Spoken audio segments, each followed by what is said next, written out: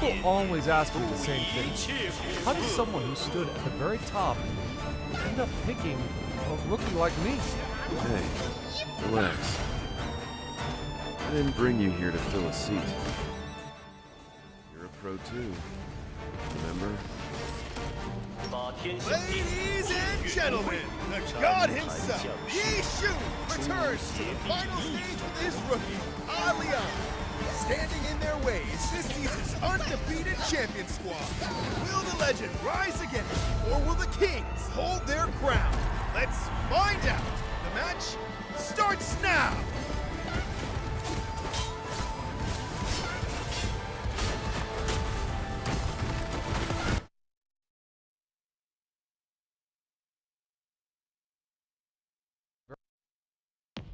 People always ask me the same thing. How does someone who stood at the very top end up picking a rookie like me? Hey, relax. I didn't bring you here to fill a seat. You're a pro too, remember? Ladies and gentlemen, the god himself, Yi Shu, returns to the final stage with his rookie, Alian. Standing in their ways, this season's undefeated champion squad.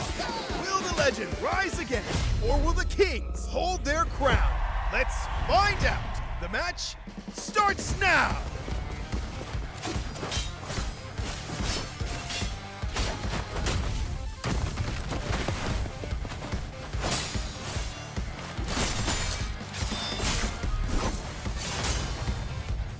Buy me some time. Hold on. On it! Don't rush it. Same old tricks. You've been eating the same combo for days. Still haven't figured it out? Training mode is almost over. Want to keep going?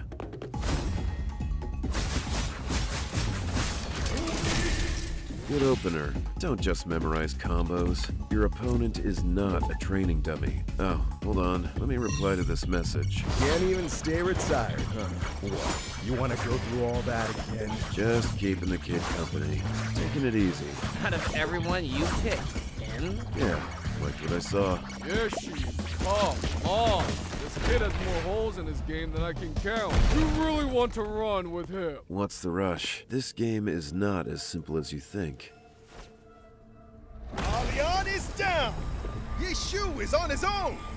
Hey, can you hold? Yeah! Nice break. Yi Shu squad looks like they're in real trouble here.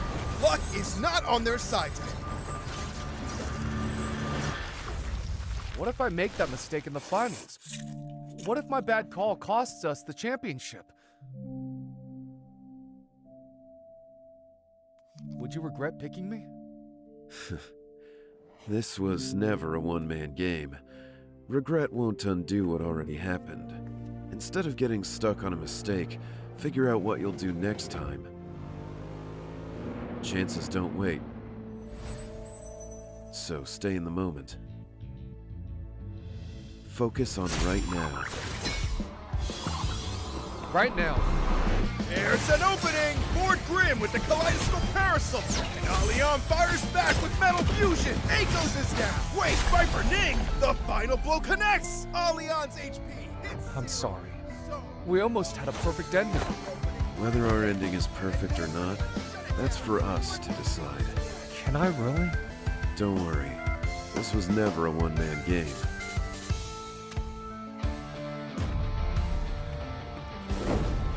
Lord Grimm activates his ultimate! The kaleidoscope parasol shifts into spear form! Dragon soars the heavens! He dodged it! Every dash spent, and he dodged it! That angle was impossible! There was nowhere to go! And Lord Grimm's ultimate missed! No, wait! It's the Rising Dragon!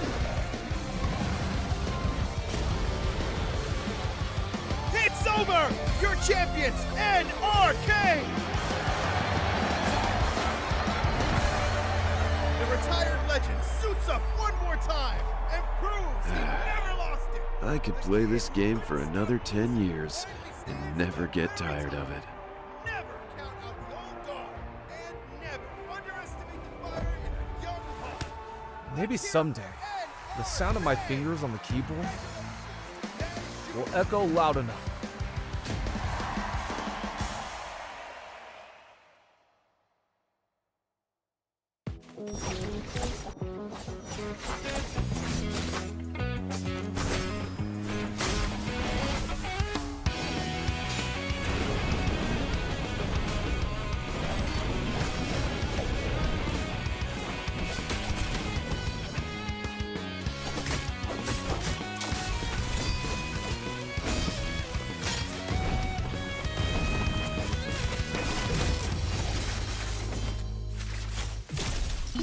星星电子竞技俱乐部来电。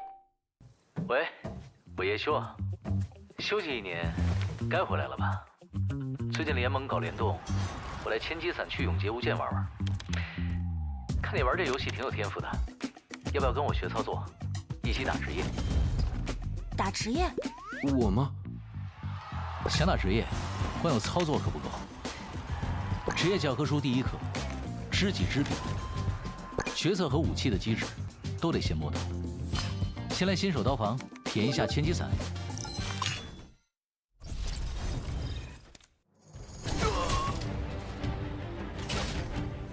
你看，点击鼠标右键，就能在伞、斧、盾3种形态间切换。这千机伞很好玩的。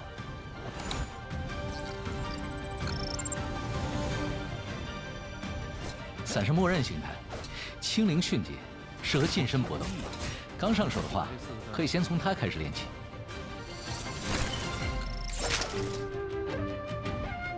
盾形态就不一样了，和对手同时出招时，它不会拼刀，而是借势蓄力，再接一记左剑蓄力，打出银线穿锋。用得好，对面的进攻也是你的机会。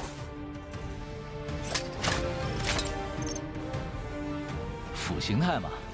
讲究的就是不给对面喘气，可以先左蓄一记狂鸣，再次点击左键，来一招惊连，这第2招还能连续循环。装上千机伞魂玉，最后还能补上一枪。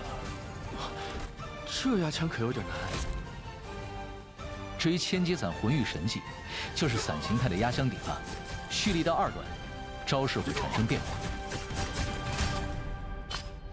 怎么样，都学会了吧？开场指导赛看看实力。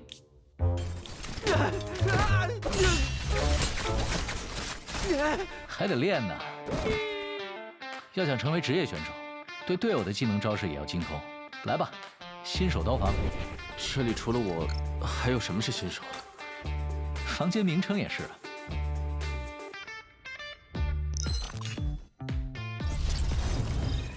这次抖动。连续位移，方向还随你调整，用这方法聚怪，轻松开火车呀！当然，位移过程中可以随时停下，上调反击，走准位的话，机会这不就来了？影分身，位移后会留下分身，对面判断错一次，你就多一次反打机会。对手要是直接撞上来，还会和分身拼刀，陷入僵直。至于这点时间够你做什么，不用我教了吧？小技能看完了，接下来才是伞人真正的打法。千机伞嘛，玩的就是千变万化。伞人快打期间，点右键，战矛、战连、枪炮依次切换，各有各的打法。简单说啊，3种新形态都会积攒尾连式，攒满了就能放出对应的打制技能。打制技能一旦命中，尾连式就会清空。普通蓄力招式的派生攻击命中，则能直接把它充满。实战中要把握好节奏，这样伞人的变化才能真正的让对手防不胜防。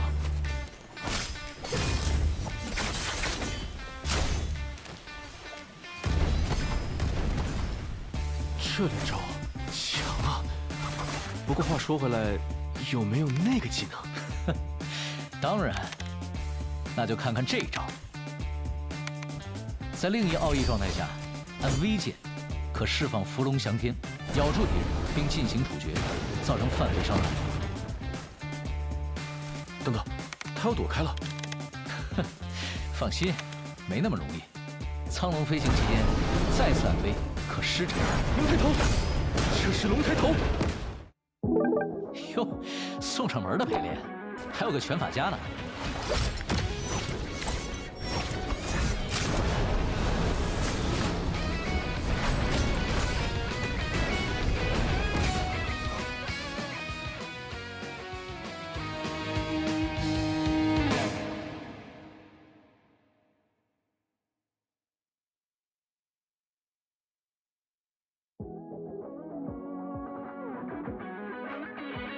永劫里的交手，说复杂也复杂，不过基础其实就3样：普通攻击、蓄力攻击和震刀相互克制。先把这层关系弄明白，才算是入门。既然会蓄力，也会走路，那蓄力滑步就不难，移动、拉扯、骗阵都能用得上。这算是老玩家的基本功，刚开始不熟没关系，多练几次，手自然就跟得上了。看到对手的动作，判断该用长闪还是短闪，躲开伤害只是第一步，能抓住空隙反打，才算是真正学会。注意留些精力，别机会来了自己先跑不动了。飞索也是很重要的道具，追击、赶路、抢高点，进可攻，退可守，用法很多，不用急着一次学全。每个英雄的奥义都能改变战局，但一个人开得再漂亮，也不如队友一起配合，多听信息，多报位置，时机合适就别犹豫。优势这种东西，落到手里才算数。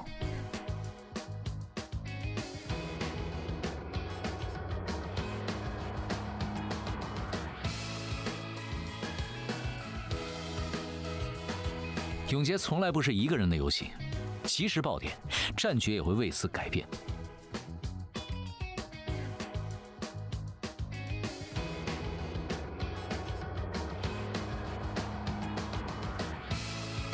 一时失利也没有什么，在这里，你不只有一次机会能回到战场，上一回哪里做错了，下一回改掉就是。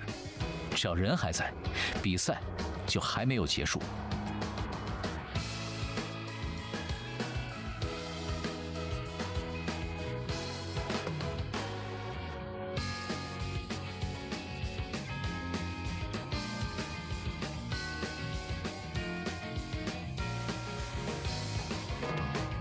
能看到这里，你确实是一个好苗子。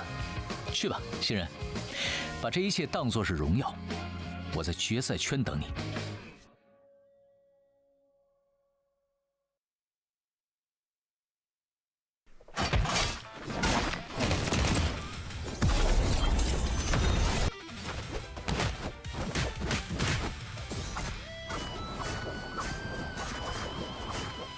接下来就交给我了。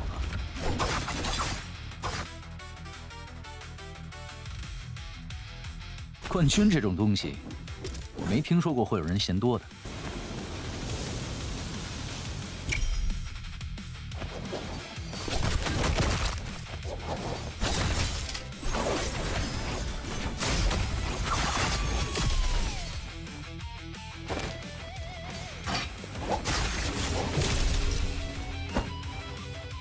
你们是不是差人啊？组我一个。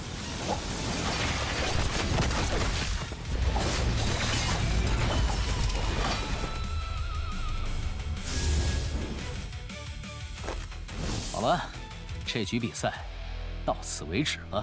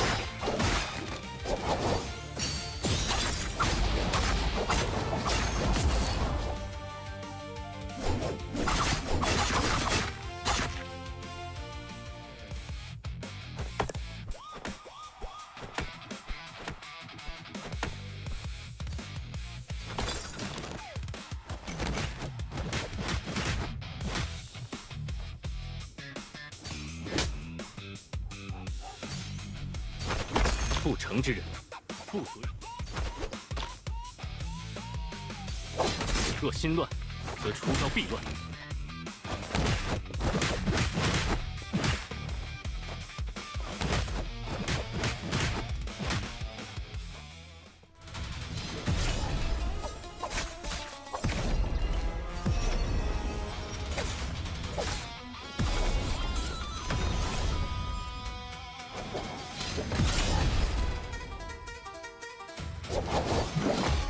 你被我看穿，阴阳二气冲也。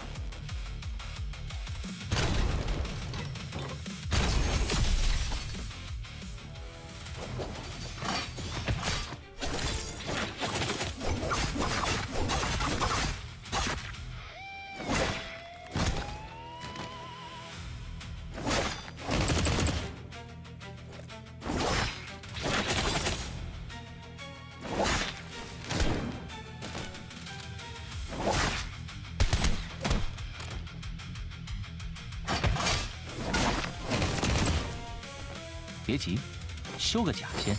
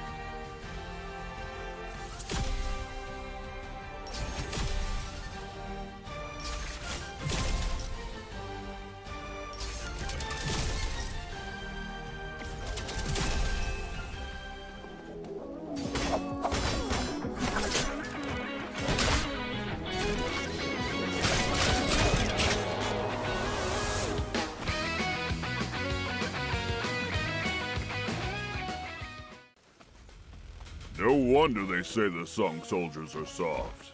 Hurry. There must be trouble at the city deity pavilion. Get over here!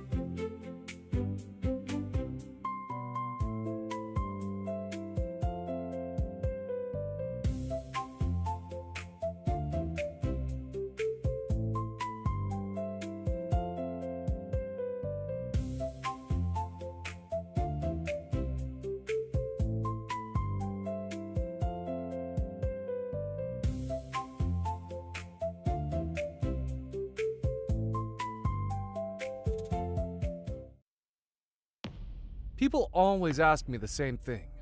How does someone who stood at the very top end up picking a rookie like me? Hey, relax. I didn't bring you here to fill a seat. You're a pro too, remember? Ladies and gentlemen, the god himself, Yi Shu, returns to the final stage with his rookie, Leon. Standing in their way is this season's undefeated champion squad. Will the legend rise again, or will the Kings hold their crown? Let's find out. The match starts now.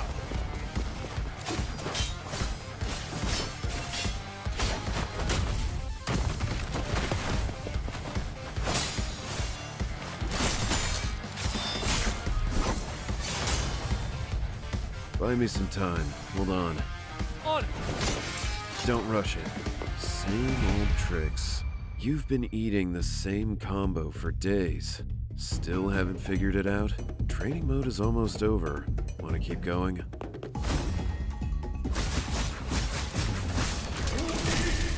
Good opener. Don't just memorize combos. Your opponent is not a training dummy. Oh, hold on. Let me reply to this message. Can't even stay retired, huh? What? You want to go through all that again? Just keeping the kid company. Taking it easy. Out of everyone you picked, N? Yeah, liked what I saw. Yoshi, come on! This kid has more holes in his game than I can count. You really want to run with him? What's the rush? This game is not as simple as you think. Leon is down. Yi Shu is on his own. Hey, can you hold? Yeah! Nice break. Yi Shu squad looks like they're in real trouble here. Luck is not on their side today. What if I make that mistake in the finals? What if my bad call costs us the championship? Would you regret picking me? This was never a one-man game. Regret won't undo what already happened. Instead of getting stuck on a mistake, figure out what you'll do next time. Chances don't wait. So stay in the moment. Focus on right now.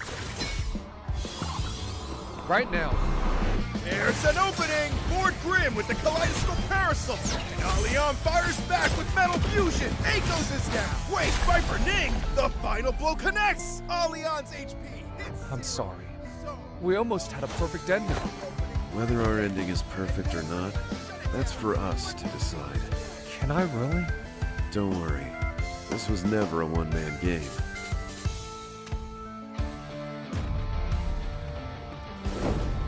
Lord Grimm activates his ultimate! The Kaleidoscope Parasol shifts into Spearboard! Dragon soars the heavens! He dodged it! Every dash spent, and he dodged it! That angle was impossible! There was nowhere to go! And Lord Grimm's ultimate missed! No, wait! It's the Rising Dragon! It's over!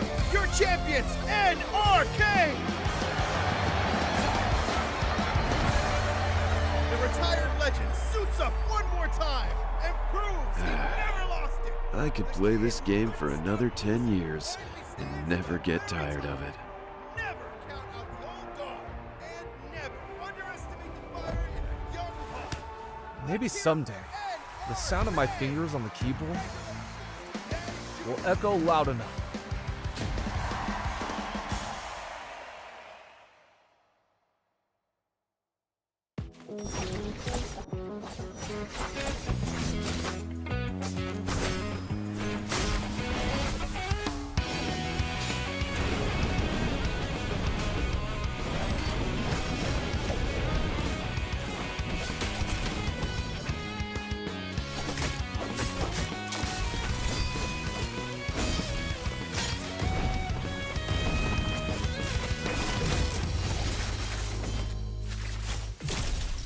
新兴电子竞技俱乐部来电。喂，我叶修啊，休息1年，该回来了吧？最近联盟搞联动，我来千机伞去永劫无间玩玩。看看你玩这游戏挺有天赋的，要不要跟我学操作，一起打职业？打职业？我吗？想打职业，光有操作可不够。职业教科书第1课，知己知彼，角色和武器的机制都得先摸懂。先来新手刀房体验一下千机伞。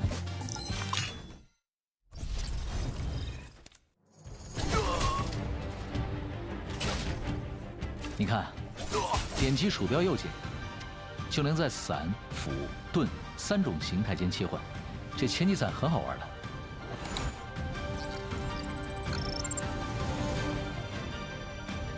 伞是默认形态，轻灵迅捷，适合近身搏斗。刚上手的话，可以先从它开始练起。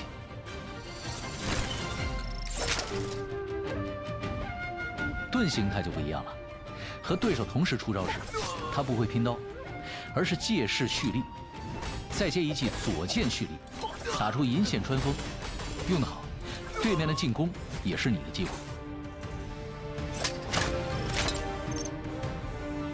斧形态嘛，讲究的就是不给对面喘气，可以先左蓄一记狂龙，再次点击左键，来一招金连，这第2招还能连续循环。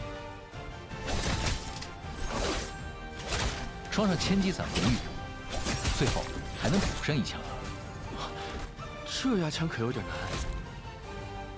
至于千机伞魂玉神技，就是伞形态的压箱底了，蓄力到2段，招式会产生变化。怎么样，都学会了吧？开场指导赛看看实力。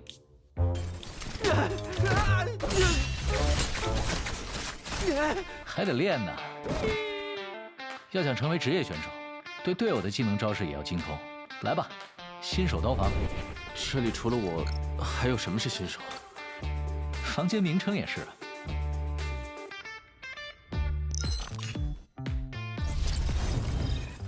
这次抖动，连续位移，方向还随你调整。用这方法聚怪，轻松开火车呀！当然，位移过程中可以随时停下，上调反击，走准位的话，机会这不就来了？影分身，位移后会留下分身，对面判断错一次，你就多一次反打机会。对手要是直接撞上来，还会和分身拼刀，陷入僵直。至于这点时间够你做什么，不用我教了吧？小技能看完了，接下来才是伞人真正的打法。千机伞嘛，玩的就是千变万化。伞人快打期间，点右键，战矛、战连、枪炮依次切换，各有各的打法。简单说啊，3种新形态都会积攒尾连式，攒满了就能放出对应的打之技能。打之技能一旦命中，尾连式就会清空。普通蓄力招式的派生攻击命中，则能直接把它充满。实战中要把握好节奏，这样伞人的变化才能真正的让对手防不胜防。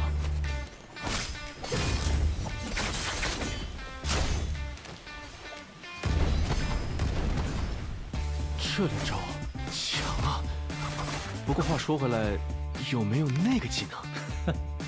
当然，那就看看这一招。在另一奥义状态下，按 V 键可释放伏龙翔天，咬住敌人并进行处决，造成范围伤害。等等，他要躲开了。放心，没那么容易。苍龙飞行期间再次按 V可施展龙抬头，这是龙抬头。哟，送上门的陪练，还有个拳法家呢。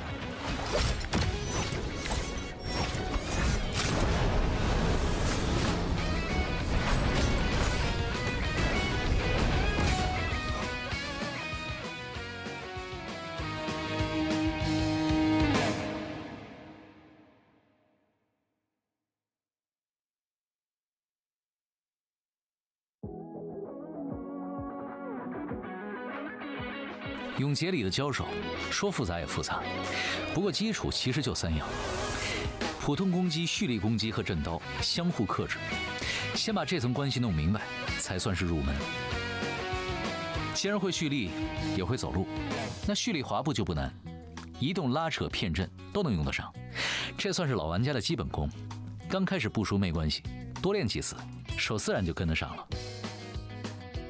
看到对手的动作，判断该用长闪还是短闪，躲开伤害只是第一步，能抓住空隙反打，才算是真正学会。注意留些精力，别机会来了自己先跑不动了。飞索也是很重要的道具，追击、赶路、抢高点，进可攻，退可守，用法很多，不用急着一次学全。每个英雄的奥义都能改变战局，但一个人开得再漂亮，也不如队友一起配合。多听信息，多报位置，时机合适就别犹豫。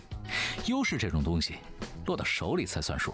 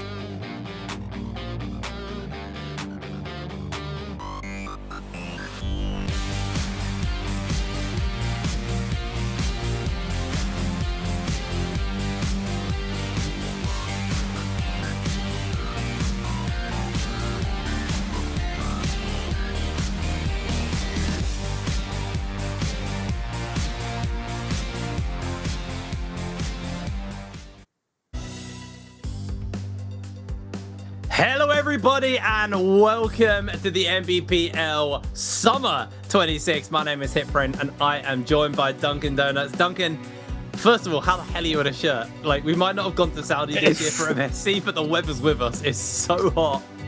It is pretty warm. I thankfully have 2 fans pointed directly at me, so I'm managing barely, but it's all right. It's quite light. It's not too bad.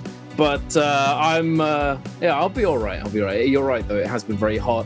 I think it is also going to get quite heated today, as we're going to be starting with the trios for this split this season, and I'm really, really excited because the new character and the new weapon are coming in to the meta. And if yesterday was any indication, I think it's going to be it's going to be pretty good, or at least I hope it is, because I think he has a good place in trios. I'm excited to see if they found space for him. But for you guys at home, make sure you have your NARAKA account linked. We'll be on this first row of Twitch drops today. Make sure that you do have it all connected up so you can get yourself some goodies just for watching, just for being here. You know, you can have it on your second monitor while you have your breakfast or your dinner, because, you know, we're technically a global show. So for me and Duncan in the UK, it's quite early in the morning. But for you guys in America, I know it's like coming up on midnight, around there, or just past midnight at this point. I can never remember. I suppose it depends where you are in America. But yeah, no, I think we're in for a really heated day. You know, there's lots of things that have been changed around. We'll go through them as they pop up. But one thing we were talking very briefly before we got into the show was I was going through all my notes, and SR continue to just be the powerhouse of the league in trios. They have won every major title, every domestic title since spring 25. Since Spring 25 is the last time they didn't pick something up, and then since then they've been on a tear. If they can go for the golden path this year, get this title under their belt and another Worlds, that means they've done a full year of taking it all, and they are on the road for that. They're looking fantastic right now. Yeah, they're definitely feeling confident. I think they were, when they won everything with like MSC as well, EWC and everything, they're doing so well continuously. They're bound to be feeling pretty confident. But as things go in competition, if you continue winning, that expectation of your performance being, up there and doing really well continues to build. And sometimes some teams can crack under that pressure. If they continue to win, they keep winning, at some point they know that they're bound to lose, and the fall can be very demotivating, can be very crushing. But that's what separates the veterans from the regular teams in the league, their ability to recover mentally. But for today, here we are. We've got the teams ready to go. RW, SRGG, YZG, FPX, WBG, DRG, and 521. It's still a little confusing to see GG's new logo. It's red now, which is quite cool. I like it. Why is it not pink? It is a bit I don't know. They went from pink to red. I can't complain. I'm a big fan of red. I like red. Some of you who know me will know. But it's a little confusing. Regardless, though, I think they're still bound to be pretty solid. I wanted to look at 521 today and see how well they do, because they've been a little bit up and down. We talked about them a lot, and they've come a long way. But they've been stumbling a little bit here and there recently. So for their sake, I hope that they've managed to recover and find their footing today. I feel like 521 are very much the roller coaster team. They're very high highs and incredibly low lows, and it's very inconsistent. They're kind of flipping around all over the place. My personal team that I always have been cheering on for a long time now is YZG. They've been kind of like my team to watch for, well, since they were KLA, actually. I've always been a bit of a fanboy for these guys. So, and I always feel like they've been so close. They've been what GG used to be to me, where GG were that team that were always the bridesmaid, never the bride. Like, they were constantly almost there, but never quite made that final mark. And SR have kind of been the gatekeepers for them in recent history, taking every major title away. So, maybe this is the time where YZG can play the upset here. We'll have to see. Obviously, it's the beginning of the season. There's a long story to follow, a lot of stuff to go through. One thing that did also flash up while we were just having a yap away about the teams was the schedule for today.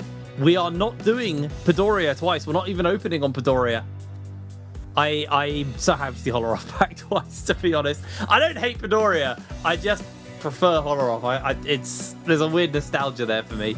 So opening on Morris, then going to Holoroth, and then closing the day on Holoroth is going to be quite fun. Because that map, a lot of environmental stuff. I just love it. It's brilliant fun.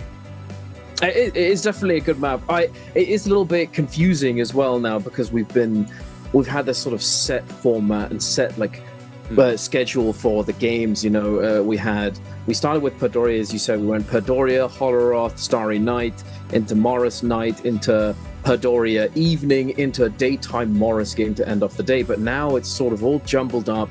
There's not as many Firefly days, more daytime, and then we end on a Firefly day or a Firefly game on Holoroth, it's a little confusing. And I think yesterday I was talking a little bit about it for the solos. It does change things up, but I think it definitely changes things quite a bit more for trios than it does for solos. The timing attacks and the strategy that comes with whether or not there are Fireflies available, whether or not there are certain environmental factors to account for, do change strategy quite a lot more in trios, as trios inherently is more of a macro-based game mode, where it's more about decision making that affect overall things like ult rotation and all that sort of stuff, as opposed to more heavily focused on the micro mechanical aspects in solos. But still, and we'll have to wait and see how things are affected. I'm looking forward to seeing all the characters and the ban pick of what seems to be the priority in the meta that we're going to be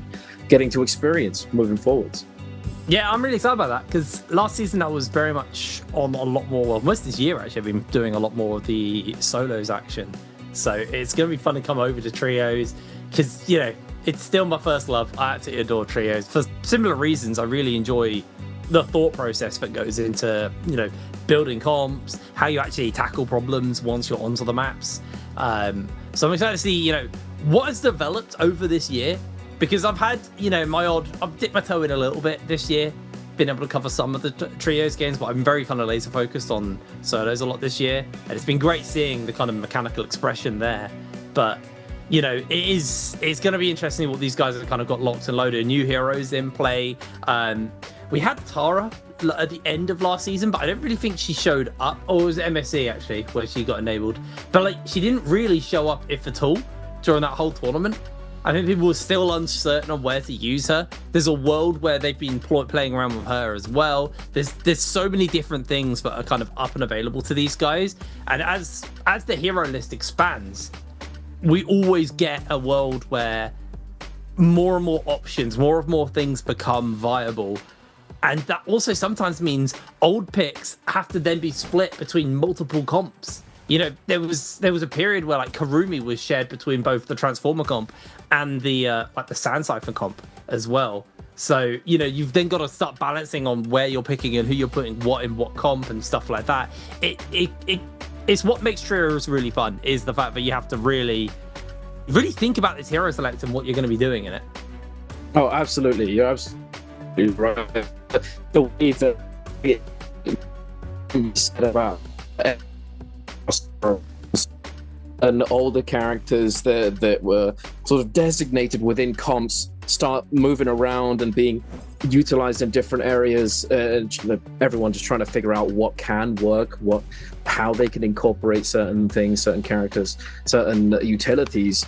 And yeah, it's definitely a really interesting aspect about trios. Typically when it comes to comp creation, usually for trios, you're looking for, you have to meet a few different, you know, things. You need to like, how do you deal with Viper?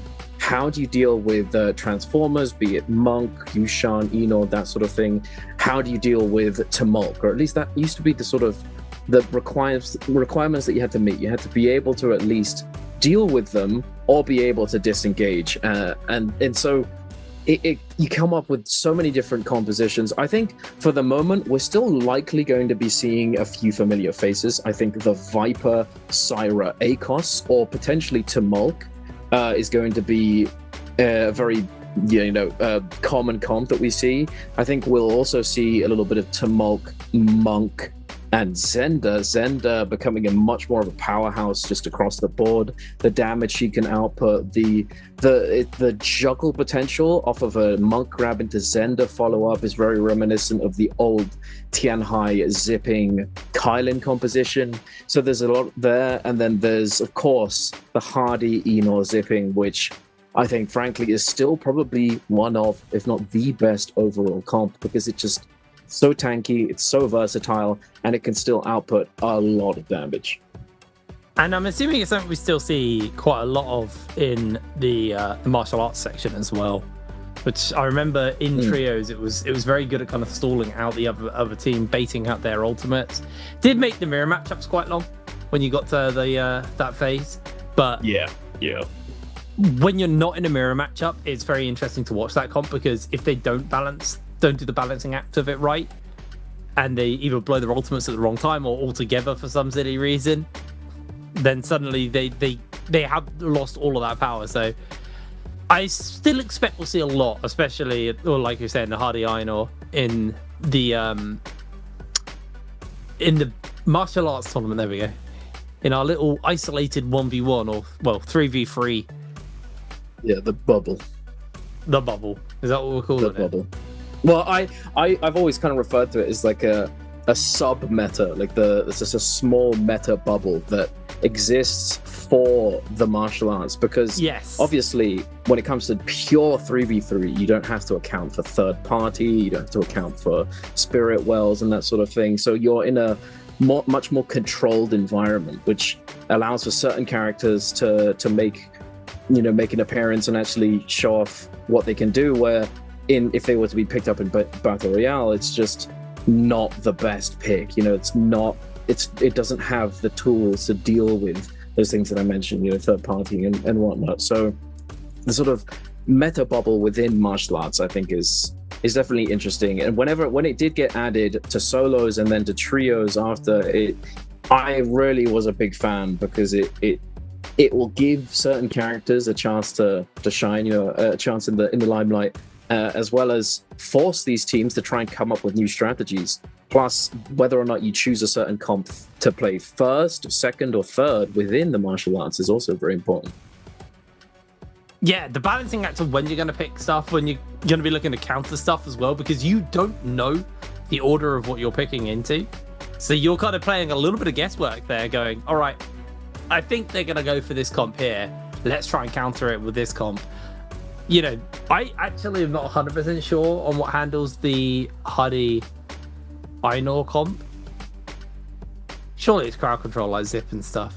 That's probably the best. Well, I suppose they can just ping out because the cube is actually such a hard comp to deal with. Maybe it doesn't have any counters. Yeah, it's one of those comps that's just it covers so many different bases. It's hard to really come up with something that will actually truly counter it. But you can beat it, but as you say, it's a bit of a head scratcher as to what really actually deals with it. I think some of it's probably, and I don't think that's always the most fun way to play it, but it probably comes down a little bit to you have to wait for mistakes and then be able to read those mistakes have happened and then pull the trigger on it. So, yeah, definitely a harder one. I'm going to look at the GG lads there. It took me a moment because of the new logo again. I can still see it's the fist from before. Yeah. It's like an edgier fist. It's that it's that logo thing, isn't it? Where logos slowly get more and more simplified until they're just like a really basic shape, and you just have to kind of assume what they are based on what they used to be. Yeah. Yeah, and then when they start changing letters to look like things and that sort of thing. Yeah. Yeah. Yeah. No, like the old Apple logos and things have just got more and more basic over time. Yeah. It's the minimalism of the current generation. Is just everything needs to be minimalistic, Too much stuff. More fun. Yeah, you need a little bit more stuff in there, a little bit more active and emotive, that sort of thing. But regardless, it is definitely a bit more edgy. Perhaps they're going to be coming in with a sharper edge, I'm curious, and this is gonna be. I'm taking us off topic immediately, by the way. Well, we got a bit of time, and this is gonna go over everyone's heads, but the Brits watching right now. What are your thoughts on the WH Smiths to TG Jones change? How do you feel about that? I feel weirdly angry about it, and I don't know why. It's just a name. I actually haven't seen it. I don't know. You've not seen? No. Okay, for everyone who isn't English, WH Smiths have been around for 100 years almost. Well, more than that actually, like 120 years. They're basically a stationery shop. They sell overpriced sweets and overpriced notebooks here in the UK, and they're just a high street staple. And recently, all of them just changed their name from WH Smiths to TG Jones.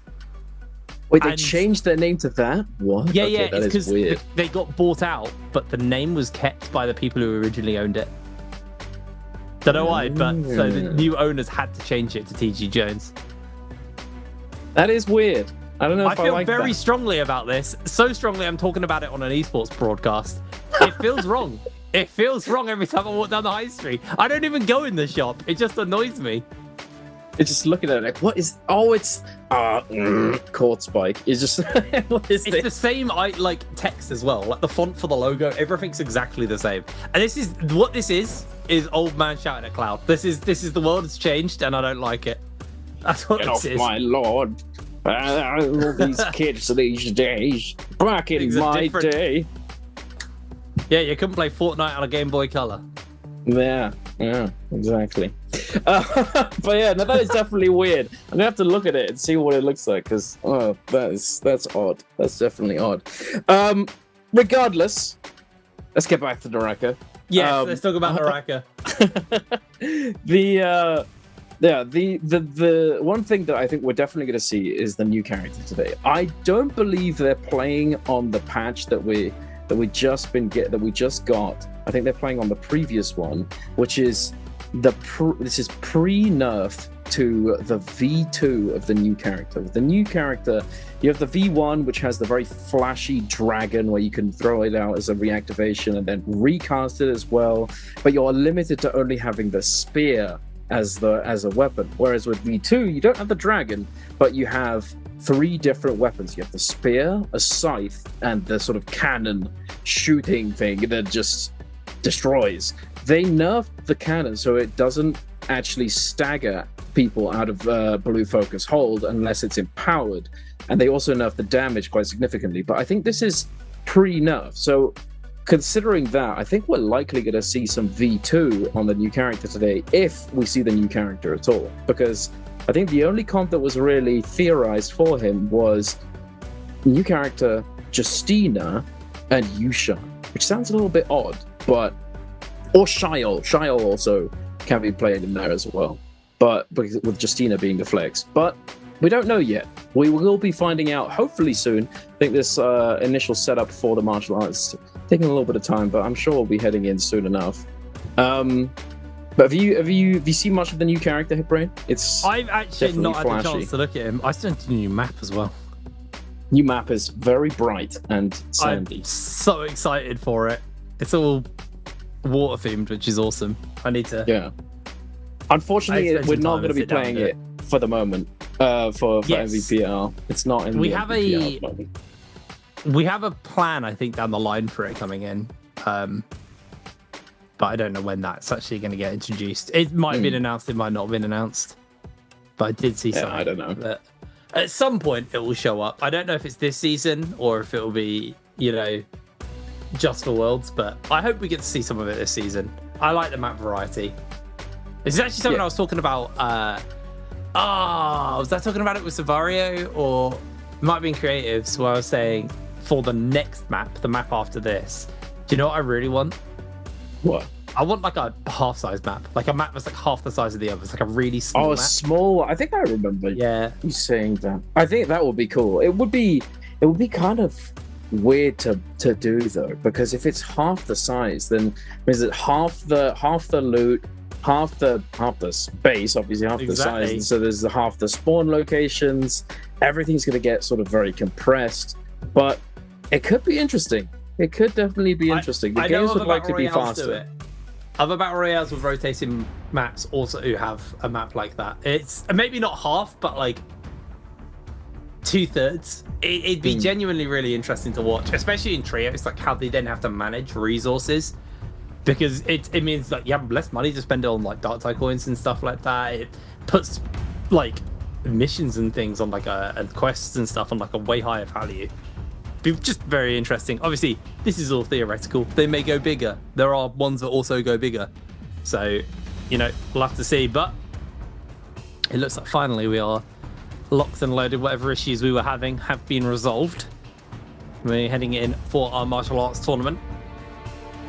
It's pretty big teams playing today, to be honest. SR obviously being the big cheese here. The guys that are trying to get that golden road secured for themselves. Trying to lock in a perfect year, not dropping a single tournament. And, they've technically only got 2 to go at this point. Yep. It's gonna be tough though. It's never easy, but even though they can make it look easy sometimes, it's certainly not. But here we are, ladies and gentlemen, going into our first game of the day. The martial arts kicking off with YZG up against 521, and we are running the Hardy Eno zipping for YZG. But interestingly, we're running Karumi Tianhai Saira for 521, a comp that I have to say I think I've only seen a couple times, but we will see if it's gonna be able to compete with potentially the best team or the best composition in the trios meta right now. You have to keep our eye on that, see how this how they manage this right now. Right, you can see YZG quite happily holding a lot of those ultimates, only using the Hardy Cube so far. Blind Knives here by QGG just to get a little bit of pressure out. As soon as Pampy transforms, YZG answers, but there was a successful grab there, I think. No, there wasn't. Okay, I thought there was a successful grab. YZG are just going to peel away and try and play the waiting game on Pampy's ultimate before they feel comfortable to step forward once again. 17S goes for a scale rush. QGG's taking quite a lot of damage, though, while he's trying to peel for his team. So he's going to have to drop transform and then see if he can find a window to get some healing in. Gets a nice, massive charge off on to QGG there. Pampy now out of transform. Ultimates are pretty much burnt across the board, actually, at this point. As Pampy gets knocked back here by QGG, but Pampy's not giving up. He wants to look for that parry window, but they're going to catch her on 2-1. Quickly has to use the cube to jump away, and health bars on 5-2-1 starting to go very, very low here. Pampy looks for 17S, doesn't quite make the connection. There's the parry, and he goes down. 2 members of 5-2-1 down. It's only Fat Milk left. YZG should have this first round in the bag. Yeah, absolutely. It was very unfortunate. They managed to get some of the ults back. The ults that they all started with, you know, the Hardy ult that they started with, YZG, and then the Syra ult that 521 started with, they both came back up, back online, and they were able to pop them. But unfortunately, Syra healing just not coming in fast enough to actually keep his teammates alive. But now into the second round, as each of these is a best of 3. We've got 5-1 going over to the Eno Hardy zipping composition, and YZG running Tianhai, Karumi, and Takeda, a comp that we've seen, you know, here and there in the past, but it's definitely not a comp you see as often these days. 17S going to be monkeying up into that Vajra state, trying to throw some hands towards the Hardy, trying to potentially catch him off guard, but to no avail just yet. Nothing found, although, wait a second. Akame getting knocked out from behind the pillar, losing all the armor and being forced to use that Hardy cube, and now just trying to kite away as fast as possible. Fat Milk looking to peel, throwing out the F. Now the Monk coming out of that transformed state. We're looking for the Takeda, we're looking for some damage, big damage coming through, but the defense buff is keeping him rather healthy for the moment. That might change pretty soon. Yeah, Fat Milk actually held his ultimate for pretty much the entirety of that Monk transform, so he's going to get maximum value out of this, and really feels like 5-2-1 put here onto that back foot briefly. As QGG now a step forwards. Obviously, YZG managed to wait out the opponent transform. Their transform's down as well, so it is best opportunity, but massive charge comes out from the spear here, catches onto a couple of members. QGG finds himself caught by the parry, and another follow-up from that spear. Fat Milk is just being a complete menace, and he's quite close to actually building that rage back up, but his health bar does get dinked there. Does take a heal from the zip, just get a little bit more, but 5-2-1 haven't really been able to find himself a major control, and there it is. YZG find themselves Akami taking away the healing threat onto the side of 5-2-1, costing them heavily here, and as soon as the healer goes down, the rest of the team crumble. Fat Milk just about to get that transform back, but wasn't going to be enough. It is a nice and confident 2-0 there for YZG.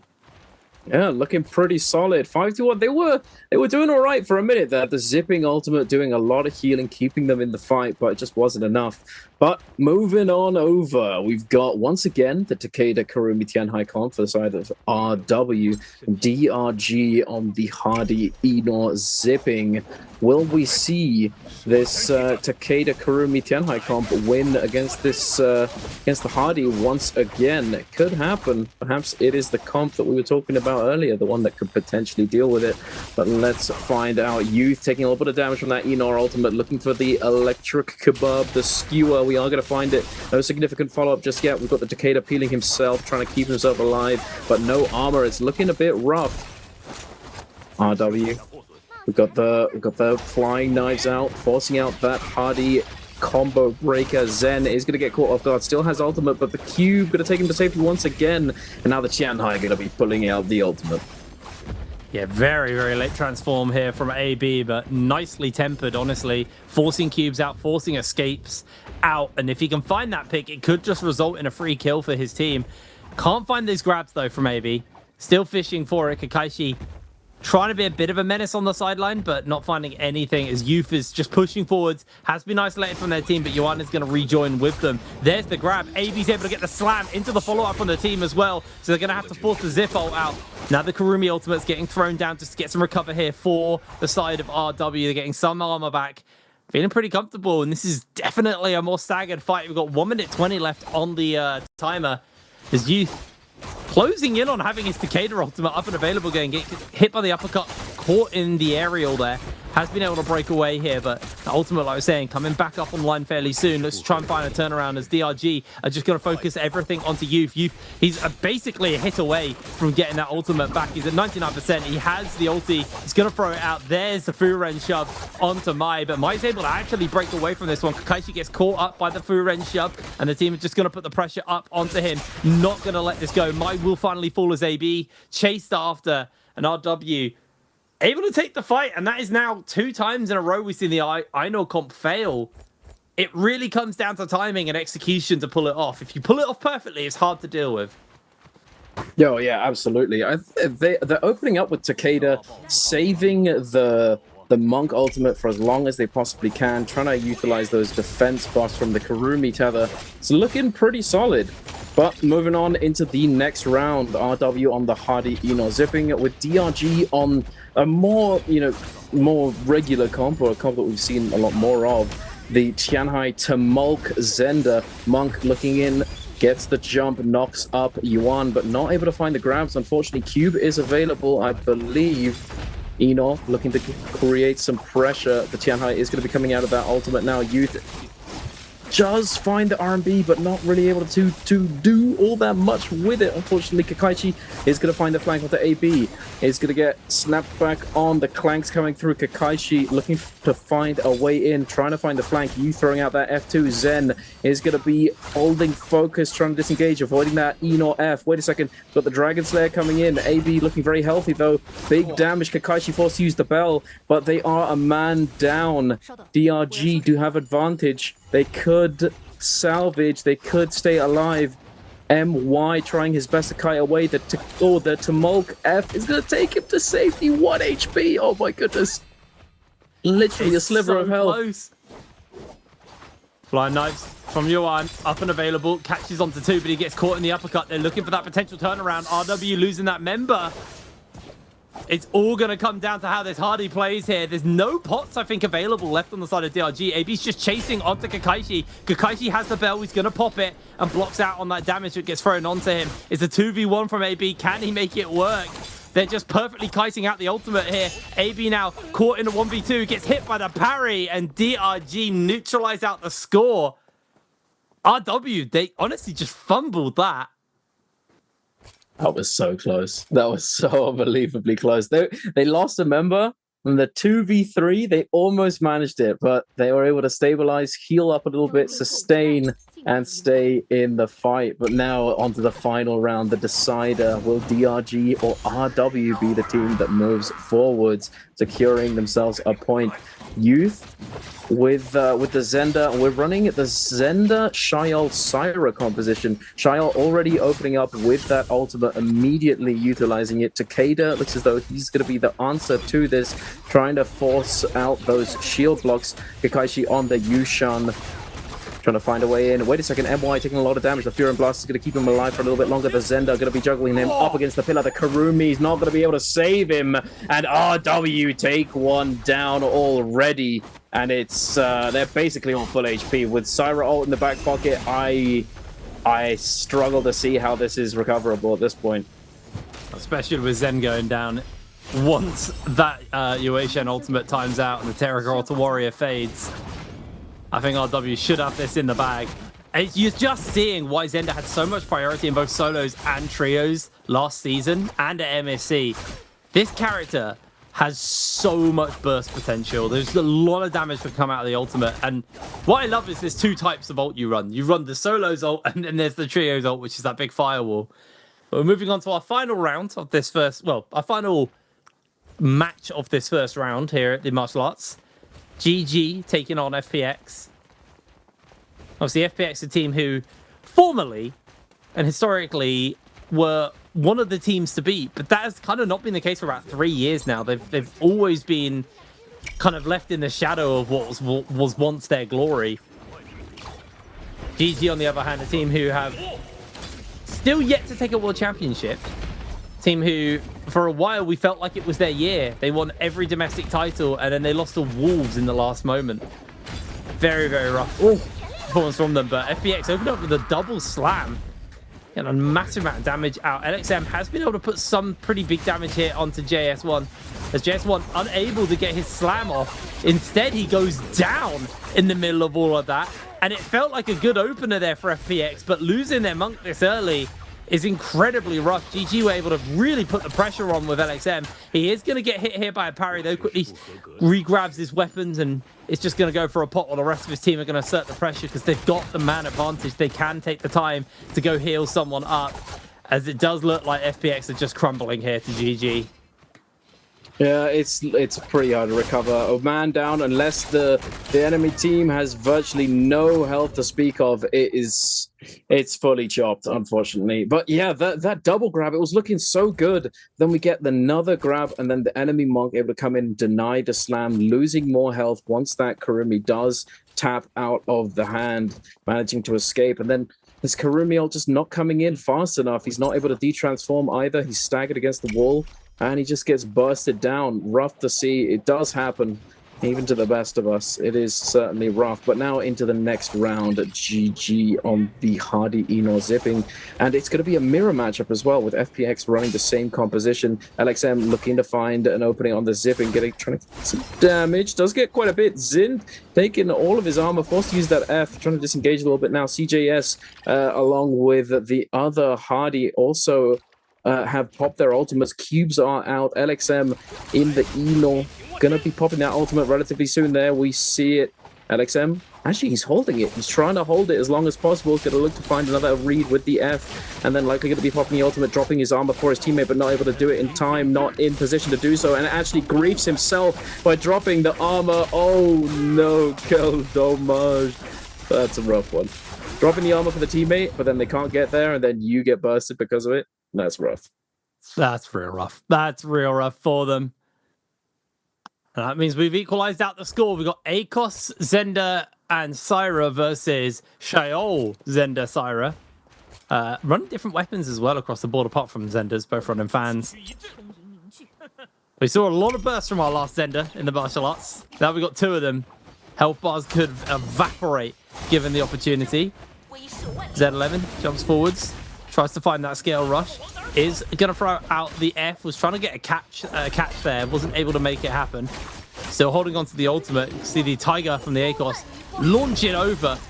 As now both double dazzles are up. Disco balls could go off. Z11 is just going to reposition with the ultimate. Look at the health bars to get an absolutely cut through. A lot of healing has come out. As there's going to be some follow-up with the flying knives on to FPX's member. He's so low. Down goes JS1. CJS keeping that pressure up for his team, and GG.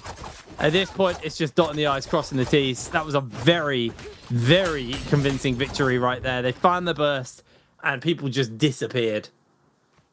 Yeah, looking really solid. I was really surprised. I saw the Akos and I was thinking, okay, it's probably going to be Akos Cage, because that's typically the Akos ultimate we see in trios these days. But no, it was actually the V1. And I've been kind of hoping that we see this ultimate at some point, just because it did actually receive a very significant buff where throughout the ultimate's duration, you just get a flat 10% damage buff. You know, it's kind of crazy. 10% extra damage just, you know, for the full duration is pretty big, but no team's really been able to find a composition that works with it, unfortunately. Regardless, we're going to be in the mirror match between the Hardy Enor zippings right here, with SR and WBG going head to head. Oh, we find the skewer. BP going to be trying to get back up and recover, but SR Blue seems to be getting a lot of attention thrown his way, trying his best to kite and disengage. The cubes are out. Zhao has lost a lot of his health as well. Probably gonna have to look for a reset before he dives back on in.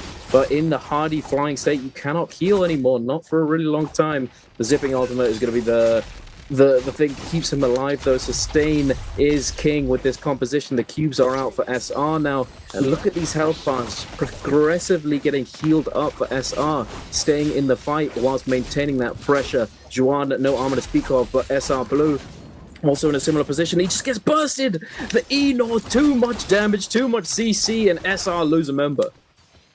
Yeah, WBG were able to actually get a little bit more use out of their Enor transform.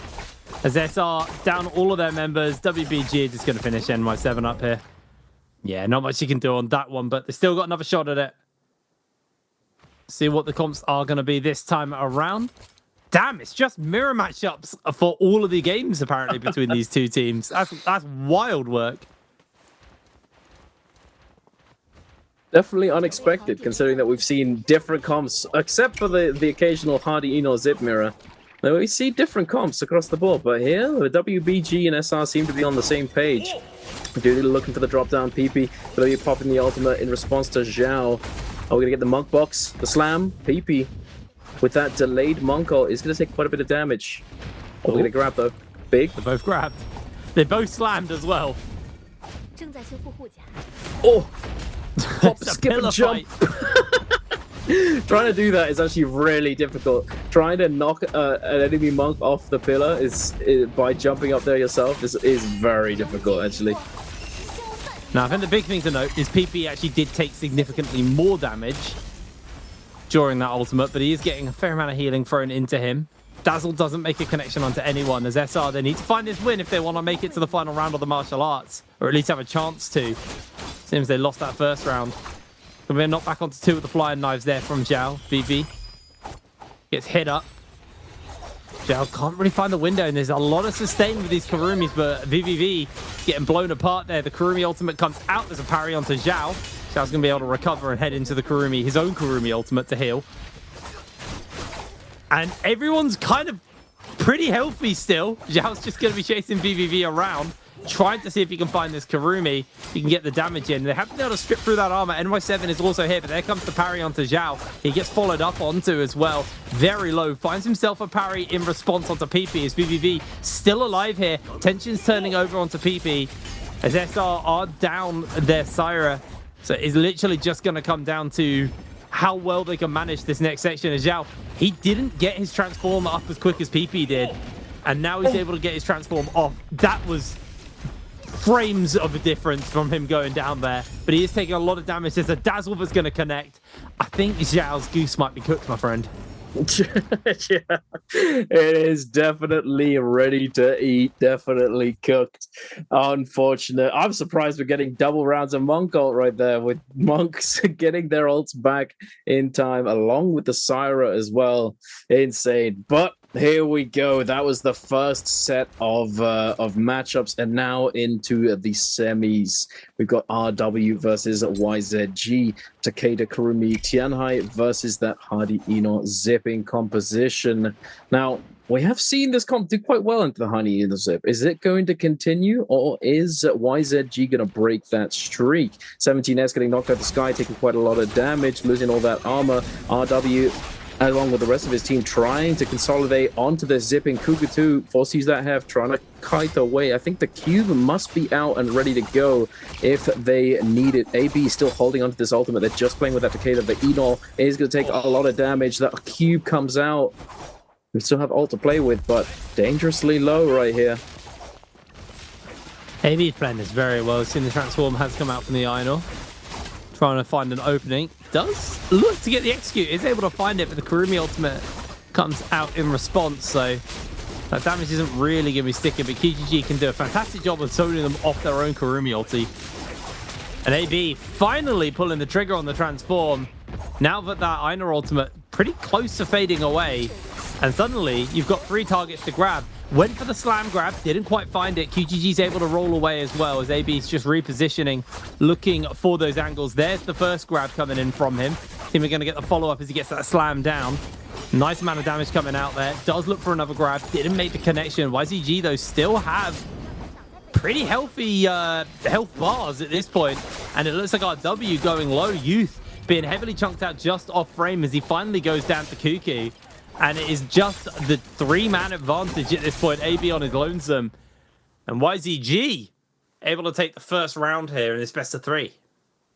That's very surprising. They looked so in control. RW was looking so solid They were able to hold that Tianhai ult for so long, staying in the fight. They weren't looking all that vulnerable. They got quite a lot of health, but it all just fell apart as soon as we got that Tianhai ult out. It just didn't happen. We didn't see the grabs. We saw one, but that was about it. And then his teammates just taking far too much damage, not really able to avoid those flying nice focus attacks. But into this next round, got 17S getting that monk ult out very, very early, finding the grab onto Youth, dangerous. Just barely managed to make it around the pit. Oh my goodness. That was so close. He almost got grabbed out of the transform. That was bonkers. That was like Boulder rolling towards Indiana Jones close. Crazy work. Just about able to pull it off. But you very heavily chunked out. And keep in mind, when he de-transforms, he's got no armor to speak of. He is going to really struggle. And that ult is now finally timing out. Finds the parry onto Cuckoo, which maybe gives him that little bit of respite that he needed to get away and get some healing in. Looks like he's going to be able to thanks to the zip as well. As it looks like they're just turning their attention onto Yuan here from the side of YZG. Looking to finish him up. Just able to select a target and hard focus them out. AB gets hit by the parry. No major follow-up comes out. The 17S is actually going very low here. He's going to have to use that bell in a second. And nope, not even going to get the opportunity. Down he goes. And suddenly RW have got themselves a major advantage over YZG. Another health bar very low on the side of Yuan. Yuan has been able to heal up somewhat. And it looks like that should just be the end of Cuckoo. And it is now just the Decatur going down. So we're going all the distance here in this final one. We certainly are. And it's flipped on its head as well. Before we were seeing the Monk comp beat the Hardy comp, but now it's the other way around. The Hardy comps have prevailed, and now we're down to that final round, as he said, the decider. Tamulk Zenda Syra up against the Zenda Syra Shiol. Will the Sandman win out, or will the Shield Lady prevail, is the question. UGG going up the sky. Shiol Ultimate has typically been that opening ultimate for a lot of these Shiol teams, and it looks as though that is going to continue being the case. Cuckoo 2 going to respond with the Tumult Ultimate, trying to stop them from moving, keeping them isolated. That Shiol is controlled. The shield throw is going to come through, though, doing quite a bit of damage. 17 is going to respond with that Syra Ultimate, trying to heal up his teammates, but trying to burst down AB simultaneously, keeping him low, keeping him controlled, and there you have it. Blasted right next to that pillar. Nowhere to go. The disco balls are out. It's bright. The eyes are burning. Youth in that ultimate, but will it be enough? No, it will not. Bro just stared into the eclipse, man. That was brutal. My eyes! I was sadly casting, so I missed it. Well, I saw a bit of it, but yeah, that was a pretty convincing win there for YZG in that third round. I thought we were in the finals for some reason. We're not. We got WBGGG to go. That was 3 Gs in a row. That was hard to do. Good. All right. Let's look at comps. We're already breaking. Bro, we're not even finished martial arts and we're breaking. Oh, we always do this. No. So it's good laughs, good jokes. all right. Naraka. Takeda, Karumi, Tianhai up against that Hardy Eno, Zip. LXM going up to the sky, looking to find a drop down. CJS with that Takeda ultimate, opening it up once again. Takeda seems to be that starting ultimate. LXM going to be trying to find the catch. Immediately gets caught on the dodge, forced to use that bell, holding the ultimate as long as possible. Yuyi taking a lot of damage though, might need to be popping that ultimate, pulling the trigger sooner rather than later. Keep that pressure alleviated from his support, from his zipping Yuan. It's going to take some damage for CJ combo break, trying to disengage. CJ is going to be on his tail. LXM taking some damage in the back. Yuyi going to be finally popping that Karumi ultimate, the electric skewer. They'll be doing as much as this Eno can manage. I don't know if it's really going to be enough though. But the Karumi circle keeping them topped up, it's kind of hard to really do anything whatsoever. And now LXM finally putting the trigger on that Vajra state, looking for those grabs. See if he can find them. Quick slam down for reposition, gets the grab onto PP. So second grab, doesn't make it. Is able to get the slam. PP on the ground. Which is one of the most insane sentences I've ever said casting. And XM able to get himself a second grab off there. Looks for the third. That's going to be VVV on the ground as well. D-transform. Got some use out of that monk, actually. We've seen some pretty lackluster monks. More of a zoning tool. But that opens up beautifully as VVV has to cube away to safety. As LXM able to knock back there onto PP. And it is a lot of posturing at the moment. Obviously, with the Einor down, GG know that they can just play this nice and tempered, wait out the Hardy ultimate, and then look to explode them. Obviously, PP is going to be the target, it's the healer. And LXM recognizing that, just catching on with a fan and getting those focus attacks off makes it nice and easy. Healer down. There they go. Nice and clean there from GG. Looking solid. Able to win out that first round. Now into the second. They're on the Hardy Einor Zip up against the Syra Karumi Tianhai of WBG. Will they be able to burst through that monk? Will the zipping healing keep them alive? The ult rotation is so important here because if you do mess it up, you're not going to be able to break through that disco ball. It looks as though we're opening up with a parry. CJS diving in, immediately finding the parry, getting that damage, and now popping his ultimate, trying to maintain that tempo. Finding once again another parry. Juan crumbling, taking that damage, but not in all that much danger just yet. Going to be popping the Syra ultimate in response, keeping them topped up, keeping them healthy. BVV and PP still have those ultimates available. Syra Dazzle going to be coming through. PP going to be chaining that into his own ultimate, trying to keep them all protected, keep the pressure on the field. CJS out of that Hardy ultimate, but the cube is still available. Be using that one. LXM diving in, trying to find something, but so hard to really create opportunities when you know these teams players are just hiding at the monk's feet. Yeah, it's very hard. He's trying to reposition. He's going to lose that transform.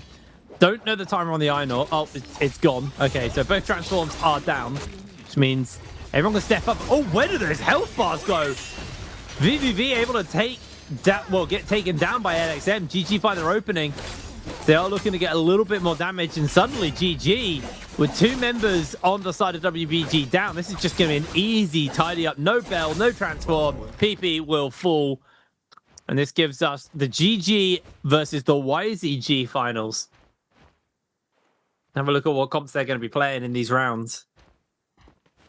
That's so surprising, though. It looks like they seem so in control with the Tianhai leading up to that sort of late fight, but then as soon as it hits that late fight, a lot of these teams seem to make a mistake, or it seems as though if you do make one mistake, it can just all just crumble around you. You just get exploded, and they just chain everything into you. Really got to be careful in those late game fights there. But into this final, as you said, LXM trying to find those flying knife hits. QGG taking a bit of damage, has the ultimate available, going to be using the cube instead, not popping the Einor ult just yet. LXM holding that Tianhai ultimate, forced to pop the ultimate here in the unsafe state that he was in. Karumi ultimate going to be coming out as well. LXM still holding that Tianhai state. That Vajra ultimate. Oh, wait a second, the lift. Kuku 2. Almost gets comboed, but no. Oh, we get the grab, though. Oh, almost. That was incredibly close there from LXM. Really, really good lineup on the shot. Not able to make the connection. I think the thing that a lot of people are getting caught off by on damage is if someone finds one of those catches, just like we saw there, when there's so many flying knives and fans going around, the burst damage that can just hit you is genuinely catastrophic. You get completely destroyed. You can see Yui getting a lot of damage thrown into them here. LXM with those flying knives looking for that avenue. Just use those mid-range. If you look at the way that GG are forming on these fights, they hold a couple of people back, charge up focus attacks with the flying knives, and just try and hit you with two kind of mid-range kind of burst options. The problem is YZG have tempered it really well. They've had fantastic control over this, and they've been able to equalize out. It's all 2v2 now. Both Transformers is dead. Burst option of the Takeda on the side of GG is down. But I think we'll be closing in fairly soon on another Monk ultimate coming up and available. So they need to try and take him out before that is picked up. The problem is with a Zip around or a Karumi around, it's a bit harder. LXM pops the bell, and there he goes. He should be falling. Right. Right. Home spawn. Right, LXM. No, okay. Yeah, that was... is there a world? Ooh, spicy. He was just sending out those focus attacks like hotcakes. Are we gonna parry one of these guys? Let's do that. That might be a good idea. LXM with a casual 155 heart rate as well. He's feeling it. The heart rate is bumping. Oh yeah, I feel the heart in his chest. Just the finger. Oh, okay, Berlin for fun. Not sure about that, but hey, we're just monking up. We're wasting no time. But I think this might have been a misclick. I'm not really sure. This is a little bit preemptive. Feels a little early. Yeah, feels a little bit early. He's trying to fish for those grabs, trying to get his money's worth out. But no slams, no grabs. Unfortunately, it's a bit of a sad monk transform. And CGS is quite happy just to stand at his feet and throw flying knives out and chip away at that health for when he comes out the transform. And immediately, LXM tries to apply some pressure. Isn't going to be given that opportunity. As Cuckoo going to put some pressure up here. Catches LXM in the aerial. Great work there just to really strip away that armor and a bit of the health.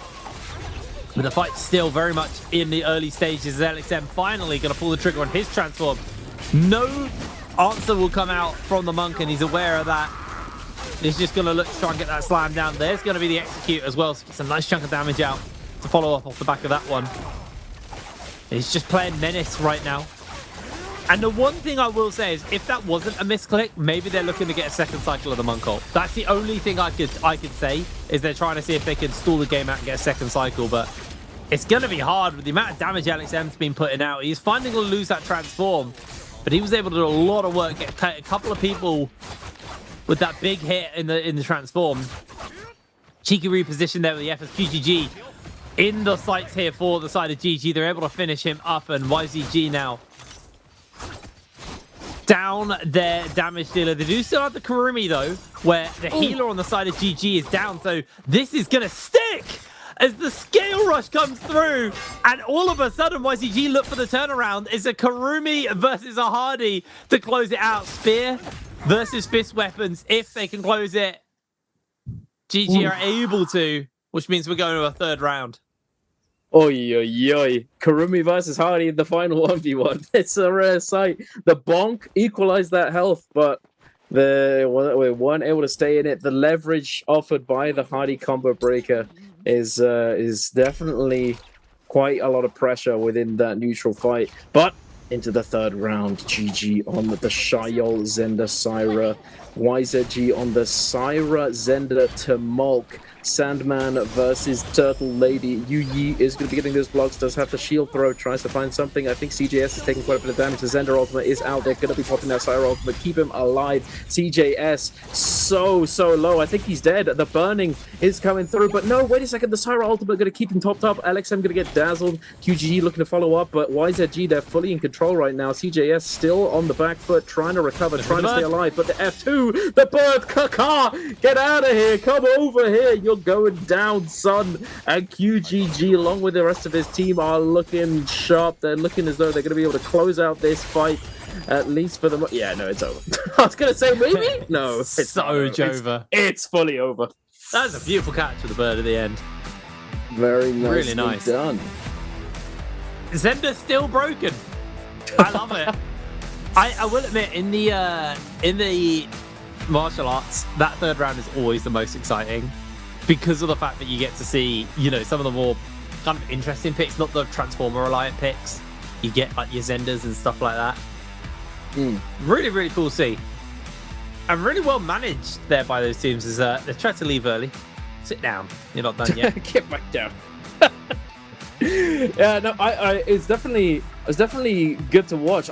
We saw as well how, if you noticed, the Takeda, whenever we saw him in a composition, he was almost always opening up with his ultimate. The team always opened up with the Takeda, but then towards the end, we saw the Takeda actually hold his ult, and then we saw that we saw the Tianhai open ult instead. We thought, you know, perhaps this is a misclick. They brought it, they made it really close though. We weren't sure if it was actually intentional, but it did end up being a really, really close fight in the end, with the Kurumi and Hardy in the 1v1 at the end, clutched up by the Hardy for sure. The Kurumi doing quite a lot with that parry, being able to do a significant amount of damage as they were originally on the back foot.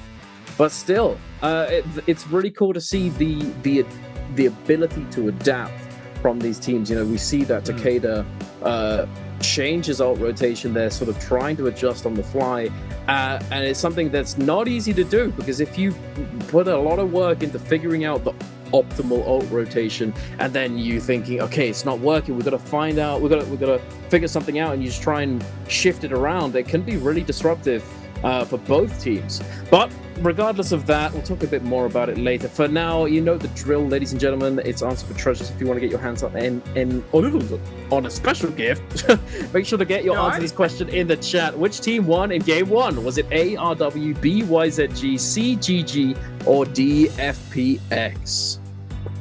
If you get this wrong, you've either only just tuned in or you were watching someone else. Or if you stared at the eclipse the other day, you might have been blinded. That's also an option. But yeah, I mean, that's an easy one. They only get harder from here sometimes. I think it was game 2 or 3 is where they get like, there's like a really hard question every time. Well, it was like a season where it was just like, how many birds appeared on the map? What? It's like really weird questions. But yeah, I'm going to spoil it because we need to talk about them. YZG, the team who I've kind of always felt like there's just this greatness in it and in them, and they've always shown like a really high level, but they've never really been able to fully like finalize it, capitalize on it, and take a big title. I think as KLA, they won a single season. I could look in my book, but I've done so many seasons now that I'm gonna have to be digging through for a while. But as a team, since the name change at least, YZG have been kind of trying to get that big win, trying to get that, that kind of stamp to prove that they are, a top team to play around. Because they've always been, for me, like, at least top 5. For a lot of the time, I've kind of given them a little bit of benefit of doubt and said top 3. But, you're playing versus the likes of SR. GG is still a significant threat in the league. You've got, like, the whole Bowder era where, like, they were looking really good. There's so many teams who do show up and, genuinely look like a serious threat. But YZG do have their work cut out for them. I mean, RW, who are playing who are playing today as well, another team who they're one of the newer kids on the block. I don't think it's fair to say they're the new kids on the block anymore because they've been around long enough. But one of the more recent additions to the NBPL, and ever since day 1, they look like a serious team, a serious contender. And that just hasn't changed by them. I'd actually put RW in a similar camp to YZG, a team who are very, very capable, but haven't been able to really kind of stick the landing. And getting, this first day of trios under your belt is a big confidence booster. And those points are going to matter. One thing that we've always talked about on NARAKA is how quick the seasons seem to be. Like, they're not quick, but they fly by, and before you know it, you find yourself, knocked out of the tournament or playing in the finals with like this being your last chance. It's these points are going to matter if you want to make your way through towards, a qualification position. Oh, absolutely, and it's quite a bit. It's quite a few points. 8 points for winning the martial arts at the beginning of the day. It's quite significant, especially if you compare it to the number of points that you get when you win a solo martial art. Solos is around 2 points. Trios, it's 8. That's a lot. That's quite a few points. So it's significant for sure. I will say, I think that for solos martial art, it might be nice for them to crank up the points a little bit for winning the martial arts, because I mean, realistically, you have to win so many 1v1s to actually secure those points, and 2 just relative to that trios just doesn't feel that rewarding. If you just win 1 3v3 matchup, you get 2 points in trios. It's the same as winning in solos. But yeah, regardless, leave it up to the organizers. But there you go. YZG with 8 points, GG on 4, RW and WBG on 2 each. FPX, SR, DRG, and 521 on 0 so far. Surprising, the SR, we talked about them as such a huge powerhouse and them doing so well, for them to get knocked out in that first round. But, that's sometimes just how it goes. Sometimes that's the way it is. But you have to remember, with martial arts, it is a straight 3v3. There's a lot more to Battle Royale than just fighting a straight 3v3. Being able to navigate the map well and having the presence of mind to know when a third party's coming, knowing how to, like the right decisions to make, being able to make those decisions at the drop of a hat when things are really intense and everything's moving so quickly, and a split second can make all the difference. So we'll see. And it's also if SR's able to do it today. It's also not like an even distribution of like equipment and gear and stuff. The soul jades in play. You might have blue armor where they have purple armor, or weapon rarity also comes into effect. And it's not as clean cut where like martial arts is as fair as you're gonna get it, really. So obviously there's kind of more factors to play to when you're on the map. So I enjoy the martial arts because it's a good little warm up for the day. But now we get down to like genuine decision making, genuine like really, really big stuff needs to come out from these guys. And this is where they have to really think about stuff. And also a lot of the prep that they would have been doing, because we've kind of been on this Midoriya into Morris into Holoroth kind of rotation for a while, and they'll have like an idea of like what heroes they want to play on what maps, what they want to do in each location and stuff like that. Now that we've changed things up, we're actually playing Holoroth twice and only Midoriya at the end of the day. It's one of those ones where now we're in a position where, because the map has changed a little bit, it's not like a major change to their plans, but it will change somehow they kind of prepped for the days and what they're going to be wanting to play where. Because we talked about it quite a lot back in the day when it was just Holoroth and Morris Isle, but like certain maps do genuinely favor certain comps a little bit more. Like you do still see Transformers get played on Holoroth because it's just too strong not to be looking at those comps, but it's definitely a harder angle to be pulling it off on Holoroth. And like you were also saying as well, like the Fireflies do have some impact as well on what kind of comps you're going to be playing because of the potential for the early fights using and utilizing the Fireflies. So the map change, I wouldn't say it was like it's going to be like groundbreakingly major, but it will have to have changed how they prep and think about each day going into them. Oh, absolutely. And some teams actually do better on Firefly days than they do on daytime. Some teams that with daytime changing how that early game timeline plays out, will there be a timing attack? Will there be Fireflies involved? If so, then we need to watch out for this timing and this timing. We have to navigate along this path to make sure that we, one, figure out whether or not this was hit, whether or not these Fireflies were taken. If not, then we can come back here later. If they were, then we know the team spawned here. Where did they go? Where are they? What was their strategy? Are we playing for Yang? Are we playing for that early fighting? Are we looking at grief around Yang? There's so many different strategies that you can utilize, and it changes so much whether or not there's Fireflies in the map. So some teams typically, like a lot of teams, they like to play Fireflies, and a lot of teams like to play non-Fireflies because of that tempo change. Teams like GG, where we've seen them as a much more controlled and much more end game focused team, especially in the past where these heal off end games were far more commonplace. They were always able to recover. They were always able to come back, even with a man down, 2 players down. They were able to come back into the game and recover and actually scale up and still perform well in the end game. So who knows? Perhaps with this format adjustment, with these, whether or not we're getting Fireflies or not, is going to actually give certain teams the advantage. Where once in the previous split, they didn't have that. They were forced to play Fireflies when they would have rather not. Well, we'll have a look at the replays of YZG's current, their victory here. Their POV. It's interesting when it comes to the martial arts, because I would like to see some answer to the stalling. I don't know how you deal with it, but it does feel like the kind of 2 best comps are both ones that just require you to kind of stall out the enemy team.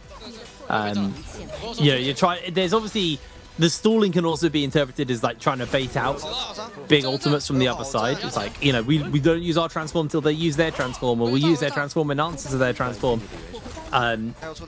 So there obviously is a little bit of a kind of like a mind game there, but I do think there's, they're quite heavy on stalling.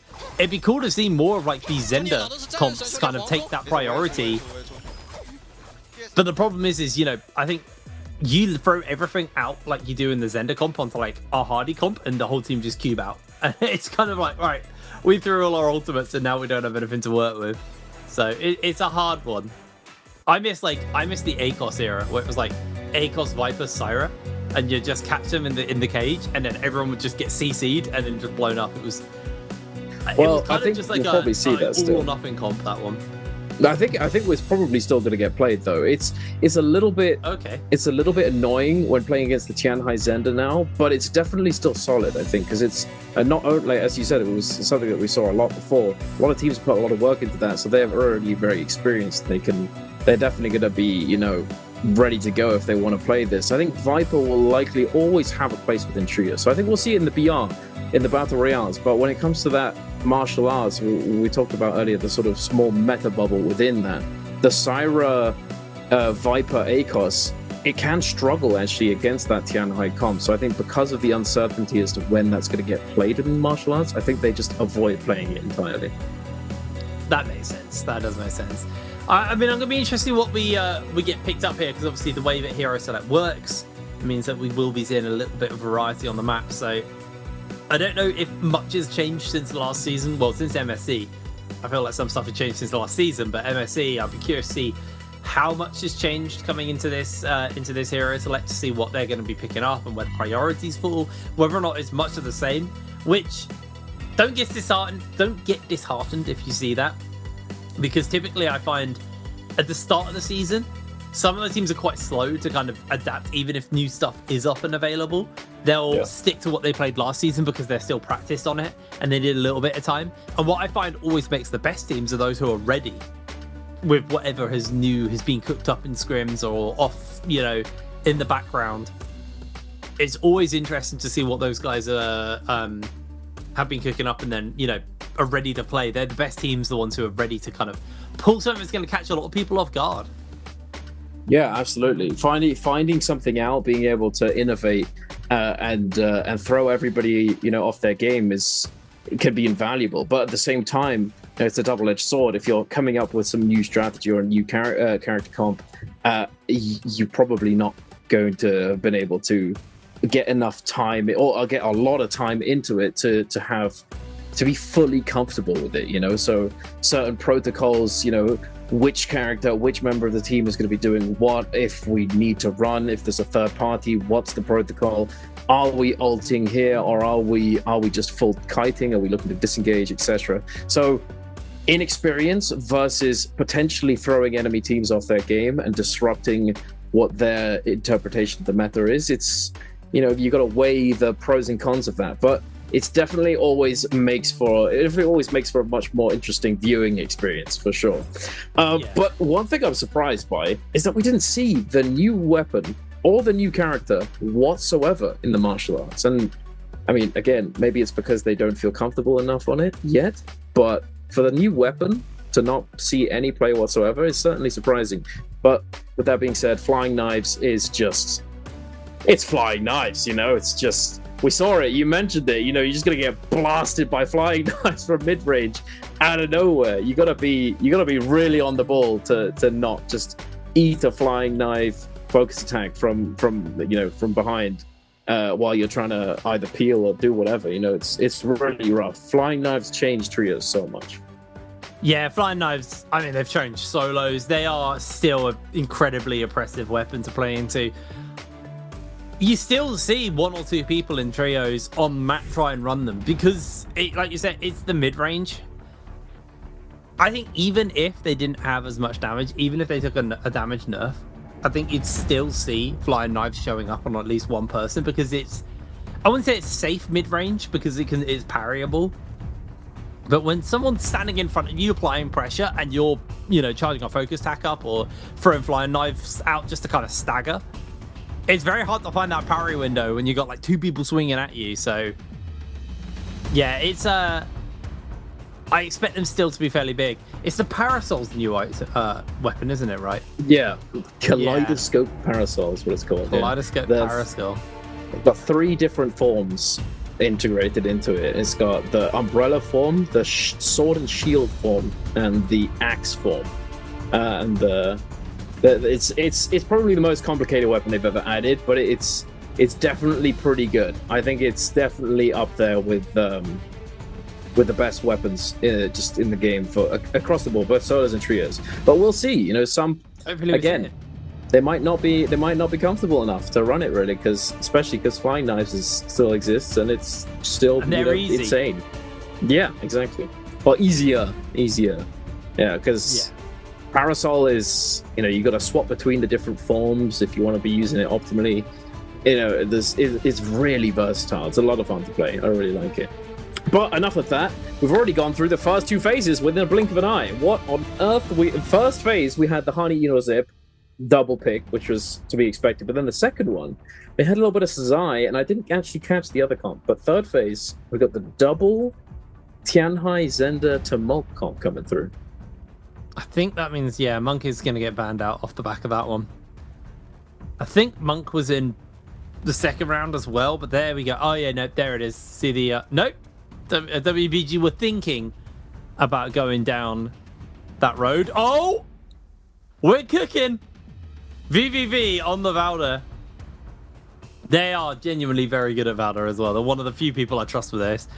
SO, on the other hand, going for that heavy CC comp that I really love as well. The ACOS, Viper, and Syra comp. So I'm interested in what this WBG comp's actually meant to do. I'm curious, actually. I reckon it's probably still going to be the V2 Valda, but they did buff V1 Valda. It is better now. They made it so that you don't. No, it is better. It is better.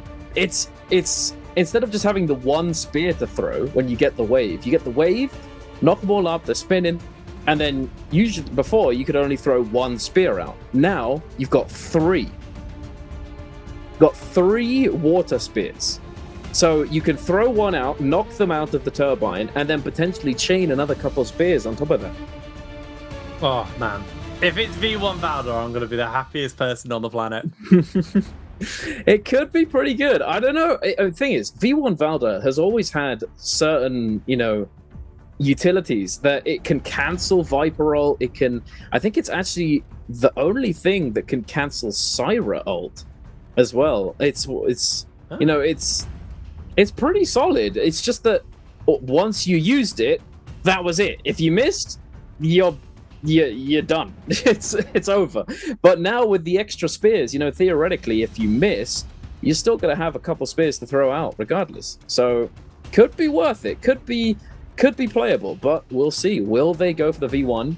Or will they stick to the V2? Because V2 is still very solid. It's still the tried and true. You got the shield, you can move around, help your teammates. You got the spears that can hit multiple people, etc. So who knows? I know you're excited though. I'm so excited to see it. I think the problem is we set the expectation up for me here. Where are you? All right, WBG, what are we rocking?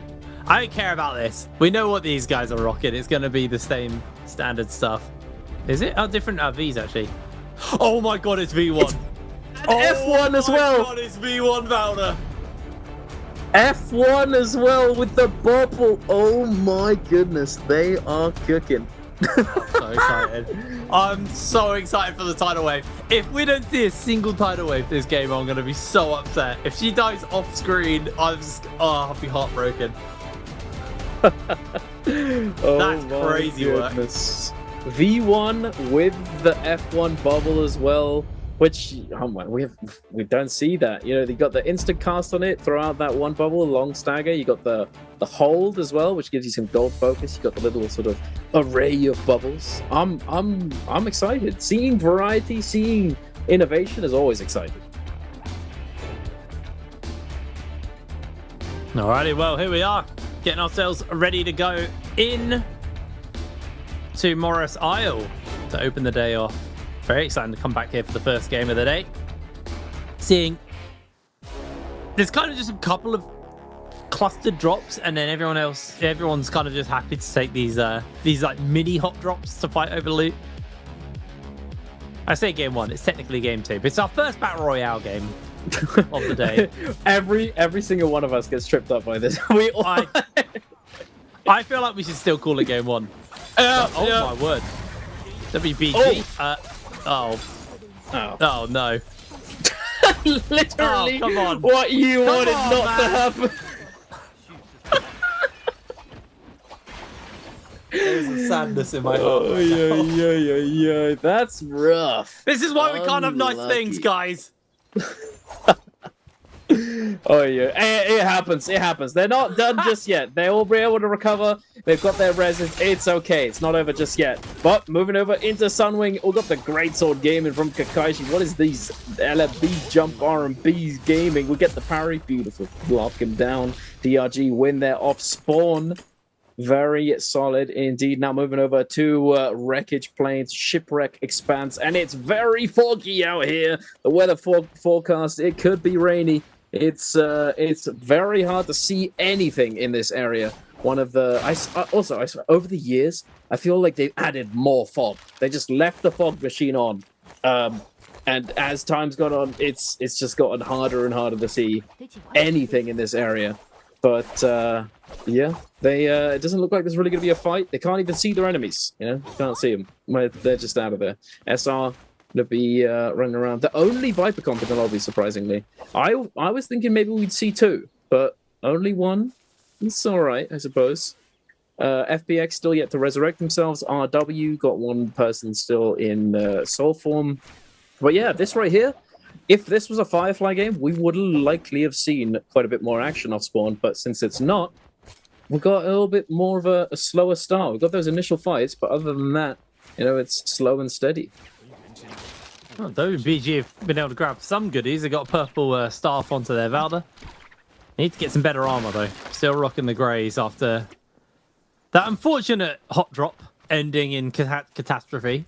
Like you said, the lack of Fireflies kind of meant that they didn't have as many defensive utilities at that point. And this is a pretty ulti-dependent team from WBG, so definitely going to be wanting to grab those together.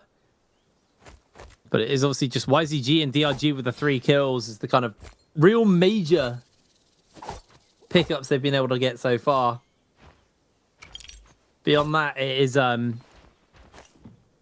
as we expect, maybe just to be a little bit of a slower game.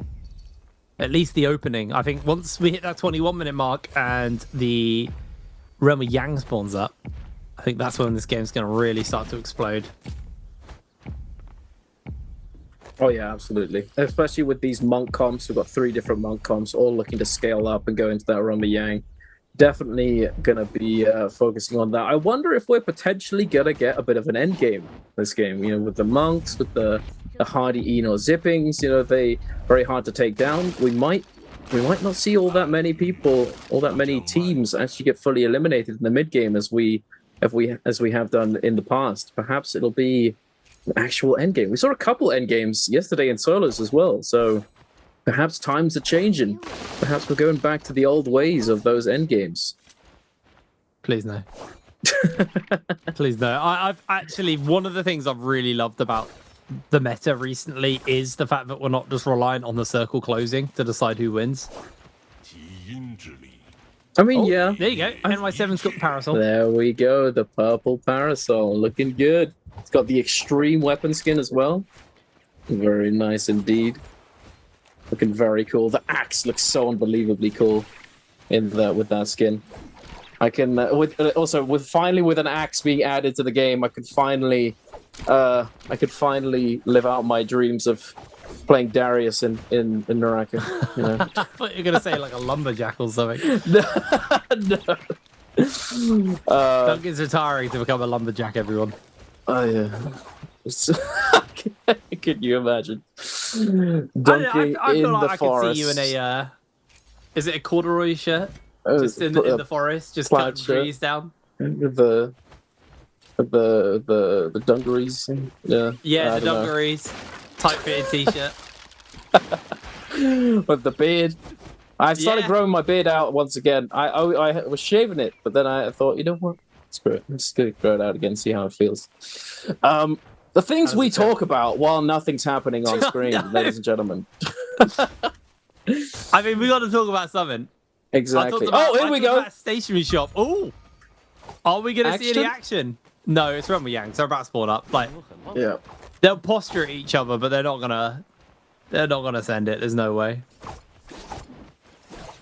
Yeah, taking down this hardy comp as well. It's gonna be a long fight, so not really worth it. I want to see. Let's get some action. Let's go into the realm of Yang. Speaking of, we've got the map pulled up for us. We can see SR likely going to be going into that southern Yang. We've got quite a lot, pretty much the entire lobby on the eastern side of the zone right here. The DRG in the northwest. Other than that, 5-1, RW, YZG, GG, all these teams very close together. I thought WBG and FPX were taking a fight there, and PBE is a bloody mile away from the rest of his team, so that would have been a major fumble. That's what I call is the J-team fumble, where like one person is basically like 6 grappling hook distances away from your team, and then 2 people just get blown up because it's a 2v3. That was like classic J-team back in the day. It was like one of their players would just be too far away to back up in time for any action. But luckily, my goodness. Look at the close to realm of Yang. And look at the mini map. It's realm of Yang. So someone spilled Skittles, man. There's so many coloured dots on the mini map. Yep. Oh my goodness. Who's going to get in? Who's going to get griefed is the question. The Wisp, the F2, the Valda bubbles. Oh my goodness, what is that?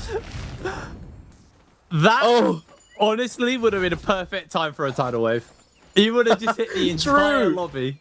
True. Literally the highest number of people ever hit by Valderol. But hey, here we go. Literally had it. Yang. Oh. Alrighty. Yu gonna jump forwards here. Gonna get himself knocked back. He is not getting a play. He is actually just not getting a play. He is constantly staggered by CJS. And CJS is actually able to get a grab as well. Repositions off, gets slammed down onto, is going to not find the slam as Yu is able to put the pressure in for his team, but he is getting pushed around and has to drop the transform. Loses most of his armor immediately, jumps into his Zender firewall to keep himself going, but he just took too much damage as down he goes. FBX able to absolutely clap GG there. Parry going off the side as well. And it just feels like FBX has just been able to get so much pressure here. Do get a little bit hit back up though. CGS going to be taking a fair amount of damage. Coming in, all members collapsing in. FBX is just going for some potting off screen as JS1 able to get himself up with a bell, but now he is going to fall. But that gave time for his teammates to heal back up. And it's looking like it might be a bit of a curtains angle there. Wait a second, the 2v3 comeback though. I mean, the Tumult was literally 1 HP, and we saw him run off the heal and get the reset. But still, solid play from GG. Get our hands on a golden katana as well. Get that red buff, and now everyone's going to be coming out of the same portal. Just everyone who went in there. Coming out the same one, or perhaps not. Well, we could see the mosh pit. The mosh pit? Where everyone comes out the portal and just starts fighting. It's just a mosh pit. Looks as though nothing's going to be happening just yet. We're doing some Spirit Well gaming. But in the replay we've got between DRG and SR, I believe Zhao going to get grabbed up right as he pops that ACOS cage, not able to drop it down, unfortunately. Now this matchup is quite difficult for the Viper comp. Kakaishi is going to avoid that Viper Sun. The ACOS, although it got cancelled initially, is not going to be going on cooldown. We're going to be keeping hold of it. SR just not able to stand up to the Zender. The Zender just blasting through the health bars. There you have it. This comp is... yeah, the Tianhai Zender Tumult is so difficult to deal with for the Viper. It doesn't matter if you're SR. It's a rough one. It's rough. I think it's one of those comps that is tough for a lot of people to deal with. Really solid. For sure. WBG were actually able to pick up 3 kills from their Realm of Yang. So I am so heartbroken we didn't get to see this comp in Realm of Yang. Hopefully we get a replay or something, but looks like they're going to be running towards GG here, so maybe we'll get to see them get into the action immediately. No, just jumping up aerial. At this point, they should have a good track on GG. And they're just waiting for a good opportunity, finding a target to pick. GG on the bush. Yuan able to catch it, but he gets caught out by CJS in response. The rest of the team making their way over. Gonna have to reposition using the F. Has still got the ultimate, and there it goes out from Juan. Resetting on their F as well. Yuji looking for the grab, not gonna get it. The tidal wave comes out and it hits onto all of them. There from VVV, looks for the lineup on the spear, hitting onto PP. onto UG, sorry. That's all unhappy. That's all I needed. But NY7 comes in, looks for the lockdown onto multiple people, is able to find it, but he is getting heavily taken out. PP's able to get a kill, but VVV will go down in the middle of all of the action, as this is just tidy up city for SR. Beautifully played. They should be able to get those cleanses off in time as well with this. Really, really nice. And it's the Paracel Gaming as well here for NY7. Absolutely massive third party with the drop down Viper. Unfortunately, not able to catch everyone, but definitely got a lot of value. We've got the Ballista in play as well, shooting those giant arrows, those giant bolts into the crowd of people. It's very disruptive, and 3 teams have been taken down, had their Vermilion Bird's Might popped, and they're out all going to have to recover. But the question is, will they come back and look for the res right here and try and get back into the fight? 5-1, one of those teams with the Yang depletion is going to be able to cleanse yet another player. Unfortunately, that Syra that we just saw for SR did not find a bloom in that mess of a skirmish. But I'm sure they'll be able to recover moving forwards. WBG looks as though they did res close by, ready to fight if they find the opportune moment. But for the moment, going through rotations, we've got another Realm of Yang to worry about as well. WBG looking pretty scaled up. So if they don't have their ultimates, they could certainly still opt to go for this Realm of Yang. GG seems to be in their side, seems to be the focus for the moment. But they're not interested. They're going to be breaking away, breaking line of sight, heading over to the trees. 5-1 missing a member. Wait a second. They might get caught out here. They do have Hardy, but still. They could get found out by GG. Not ideal. Having only cleansed 2, they're missing a player at the moment. Yeah, it looks like elsewhere, DRG have found themselves onto SR. I thought they did a fantastic job with that third party, but getting jumped here. Down goes NY7. So they're going to have to look for a pickup, but their Viper is actually still on depletion as well. So it's actually a really, really rough time here for SR. Only going to have 1 player up after all of this. Oh, no, sorry, not on depletion. It's only their ACOS left. Okay, I'm an idiot. That was their Viper who just went down. We had a very slow start to the game, Duncan, but once this round with Yang spawned up, and because everyone was so clustered, it just did give way to a massive fight and has now started to cost some of these teams. No team is fully out yet, but it's coming at a hard time. So we're going to cut over to YZG versus RW inside the Realm of Yang. This is the ACOS comp versus the Xiao, Yue Shen, and Zai comp coming in. QGG here on the I know, just trying to see if he can find that window. AB is his target. Lovely parry to open up, but quickly answered out with the shield there from AB. Doesn't want to be getting too badly followed up onto. Catches him with the uppercut. Is going to connect with the ultimate as well. And that shield catch is going to force out the cube there from QGG. He's going to quickly transform. Meanwhile, everyone else is kind of scattered a little bit. QGG is just going to try and play disruption and buy some space for his team. Get a little bit of that early damage in. See if he can find that big execute damage off. But the transform from the Yue Shen here from Yuan is also in play. Going to be playing interrupt onto QGG, but QGG is just that little bit quicker there on the Ainur. He's able to get some damage in response. He's going to be losing that transform now as Yuan able to catch onto QGG and strip away some of that health as he's now gone on for Youth behind this pillar. Catches him with a grapple. No ultimate available for, I believe, really anyone at this point, as Cuckoo will go down to the fan there from Yuan. And just like that, it's falling apart for YZG. RW able to get 2 kills, and they're going to be looking for the third here onto 17S. He's parried, he's followed up and finished. Meanwhile, WBG, looks like they're losing their Realm of Yang to GG right now. Unfortunately so. GG, I mean, this comp very solid. We've talked about it quite a bit. The to match up against this with the Valda, you know, interesting composition. I do think it definitely has some value. We saw it deal with the Monk quite well earlier in that big skirmish. But wait a second, we're out of the Realm of Yang already. The Wisp with that F2 going to be comboed together. DRG forced to pop their ultimates to keep themselves alive. And now trying to fight back against FPX. FPX going to pop that Tianhai ultimate, but immediately going to be cancelling everything. They tried something, forced some ults, and now we're just going to disengage. Nothing too crazy. FPX, I believe they were the team to get the Spirit well, as they've got their hands on that White Tiger's prowess. RW winning their Realm of Yang alongside GG. Both of those teams going for that Mystic Might. The info, the information buff right here that's going to give them the knowledge they need to try and find all of those stragglers.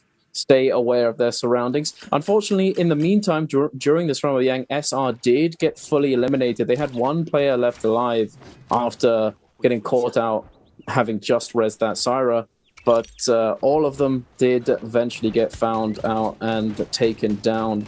So SR, the team that we talked about at the beginning of the day, being that powerhouse, the team that's been winning a lot, continuously doing well, is actually at the very bottom of the leaderboard in game number 2. Kind of insane, really. Yeah, it's definitely a bit of a rough one for them. Not able to really make anything work.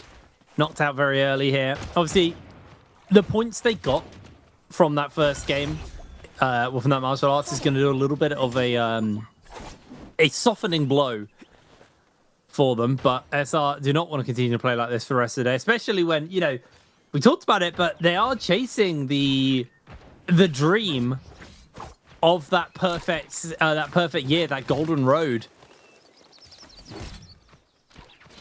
And opening up on a loss is not really the greatest omen for them.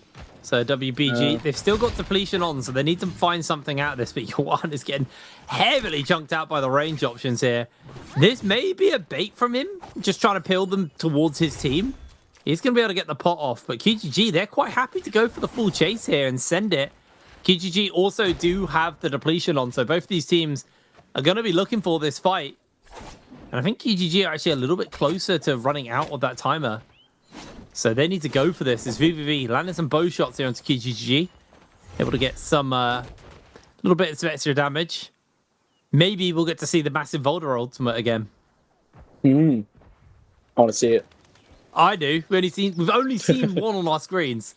It was big, though. It was a big ult. Hit all 3 members of the enemy team. And what's interesting as well is that they used it to try and burst the monk. They went for monk fry, because if you hit the wave, obviously it's going to stagger the monk and keep him in that sort of the trapped water state. So it does open up the possibility of doing quite a bit of damage to him. And then immediately afterwards, with those spears, they're able to continuously stagger the monk as he tries to walk away and disengage. And it kind of leaves few options for them. They have to commit the Tumult ult as well to really potentially peel, or they just have to de-transform and lose the potential value of the Tianhai ultimate. But regardless, we'll see how that works out later on. For now, we are going to see WBG though. PP. Wait, all 3 of them have popped ult. QGG going to be popping the Enor ultimate. Kuku 2 trying to stagger this Zai.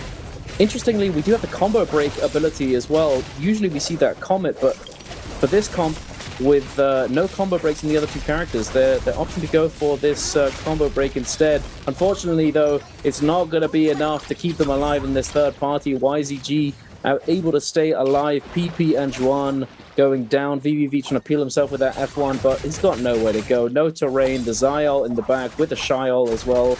Nothing you can do, really. I think the worst thing there for YZG is they're the ones that started that fight, and they got a single Soul Bloom from it.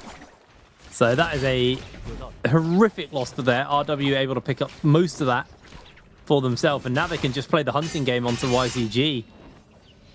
KGG gets a little bit of damage off. Youth does actually take a fair amount there. Kakaishi's coming in as I say a backup, but as an incidental peel for his team. Meanwhile, while all this action is going on, GG are just quite happy to cap here and put depletion onto everyone else on the map while they're all just scrapping away. And it looks like the action's just going to stay up here.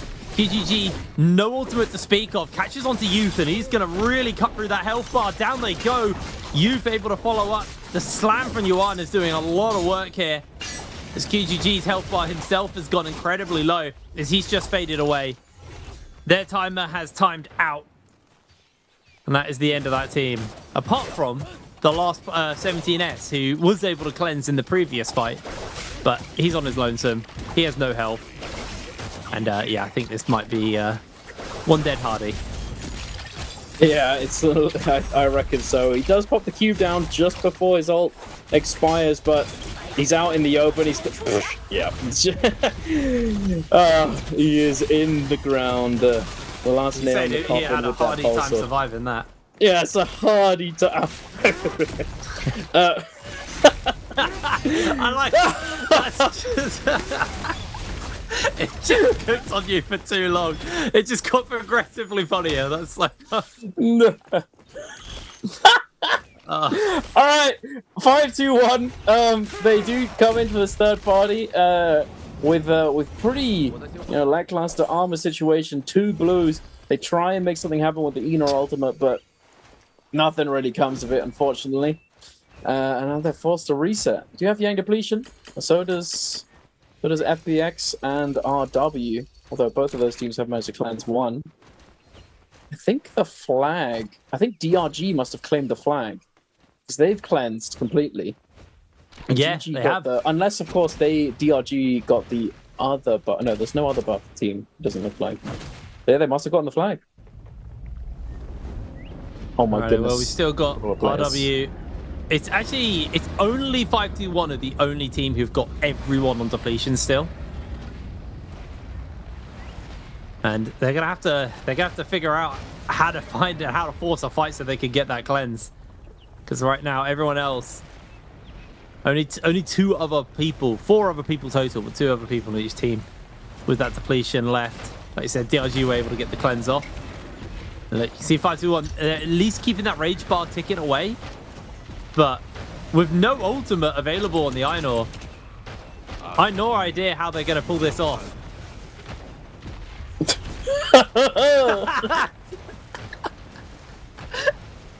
Oh, I had to watch on the camera there. Classic Brits. I thought Love it. earlier. Lovely jubbly. Oh my goodness. But yeah, no, you're right. How is this team gonna actually cleanse? 50 seconds? They've got the Moonbane in the middle of the map. It's looking pretty difficult. DRG trying to do something, or they're trying to peel for themselves. They're just getting peppered in from all angles. That firewall doing a little bit to keep them alive. 5-2-1 looks as though instead of going for soul blooms by killing a team, they're in fact going to try and secure the Spirit Well, which will refresh their Yang depletion debuff. But I don't know if they're going to go uncontested. For the moment, it looks as though they are. With JS1 though, what on earth? We could have sent that. We could have sent the slam, but we try and hold on just a little bit longer, and we end up paying the price, going down in that Monk transform state. RW Youth with the Zai ultimate trying to do something is going to get hit with the F2, immediately taken down. The cleanse for Fat Milk coming in. Z11, Z11 is going to be able to get that ult reactivation off, but the Hardy swooping in, taking him down, cleansing yet another member of 5-2-1. And 5-2-1, they were looking like they had a bad game so far, but they're able to recover considerably moving into this end game. With all of the chaos ensuing around them, they're able to navigate it very effectively. Yeah, they've done a fantastic job of bringing that one back. They've even got cleanses now to 2 people. Only their Zip left is Yuyi. Quickly goes for a transform here. May look for the grab angle as 5-2-1 being forced out. Kakaishi gets slammed back into the zone. As now Yuyi able to kind of fish people as they make their way towards him. Going to try and catch on to these members as 5-2-1 put the pressure off onto Kakaishi. Kakaishi is going to transform. And down he goes. Obviously, Fat Milk is the one who's transformed and goes down. He's now just going to have to peel for his team against the 2 monks as the monks have now de-transformed. 5-1. I feel like if there's a window, this is it. This is their opportunity to bring this one back. They've still got that White Tigers as well to work with. Fat Milk's now de-transformed. And there's a sandstorm in the middle of the zone. Thrown up here by the side of GG. Just going to back off, and I think it's waiting for those ultimates to come back up and available. As Fat Milk was briefly caught there by Yi. But resources on the side of GG are low right now. There's 1 armor pot for him. No other healing options available as Fat Milk goes down. GG able to take down 5-2-1's Fat Milk, meaning that they've now got that window, that opportunity to push up onto the team who had slowly gathered up a lot of momentum. Yi going to use that final... No, he's not going to use that final pot. Mai will not let him. Might have just been an absolute menace with the Moonshard, actually. Trying to catch on as now. He's doing so much work. Oh, wait a second. GG. We're popping all these ultimates. We're trying to stay alive. CJS is going to be able to get the heals off now, but oh my goodness. 521 getting the double kill into DRG, into a parry as well. Wait a second. 521's going to take this. They've lost one member, but they've got so much momentum, so much tempo. GG, a 3-man strong right now, but no ultimates. The Zender, well, at least the tail end of the Zender ultimate might be enough, but I don't know. This Hardy ultimate from Pampy being very disruptive. CJS trying to snipe him out of the sky is going to be able to de-transform him. Yu going to take quite a bit of damage. We're hopping over, hop, skip, and jump and trying to do something, but Akame takes down Yu, and now CJS is going to be on his own very soon if LXM can't stay alive, which, again, yeah, he's not going to be able to manage it. He goes down, and now CJS, they were 3-man strong, and now it's just the one member left alive with virtually no health left in the bank. We do have one member of DRG, Zen, putting on the pressure onto Pampy. 521 in a 2v1v1. CJS trying his best to survive. The grief on the parry, no! And then into the Bolt of Defiance. The parry bait, and then the grief from Zen coming in. Akame trying to finish off the kill, but can he manage it? Oh my goodness, the grief! Zen is ruining 521's game right now. Oh my goodness, I can't believe it. I think they've both realized, Zen and CGS, if they want any chance to secure the win for their team, they have to team up here. Pampy's down, and 521's advantage is gone. Zen catches onto Akame here with the longsword.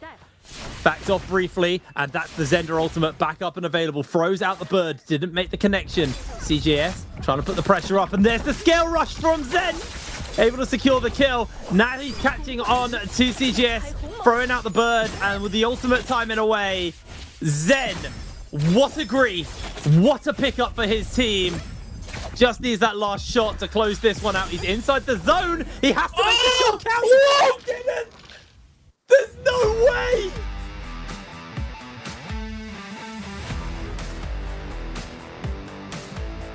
Nah. No way. That's madness. That's absolute madness of an ender. No shot. He had it in the bag. He could have clutched it up, but he sits in the zone doing the ult reactivation. GG's just chuckling to themselves. Oh, wait, well, at least DRG, they're smiling. Well, only one of them is. The rest of them just like, okay, okay. They're laughing a little bit. Backstage and he's just going to stare at a wall for a second just to recalibrate after that one. Oh my goodness. That's a tilter. That was over. He had a sliver of health and he went for the ult reactivation. He could have just ran in there, gone for some jumping LMBs, but no. Hey, it happens. It happens to the best of us. Don't we just sort of forget that we're in the zone for a second there? He was so low. And if he, to be fair, if he landed it, I think he would have killed him. He would have killed him if he landed it, but he could just dodge it. It's such a long wind-up, very easy to dodge. Hey, well, it is what it is. GG gonna be able to lock in at that MVP right there, securing their game number 2 win. 5-1 has to be heartbreaking, you know, has to be rough. They came back massively. But then at the end, the two Zenders just like, you know what? Let's take down 5-1. Because, I mean, realistically, it's the best option. It's the optimal decision to make. And they do it beautifully. 5-1 can't handle it. Yeah, I mean, that was a fantastic ending circle to see. Like, even though Zen saved the day for GG by griefing and then went to go for the victory and then just saved the day again by standing in the zone. But, like, honestly, had Zen not played that final circle as well as he had up until the last, like, 10 seconds, you know, that was definitely a 5-2-1 victory. Like, it was really, really convincing performance from them.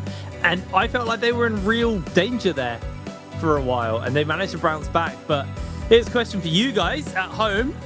What hero did GG's Yu use in game number 2? Was it Tumult, Takeda, Tianhai, or Taka? I think one of those is fairly easy to iron out, but A, B, C, or D in Twitch chat. Let us know. Check your whisper box, because that's where you'll be notified when you get that. If you win, obviously. But yeah, really, really That was a fun game to open up on. It was quite a slow start, and I was a bit worried that we were in for a less action-packed game. And then suddenly, they just came alive on first round with Yang. And like you were saying, I think it really kind of came down to the fact that they were all in the they're in the same area for the first round with Yang. So everyone kind of poured out the same portal and then just started boxing each other immediately. So it was a really, really fun game. I'm curious what game 2 is going to look like after that now. Yeah, I think it's going to be another non-Firefly game as well. So with these non-Firefly games, you do have those, those slow starts, but they can pick up very quickly after that first round with Yang. Every team seems to somehow find their way to the center of the map, or to just one location where everyone just slugs it out. The Yang depletion situation with all those teams who lost Yang, they need to find those blooms. And all those red buff teams, they're happy to just fully send it. It's just how it works out. But here with the standings from that game, GG getting 10 kill points and then 4 ranking points from coming first place. DRG actually ended up having 11 kills. But because of the ranking points, because of that, weren't able to get the MVP. 5-1. I think they must have had only like a couple kills going into the end game, but by the end they had 10. Absolutely massive. Being able to snipe away that Spirit Well was huge for their end game. Now with some stats for these MVP gamers, GG, 4 kills for LXM, 0 for Yu and 6 for CJS with 20,000 damage. Certainly putting in the work on that Zenda. Zenda's just so strong now. It's not to discredit him or anything like that, not to devalue his performance, but she is really, really good, and he's able to make full use of it. Yeah, no, genuinely really impressive stuff coming in from them there. But I mean, yeah, you have to admit, Zenda does do a lot of damage. It's it's really cool to watch, though, yeah. It's also, it is about timing as well. It is about playing it right. I mean, we literally saw Zen also on the Zenda fumbling because they kind of misplayed at the end. So, just because she does a lot of damage doesn't mean doesn't mean it's free. You have to know what you're doing. You have to be able to manage it and play it well. And this gives us a pretty solid start to the day. We've got 5 teams into double digits already, all in relatively close proximity to one another as well. So I think we could see a little bit of movement around the scoreboard over the rest of the day. So we'll go back into the action, back into the replays of GG here. So their first run with Yang. I do not know who it was versus. But yeah. Yeah, I can't remember, but this was their 2 versus 3 with Yu going down relatively early, and then they were able to clutch it up and come back into the fight. And right here, this is the one. This is the Valderol. Oh, we don't even sit there. I get 1v1 Valder every 2 years. Yep. I'm so disappointed I saw a single ult. I saw the tail end of when they lost the 5-2-1, because you could see her standing in her water pillar in the zone, so she'd obviously missed it. Which is heartbreaking for VVV, because VVV is genuinely a really good Valder player. Like, it's one of the people who has actually played it somewhat consistently throughout the years. So it's a bit of a shame to see it didn't quite come into fruition this time around. Oh my goodness, the weave. Oh, the dodges. Oh, look at his health bar.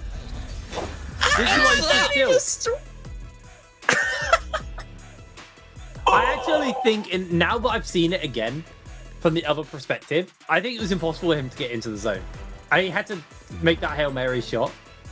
Because I think he could have, because he just after the shot he then went and reactivated. He could have just just let go. He could have just not pressed it and just walked in and just gone for a jumping element. Yeah, my concern is he just gets hit by a swing. Like he's coming into into kill range of CJS, yeah. So it was probably quite scary. CJS, there you go. A lot of blue Soul Jades and a Dreadful Whale, which I don't remember seeing that coming up at all, but most of the damage came from skills and ultimates. Surprise, surprise on Zenda. And flying knives, yeah. Well, I think we saw the Dreadful Whale get used like a couple times, but that was it. No, like it's mainly just the Zender ultimate, being able to use that well, and then it's all you need. You got the Zender ult, you got some flying knives in the back pocket. You can sit on the outside, just send those shotgun blasts in. The focus attacks that it's just so long range, omnidirectional. I think flying knives might need to be adjusted because realistically, I don't see them ever falling out of trios meta. You could just do 2 flying knives and then, your third player could just run something based off the Jace they get. Whip sword with blazing cyclone or spear or something like that, or dagger with dreadfall, for example. And that's all you really need. You don't really need much else because, a lot of the time you're just going to be using your skills and ultimates anyway. So as long as you got the flying knives when you're outside of your ult, you are chilling. But hey, that was just our first Battle Royale game, our second game overall, but still, no new character just yet. But I'm hoping, as I'm sure a lot of you at home are hoping, to see the new character come in a little bit later. But for now, we're going to be throwing over to a short break before our upcoming game, so don't go anywhere. We'll be right back. People always ask me the same thing. How does someone who stood at the very top end up picking a rookie like me? Hey, relax. I didn't bring you here to fill a seat. You're a pro too, remember?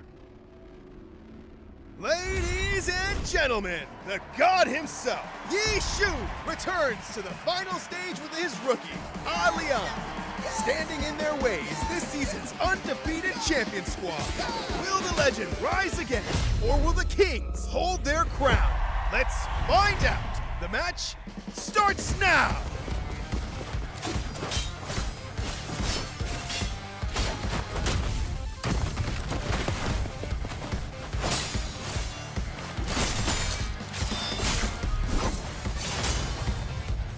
Buy me some time.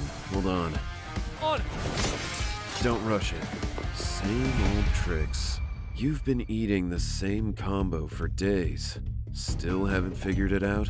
Training mode is almost over. Want to keep going?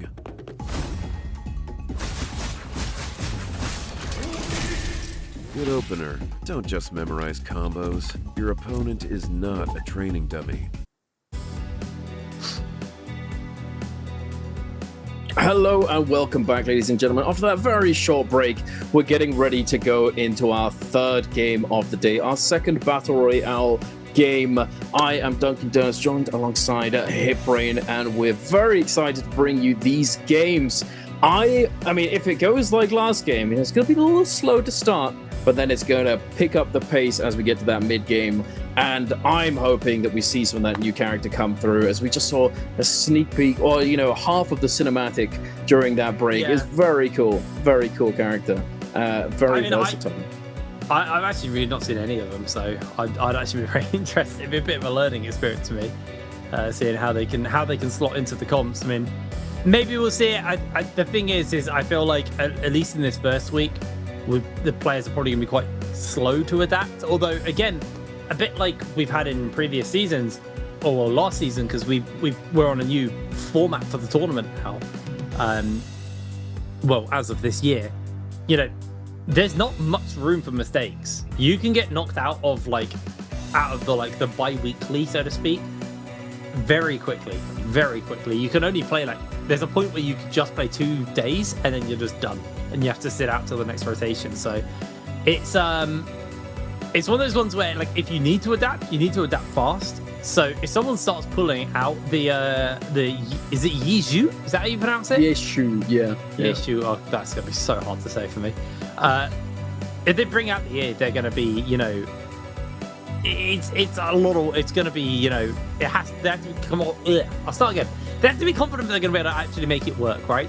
You don't have a lot of room for experimentation on actual show days. Maybe if you get into the upper bracket, because you can afford to then drop into lower. But if you're playing right now to avoid lower, or if you fall into lower, I don't see them getting too experimental going into those sections. Yeah, you're right. I mean, especially with it being the first day, you might not want to,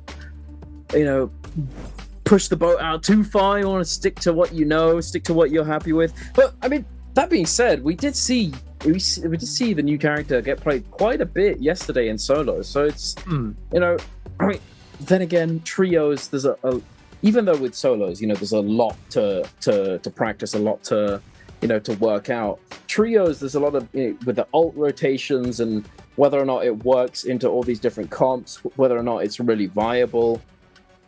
There's a lot to consider for sure. So it's difficult. Perhaps they're not willing to do it, or perhaps it's because they don't want to really use this character, knowing that with the patch that we currently have, but they're not playing on, it's going to be nerfed in such a way where it might not be worth playing. So perhaps they don't want to get games in on it because they knew it was getting nerfed and they just didn't put time in on it. So they thought, let's not bother. But we'll see. I hope that we do see it though. I think it's definitely solid. I think it's very, very strong in some regards, but perhaps not on this stage.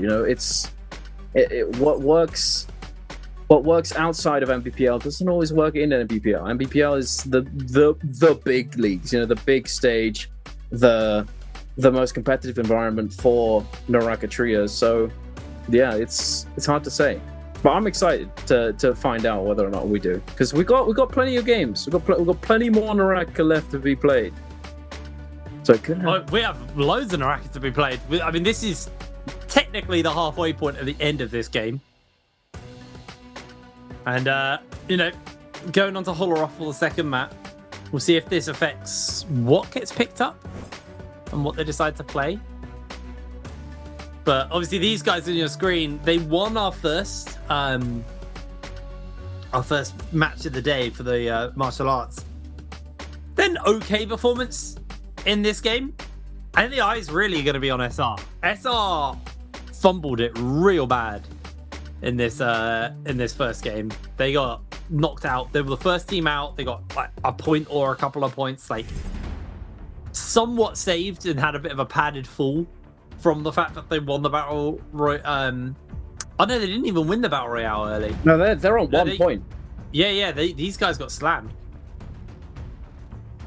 Yeah, SR they didn't pull the funds out, man. They got this is a bad start for the guys who are MSC champions, domestic champions, world champions. They have so many titles on them right now, and you were saying at the beginning of the day, these, once you start to kind of build these titles, the expectations rise, which therefore then means the pressure in turn rises for you. Yeah, exactly. Like if you're expected to win and you do win, it's just like, okay, yeah, well, we thought they'd win anyway, so no big deal. But if you're expected to win and you lose, it's rough, It's like it's a no-win situation.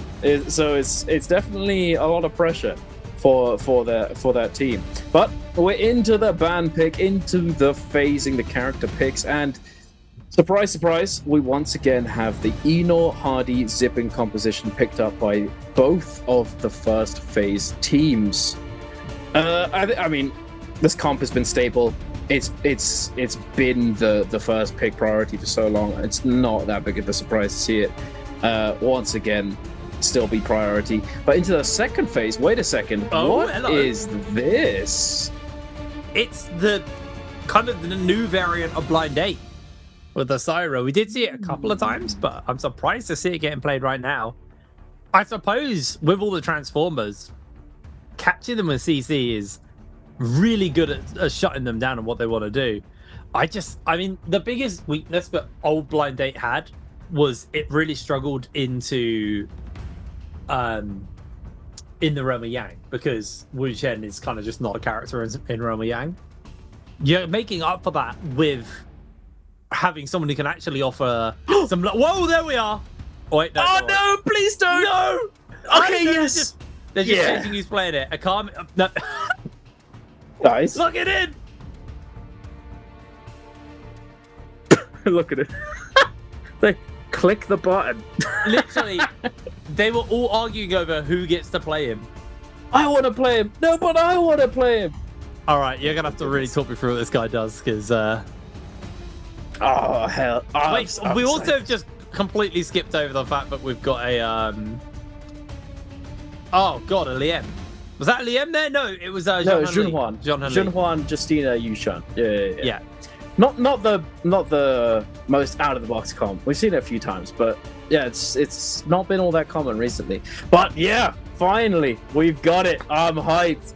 5-1, my boys, the goats. They're pulling it out.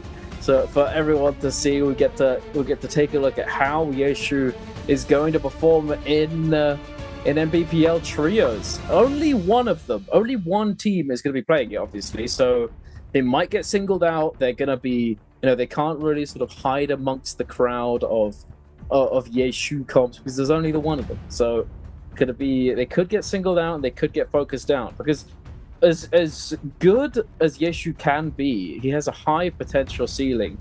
It's quite vulnerable sometimes. You can get locked down, and if you do get committed on, it's kind of difficult to really survive. One of the characters that really is very difficult to deal with, funnily enough, for Yeshu is Enor, because you have to, when you're in your ultimate, you transform your weapon and you got to charge up to be able to get to that enhanced attack. Otherwise you're just throwing out light attacks basically. But Enor can just put so much pressure on you. Even if you jump, he can do the jumping attacks that knock you out before you can even charge up. So it's very difficult to deal with Enor, especially in that just sort of straight 1v1. In the 1v2, it's nigh impossible. But we will see. I'm excited. I hope you are too at home, ladies and gentlemen. We get to see it. We get to see the Yeshu. Will he prevail?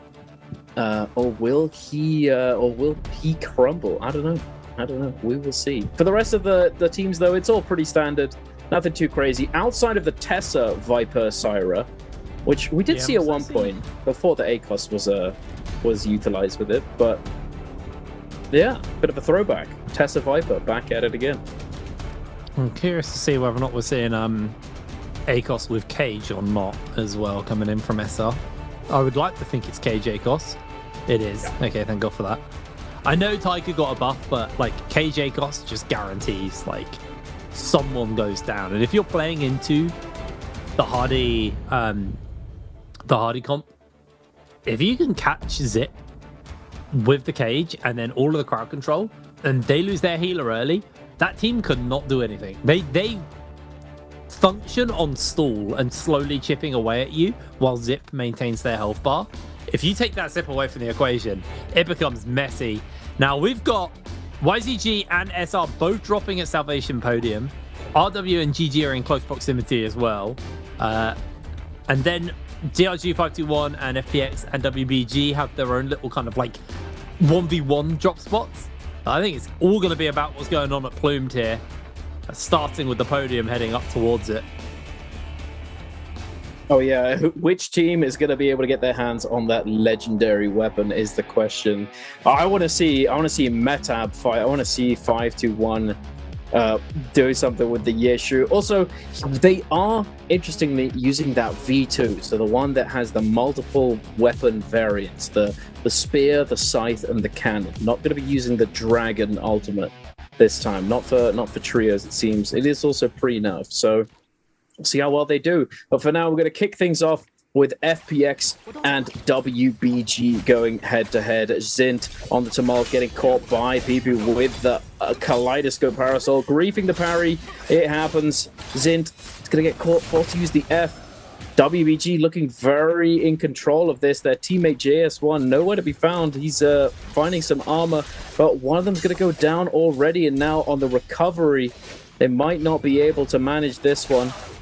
WBG, yeah, we get the parry. It's looking pretty dire. They might be able to get one, but I don't see it being much more than that. Catch off the combo break. There you have it. FPX go down. Yeah, there's not much you could do there. Guaranteed full. They're going to be able to pick PP up, as now we're cutting over to RW and GG. Looking for the catch with the Viper. Able to get it there from LXM. Doesn't go for like a big focus attack, just gets the two ticks he needs to finish it up. Scale rush, lands onto AP's head as he comes through the wall, as LXM beautifully timed that. That was just a fantastic fight there from the side of GG. Oh, Youth still in it, though. Oh, no. Tessa Teva. You're not going far, Youth. Like a zombie. So funny. Just timing it out. Oh, wait. Okay, F. No, he got no abilities. Silence. We're looking for the res, actually. Playing a little bit of slow game. Youth. Oh, we get the reset. No? Okay, there we go. Finally. All right, GG do manage to take him down in the end. That was a very will they won't they fight, even though it was much like every other will they won't they. We knew they would end up together like that. Exactly.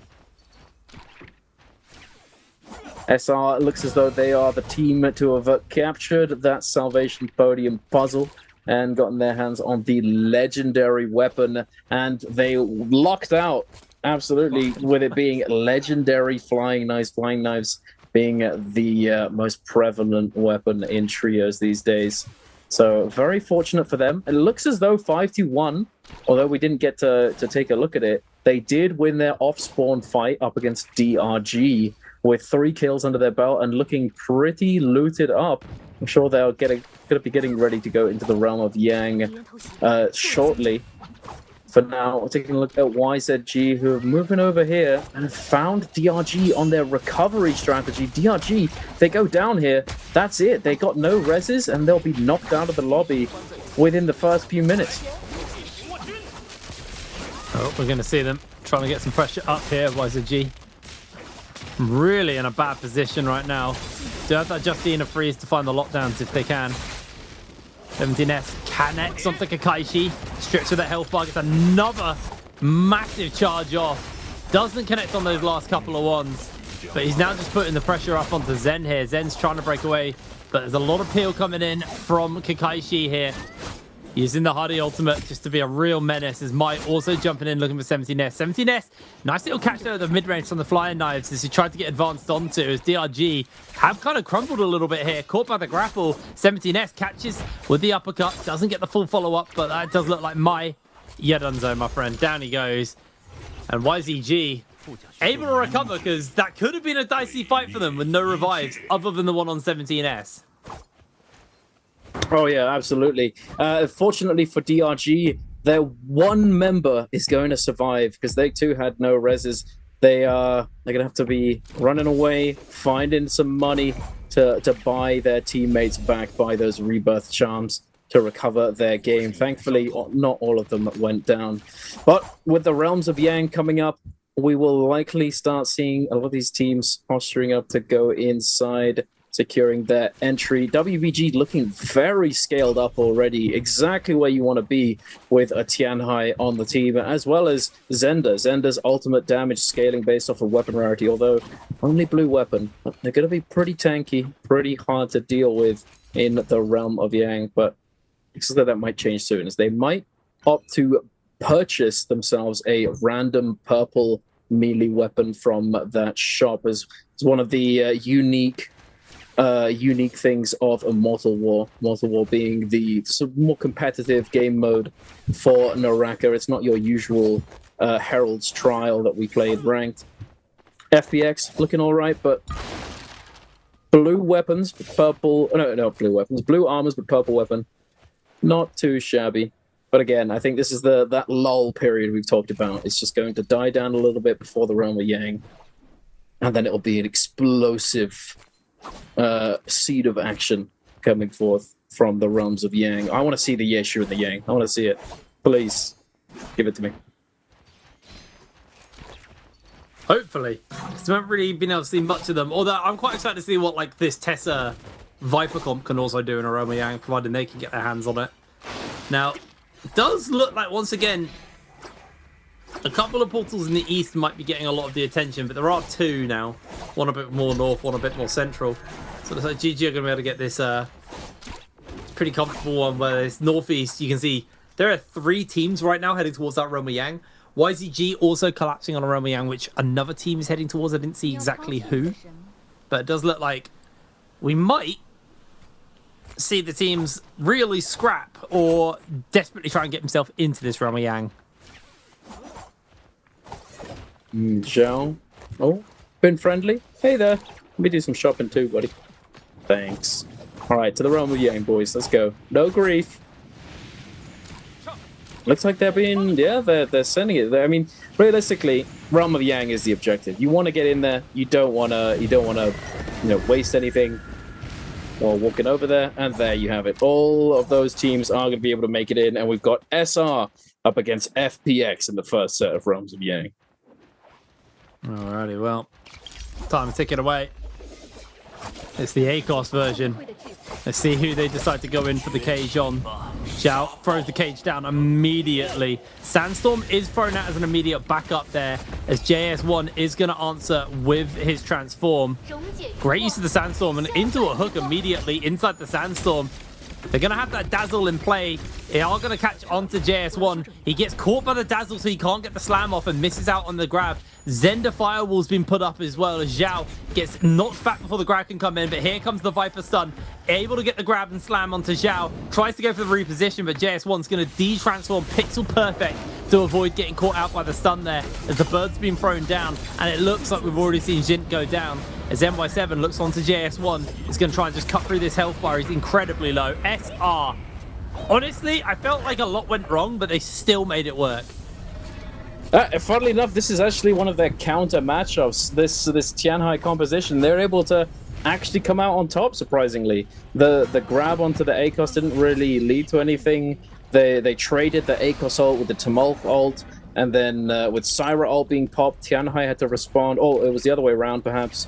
And then they hold the Viper ult until the end. And even though they didn't get any stuns, they did manage to do a considerable amount of damage to that Tumult and taking him down first and leading them into that 3 versus 2 scenario. Now heading over here to Metab, we've got a lonely Kakaishi on his own, no teammates in sight for the moment, up against WBG. He does have his ult, so he might be able to kite, but I don't know about this one.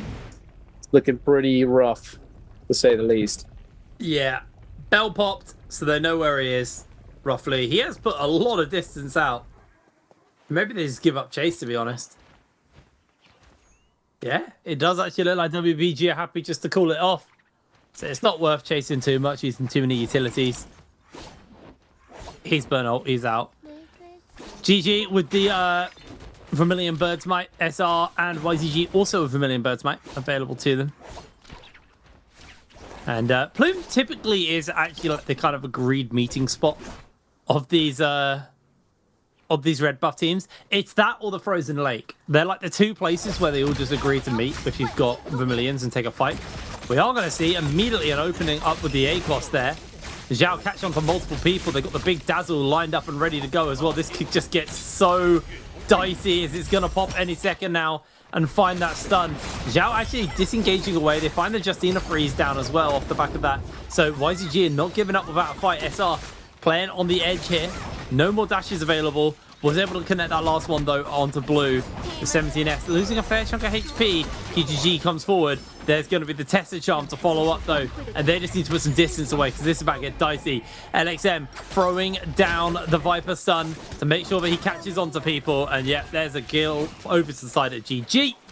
Nicely played. They did have to invest every ultimate for like a single kill, but let's see if they can answer out as they dodge away on the tested charm. And there's a Ballista in play as well. This is a little spook. Oh no! Kukatu, run!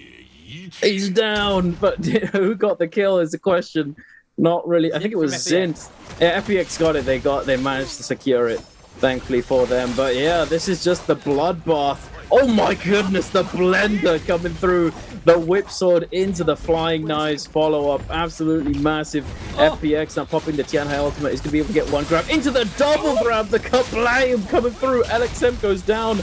Pampy, he's in danger. He needs to disengage on that Yeshu. He's trying to do something. He's trying to shoot with the cannon, but he's got nothing he's got nothing to really do. But wait a second. His teammates are going to be able to drop the armor for him. But in the meantime, JS1 managed to get a double grab, forcing both of these players.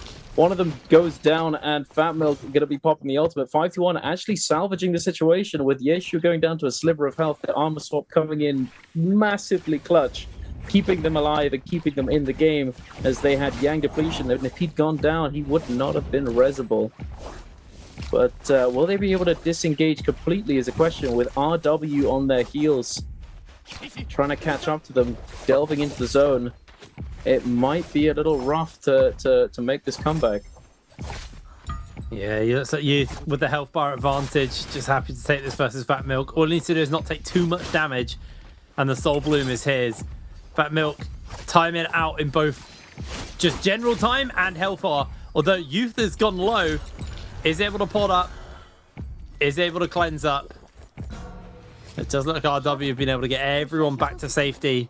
They do need to head into the zone, as it looks like 51 off screen also were bleeding out. As we'll cut back to the action where WBG, SRGG, and YZG actually are all in similar and close proximity to one another. It looks like they're all very happy to just chill, though. Once again, similar situation to the previous run of Yang Spawn. They're all just vibing, waiting their turn. Right, okay, let's just not fight each other unnecessarily. Let's all wait, go into the run of Yang, and then we can fight. But not for these teams. No, sir. RW and FPX are just fighting it out in the zone right here. All of them trying to get back into that safe zone. JS1, I believe, must have just gotten res because he had white armor and he just upgraded to blue off of that kill. So I don't know what happened there, but FPX with the recovery. Zint gonna go down to... Oh, I was wondering what it was. Fire arrows. That's how he died. He didn't die to zone. He's not in the zone. It's the fire damage from the fire arrows. Over here, we've got DRG picking up one of the other members of RW. RW having fully cleansed, just falling apart as they come into the zone, unfortunately. Yeah, the overcommit meant it was hard to get back out. So we're going to cut into SR. Again, we get to see the ACOS Viper Cop inside the zone, but another Sandstorm looks to go in for the catch. Dazzle has been thrown out to make sure that PP doesn't get too much of a follow-up, but he is caught inside that zone, and this is going to really sting for PP. Once that Dazzle pops, looks like he was able to evade away, trying to charge up a grab, hasn't been able to make that connection, standing inside the Zender firewall to give him a bit of space, but now NY7 looking for the lockdown there with the Viper stun, connects it onto VVV, and VVV is shredded in response. That was brutal from them. Juan gets hit up by the parry. Golden Fan as well in play means he is just going to absolutely cut through this health bar. Juan, one tap away from going down. PP, same for him, gets hit by the parry. SR, they have played this comp so well, actually. So really well. Have. Really impressive. It looks like the optimal line here for this comp, because I was I'm going to be playing trios this weekend, and we were actually playing this comp, and we were doing some 3v3s against the Tianhai Zender Tamol, and we're trying to figure it out, see if there's actually a line that allows you to not just lose. And it looks as though the ACOS is just diving in immediately, trying to get the cage on as many players as possible, but predominantly focusing down on the Tianhai and the Tumulk in that area. If he can get the Zender, then great. If not, then it is what it is. And then Tumulk will respond. Tianhai is in ult, and then we see the Syra ult come in to match the Tianhai, denying, like, even if he gets a grab, he'll just get dazzled, or he can get interrupted by the beams, etc. But yeah, definitely. Good to see that there is a line that can lead to victory there. But here in the other, we've got a replay with a GG up against 5-1. I'm not sure if this was the first run of Yang or what, but we've got some Yeshu action where Akame is going to come in, get immediately silenced into the uppercut, and just burst it down, unfortunately.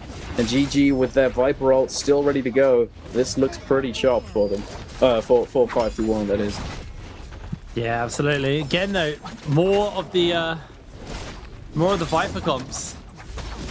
LXM actually getting pretty heavily chunked out. Does finally have that ultimate. It looks like they're going to find the lockdown onto Fat Milk. He is not going to be able to move. LXM did go down in the middle of that, but yeah. The Viper CC comps are so valuable, especially in a meta where Transformers are big. Like, as soon as Transformers become meta, I think it's genuinely important to run like Viper comps. because you can just stall out their ultimates. Their ultimates do nothing. They're easy to hit, and then they basically waste their ultimates CC. Yeah, it's hard to transform. So I mean, they can usually go for a detransform to try and iframe Viper and that sort of thing. But if they secure the silence, they can always look for a very quick burst strategy. But yeah, no, you're absolutely right. I mean, Viper comp was originally created with the intention to counter the traditional transformers back in the day with the Yushan, Tianhai, Karumi. You know, Viper Yoto Wuchen, the OG compositions, you know, being able to stagger your ultimates, Wuchen trading, and then Tessa variant, etc. The constant evolution of the Viper comp, it's always still there to try and shut down these transformer compositions. Speaking of Viper versus Transformers, we've got WBG trying to close the distance onto GG right here, chasing them through the open field in the desert. Open field, as some of you may think, oh, well, this is pretty nice for Viper, but it's actually pretty nice for Tianhai as well. You get that Zenda ult, you get the Tmolk ult, you get the Tianhai. Where do you go? What do you do? Definitely makes life a bit harder. Still 21 people left in this game, which is kind of crazy, actually. No team is out. A couple of players are, but no team is gone. But it does feel like we might start to see some teams dropping off soon, as Viper stuns have been thrown out. PP's going to go for the transform, but that was, I don't think it was the right timing. Oh, it was the perfect timing. Okay, beautiful. Isn't going to get caught there by the stun, but is going to get caught by the Tessa charm. Connects onto him, so he does get briefly wasted some of his ultimate timer. Remember, Tessa only needs about 60% ult, so very quick to get another ult off. Good grab comes out from PP, as it looks like LXM is just going to be the target. Down they go. Nice and easily finished up, as PP is being hunted though, and this should just be YZG looking for the kill onto them. Knockback PP will forward. WBG knocked out of the lobby. Unfortunate, to say the least. The YZG third party. I mean, to be fair, WBG was kind of losing the fight that they were trying to force onto the Viper.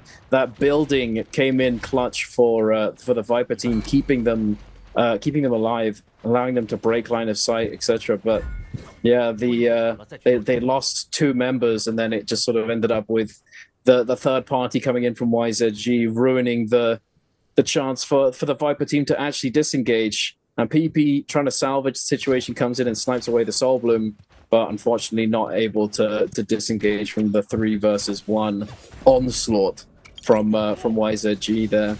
But taking a look at the scoreboard, we've still got quite a few players alive, as you said, but it has been chopped down a little bit with what just occurred. 16 players alive in total, and now it's Spirit World time, with FPX trying to consolidate on the circle, popping that Tianhai ultimate, getting bursted down, losing a lot of health, but still fighting back and getting the double slam. Wait a second, massive grab coming through. NY7 pops the Viper ultimate. Oh, but the cancel comes through. That's crazy work there, as you can see. Oh, Jint goes down. JS1 is going to have to just back off, and it now looks like it's YZG to go for the cap. No one's playing contest on this, so that's their Spirit well. SR Zhao does get caught out here by GG, loses a chunk of his armor, if not a little bit more at this point, as there's depletion. And that's the worst time to get hit by depletion, just before you go down. There's no window to get picked up that way. Does look like he's been able to put some distance out though and escape away, but 14 players left in the lobby. A lot of them have depletion. Everyone's hungry for some kills right now. Absolutely. Thankfully for GG, it looks as though they're going to be able to secure the flag with everybody else preoccupied over by the edge of the zone. SR, DRG, YZG all fighting it out right here. SR with a member down, only 2-man strong. Zhao, he just can't move, literally can't play the game whatsoever. Getting juggled into oblivion. No combo break on that character. No green focus coming through. He is cooked. Now over here with 5-2-1, getting engaged on by FPX. Wait a second. Pampy, the popping the ultimate, pulling out the cannon, kablam! That's what we like to see. I really like this character. It's a lot of fun. I'm gonna need to go test him. I'm gonna need to go play some games. GG were able to get the flag, so they've been able to hit up, but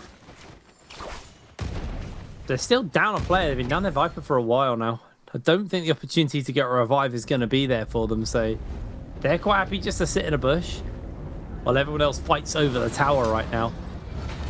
And maybe there's a window for them. Remember, they are a pretty heavy CC team, so if there's enough teams in the final circle, they could play with a game-changing Dazzle or Tessa Charm and trap people in the zone. There are a few angles of attack here, but YZG take down SPX's final member, knocking FPX out. Oh no, the Moonbane's gonna take down Akame. Oh no. They're just stuck in the middle. Wait, Kakai. Oh, Pampy goes down, but everyone's taking damage from the Moonbane. Kukutu is 1 HP. Ah! The big snake is angry. Oh my goodness. And we're on spike traps as well. See, like, there is very little places to stand. There it is. Getting fried. Kakaishi went down to the Moonbane as well. We lost 2 people to the Moonbane in this fight. That's crazy work. Everyone's low. I think that's GG just saying, right, it's now or never. Everyone's getting hit up by the Moonbane. 17S has thrown down the freeze, though. It's going to look for the dash. Misses out to Zen. Zen's able to go. There's a couple more dashes available there for 17S. Dazzle going down, though. CGS is going to get hit, and I think CGS is in danger. No, heads towards that Dazzle to safety. QQ gets hit up. QGG very low HP. Last dash comes out from 17S. It doesn't quite hit, and Yuji looking to turn their attention onto 17S instead. There's a spike trap in the area. GG low. CGS still not out of it, but he doesn't look like he's got long left. There he goes. I think the time for GG has come to an end. Yuji's trying to turn the attention away from him and onto DRG, who are capping. And he has successfully done that, and he's going to get CJS up. That's crazy, but they're doing that. That's insane. But is he... No, okay. CJS dies his own. Buddy, nah. I think maybe he had no grapples. Oh, no. All the work. Yuyi just came in. Like, I got you, bro, I got you. Get up, let's go.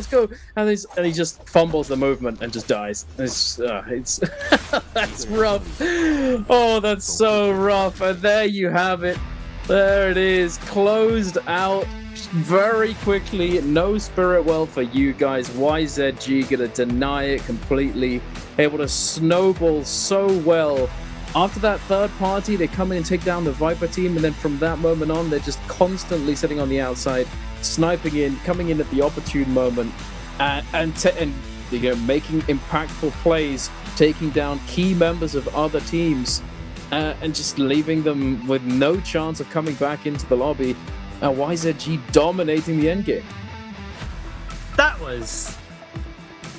YZG played very well, and they continue with what has been a good day for them, to be honest. They won the martial arts tournament. Now they won their second game.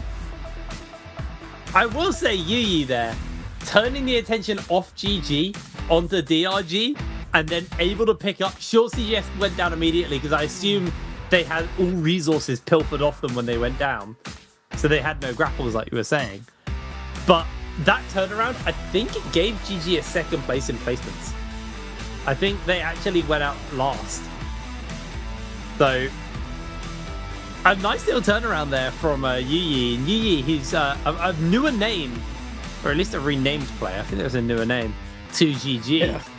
Looking really, really good. Solid appearance here for them.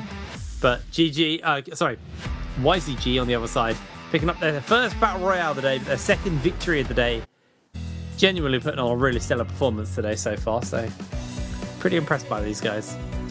Yeah, and running the Justina composition as well. Like, yeah, Justina does so well with momentum, but being able to actually get the ball rolling is what's difficult. You know, if you're not able to actually like start snowballing in an end game, it's really hard to actually do all that much. You can come in and snipe away some kills with the Junhuan or the Justina dashes and get some freezes in, but to fully fully dominate the end game. It's not easy in the slightest. So props to them for securing that win in the end, with all the other teams in the vicinity just not even having, they weren't like 3 people. They were all missing players, and it was just easy pickings from that point because they created that situation.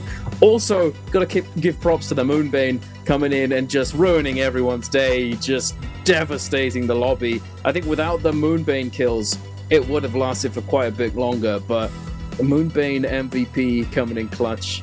Moonbane, I think, got like 3 assists in that, but they did get 2 kills, and like straight up kills. No one got the kill credit. Like, we lost Kakaishi, and I can't remember who else it was. We lost 2 people just to the Moonbane, like randomly. Like, they just weren't near the action, they just died to it. So that was a particularly brutal one. I think also because it was on top of like the trap field. You were dodging Moonbane, you were dropping spike traps. There was so many things and like environmental factors that just made that final circle really, really messy. That's why I like Olaroth. I love this map. There's so many like environmental things that just make it really, really fun. But obviously now, with that, we'll have a look at the standings in a moment. We'll have a look at the overall scores though, as that is a 21-point game for YZG. SR, they got knocked out early, but they didn't get any ranking points, but they still got 10 kills, which just directly turns into 10 points. So even though these guys went out real early, they did the legwork, and I'm sure they'll be happy with themselves on that one. Oh yeah, for sure. 10 kills. It's definitely contrasting to their performance leading up to this game, with getting knocked out in the first round of martial arts and then only securing 1 point in game 2. They needed to really lock in, and they managed it. Unfortunately, they didn't fully pop off, but still, 10 points, 10 kills. It's a solid game, for sure. But here we've got some stats for these players, the MVPs for that game. QGG 3 kills, 16,000 damage. 17S 4 kills, 21.5. But Kuku2, 10 kills right there. Absolutely massive. He's for sure going to be the MVP for that game. Now taking a look at the overall standings, YZG with that 21-point game, it's going to skyrocket to the top of the leaderboard. They were at sort of middle of the pack going into this one, considering that they had that 8 points from the martial arts. With only 3 in game 2, they were sitting on 11 points, sitting halfway through the leaderboard, but 21 points is going to take them quite far ahead. GG's still in it. They're 26 points overall with 8 kills, or 8 points in that game. 5-1, even though they did stumble a little bit in that game and they got caught out, or only 2 players alive, or one of them, Akame, going down to the Moonbane, just getting caught in the middle. Still 8 points is solid. But overall, it's looking pretty good. WBG sitting at 10 points at the bottom. Considering the fact that we just saw a 20-point game from YZG, they could still very easily go all the way to the top. Nobody's out of the running just yet. No, not at all. No one is out of the running. I mean, it's still so early that, like, there's a lot of things to develop over the season, but I am happy because I said at the beginning of the day, my big concern was, are we just going to see what we saw last season? Are we going to see a lot of the same stuff? But no, we proved that actually the teams were willing to experiment. We just saw a Justina team pick up a victory here. We just saw a very fun variant on like the Vital Lockdown team with Syra. A bit of a flashback where they run in the Tessa in there. And genuinely, it looked really good. GG pulled that one off very comfortably. We even saw Yi Lu or Yu. Li Zhu. That's so hard for me to say. Well, the thing is, how to pronounce it is actually still up for debate. I've heard that you're supposed to say Ye Shou, even though it's a U at the end, X-I-U. I don't really know. We're going to have somebody confirm the actual pronunciation for us, but Ye Shou is convinced we're pronouncing Syra right, by the way. What, you think it's Syra? Yeah, because that's how the voice actor says it in game. She says Syra. But like, I don't know. Sounds weird. That is a funky spelling for Syra. If that's how it's actually meant to be said. That's what I'm saying on that one. But yeah, here's our MVP on the Jeonhan Lee. 24,000 damage coming in. Wild Windsprout on the fans as well. not even. Oh my word, you have Wild Wind Sprout and it's not even in your top 3 damage. Staff, Flying Knives, surprise, surprise, and Skills and Ultimates, surprise, surprise. There's a thing about the new characters where, do you remember how rare seeing Skills and Ultimates in your top 3 was? Yep. And nowadays, every new character, it's like their #1 top damage. Things are funky right now with the new heroes. They do a lot of damage. I'm not actually all that against it, because I feel like having high damage abilities then means that you kind of negate like the need for like over defensiveness, because I feel like a reason that like Transformers are so good is because they have like that extra health bar and it kind of makes up for it. But like Zenda damage is crazy, Xianhan Li damage is crazy, and what else is crazy is it's the worst transition ever. We have an interview, so we're going to throw it over to that and I'll be back after that for game 4 and 5. See you in a moment. Ladies and gentlemen, welcome to post-game interview. This is Jaeger, and I'm standing here with our player. Let him say hello to our audience. 来吧，先跟大家打招呼吧。大家好，我是成都积极的陈江生。欢迎陈江生来到我们的赛后采访。可以看得出啊，这个自我介绍如此的不娴熟，也是很久没有来我们的采访型了。Okay, we're really looking forward and really happy that you can come to the post-game interview today. And I'd like to know, so first, we would like to say congratulations that GG got the MVP and you got the MVP in the game 2. And after the game 2, we saw that everyone's laugh really happy at the time at the end of the game. And I'd like to know, so how you guys just communicate at that time. 那特别想知道，今天第2把打完之后啊，3个人是爆发出雷鸣般的笑声。当时能不能给我们讲讲发生了什么，以及3个人当时怎么讨论的呢？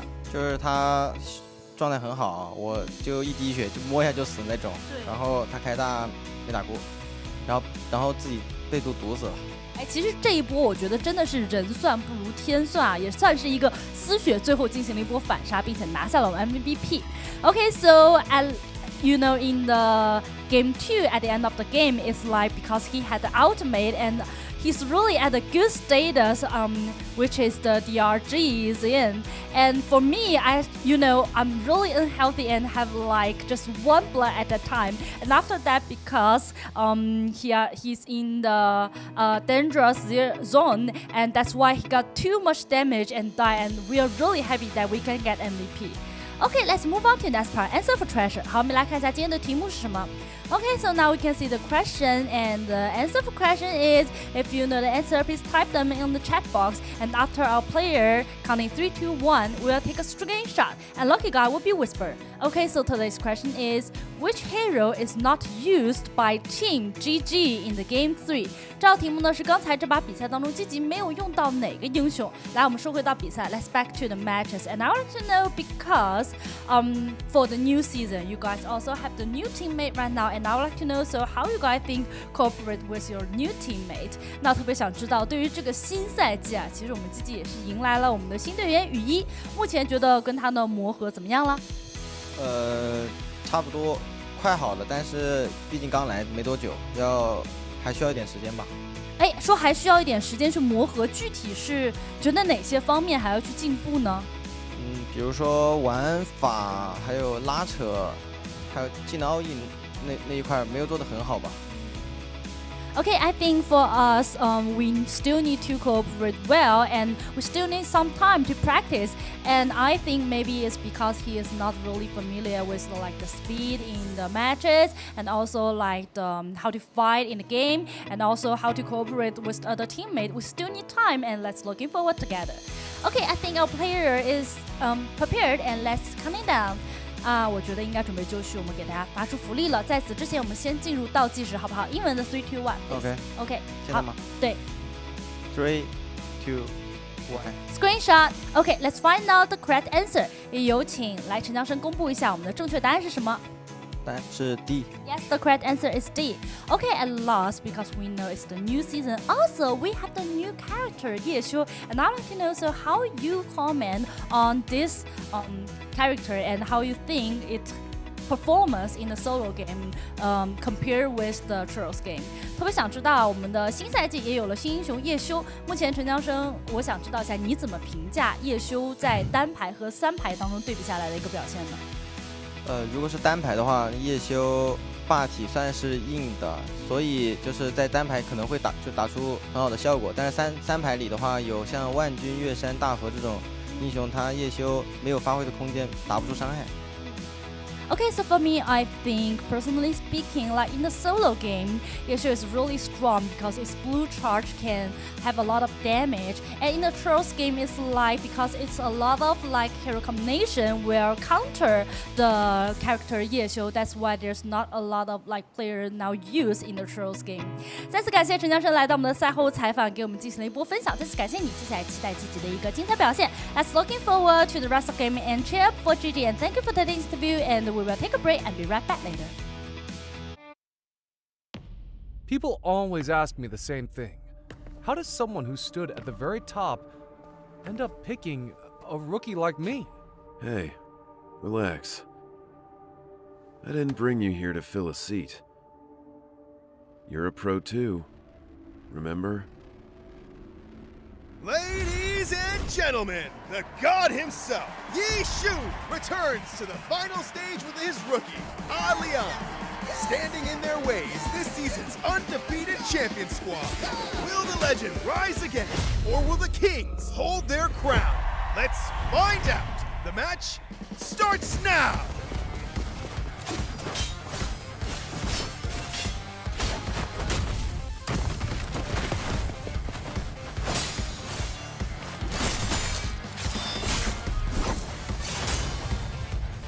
Buy me some time. Hold on. On. Don't rush it. Same old tricks. You've been eating the same combo for days. Still haven't figured it out? Training mode is almost over. Want to keep going?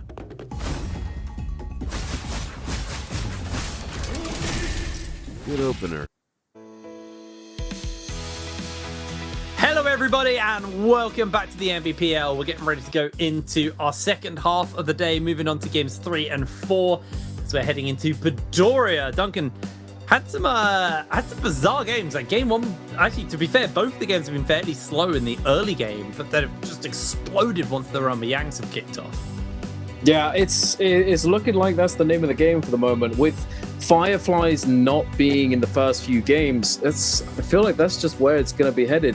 And whether or not teams can adjust is going to be, it's going to be the question that needs to be answered. Some of these teams might be able to, some not so much.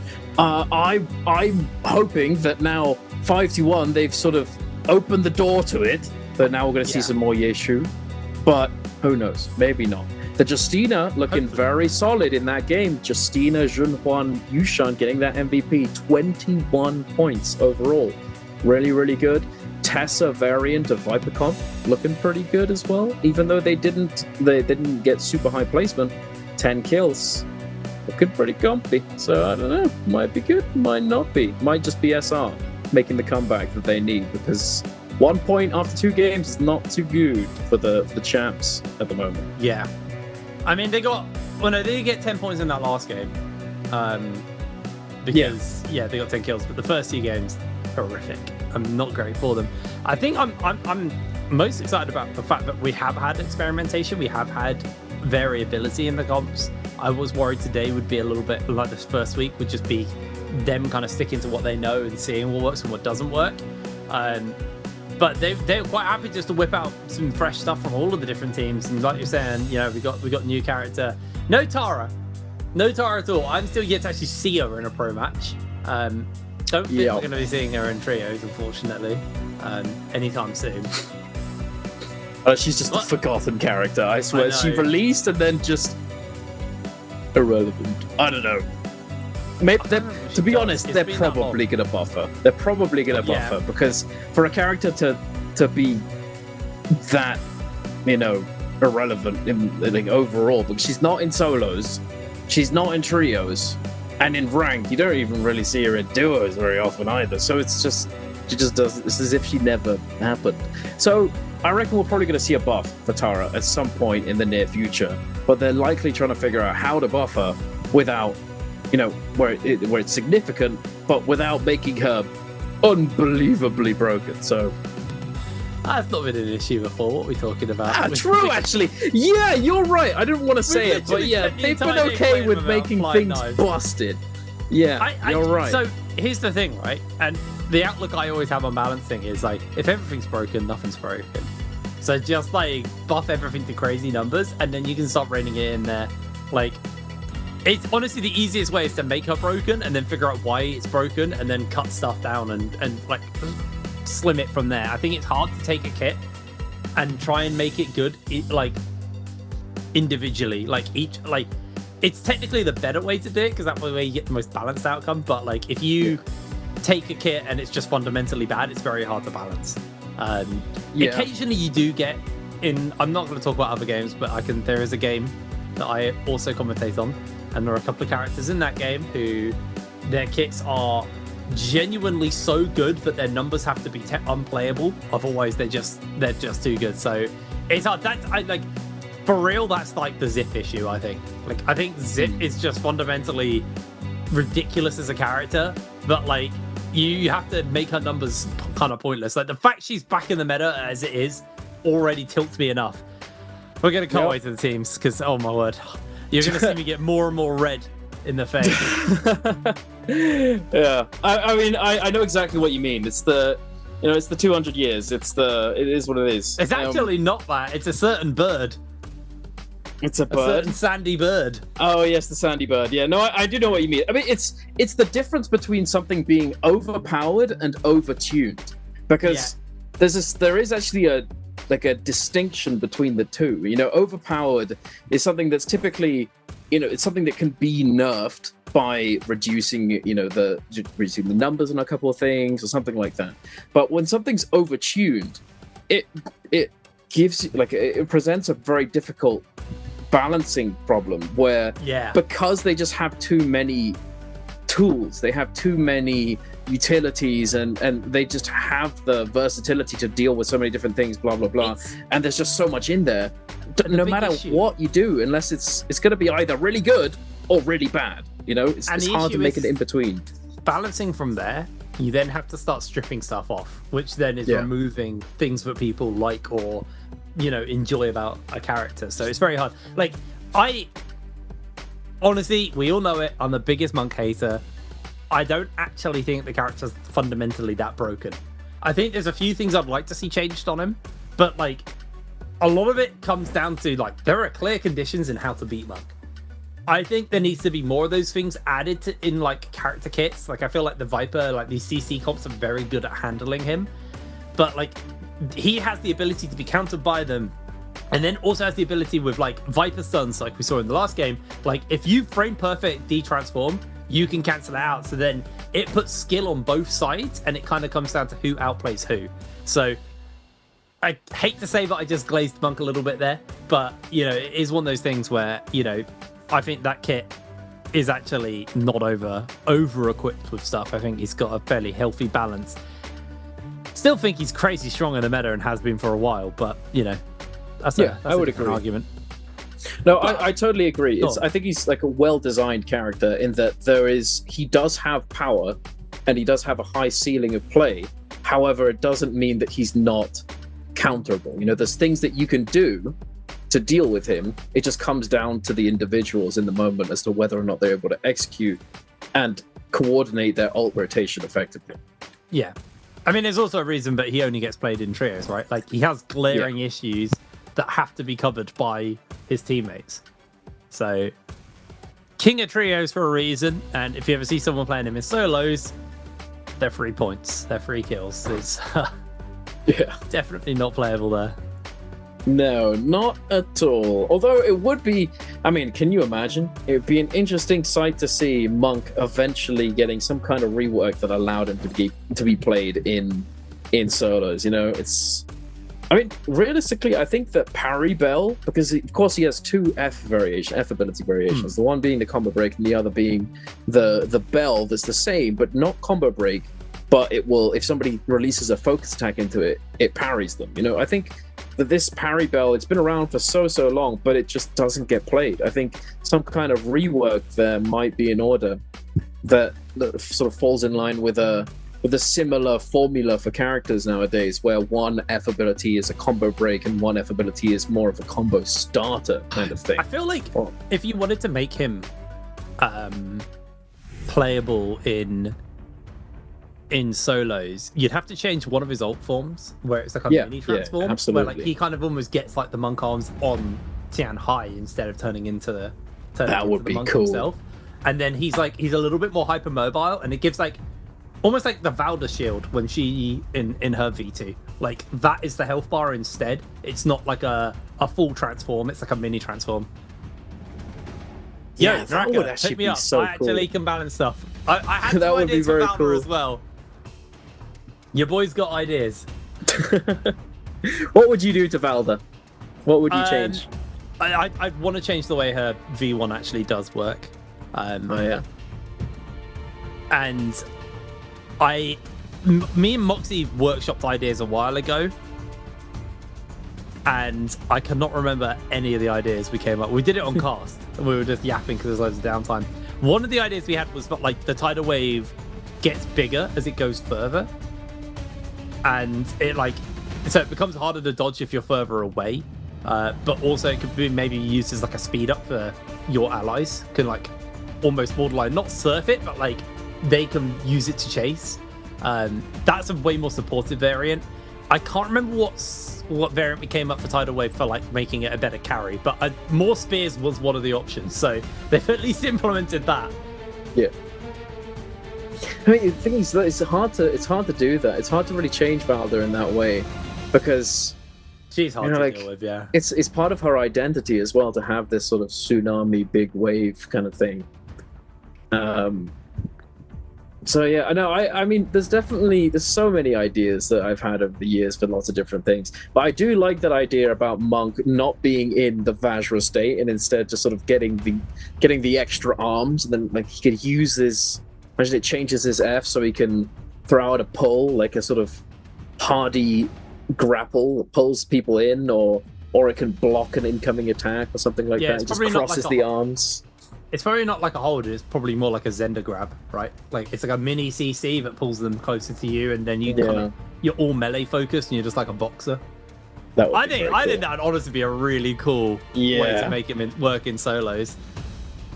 Agreed. Although I don't know why I want more Monk. I don't want more Monk. That's literally the reason I like solos so much is I just don't have to put up with Monk. He's just not there. Well, but he's here right now in trios. He is indeed. Though he's getting locked in for phase number 2, locking Monk out for the rest of the teams in phase 3 and 4. Now, here's the question: are we seeing Vipers here? Or are we seeing some Justinas? Oh, indecisive. No. So we're locking it in. It's Viper, Styra, Akos. Bit more of the normal stuff there. Let's see what the 4th round is going to be bringing for us. Suspense. It is suspense. Okay, it looks like... I mean, there's slightly different variants, I think, coming in here. Yeah, it's the Justina variant for DRG, where RW going for Shiol and Zai with the Yue Shen. Sag.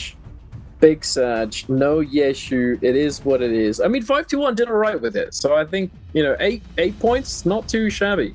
But again, tried and true, tested comps, better to stick with that. As we're approaching, we've just started that second half of the series, second half of the 6-game series. We've got to lock in. We've got to get those points and make sure that we're in top 4 of the 8-team leaderboard by the end of the day, because that's the aim of the game. It's not necessarily to win the whole day, to come first necessarily. It's to make sure that you're in top 4 so that you can move into that winners bracket and not have to play in the losers bracket one extra time. So yeah, the top 4 is the goal right now. So which does change the way that you play.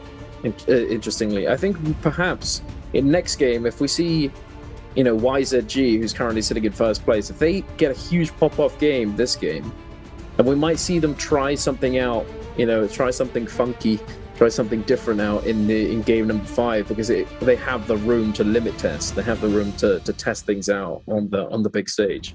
So we'll see. we shall see. Speaking of YZG, looking pretty good. You talked about them a lot at the beginning of the day, that they were a team that you've always had your eye on. And I agree. It's a team that has always had the potential, but not always been able to actually close out the wins. Oh, it's all to come and play for here. See if they can make it work. 2 wins under their belt. 3 games to go. They could start very strong at the beginning of this season if they continue on the form they've been on. Meanwhile, SR kind of need to find like a final circle at the least. Like last game was great, they got 10 kills, but they were knocked out so early. Came at heavy cost. They got a great comp for it now. This Zender Monk comp is disgusting amounts of burst and poke. Yeah, it's a lot of There damage. are also plenty of comps that can handle it. And there's quite a lot of crowd control floating around right now, so it's going to be a scary time to be a Transformer, especially a Monk who's the more static of the 2 Transformers in play. The 3 Transformers actually, because there's UA Shins. A lot more mobility on both Ainur and UA Shin. Yeah, but Monk's not too slow anymore. You know, not like the old days. Now he's got 2 jumps, giant long jumps that give him a little bit of reposition potential. But yeah, I think Ainur is just a little bit outrageous though in the grand scheme of things compared to Yushan. They tried to buff Yushan a little bit, give him a little bit more armor priority on his attacks and that sort of thing. But still, Ainur is just. It's the favorite child, you know. They've just been given everything. It's crazy. I don't know. I feel like Ainur needs adjustments, but it's so hard. Again, it's kind of, we met with that same balance problem.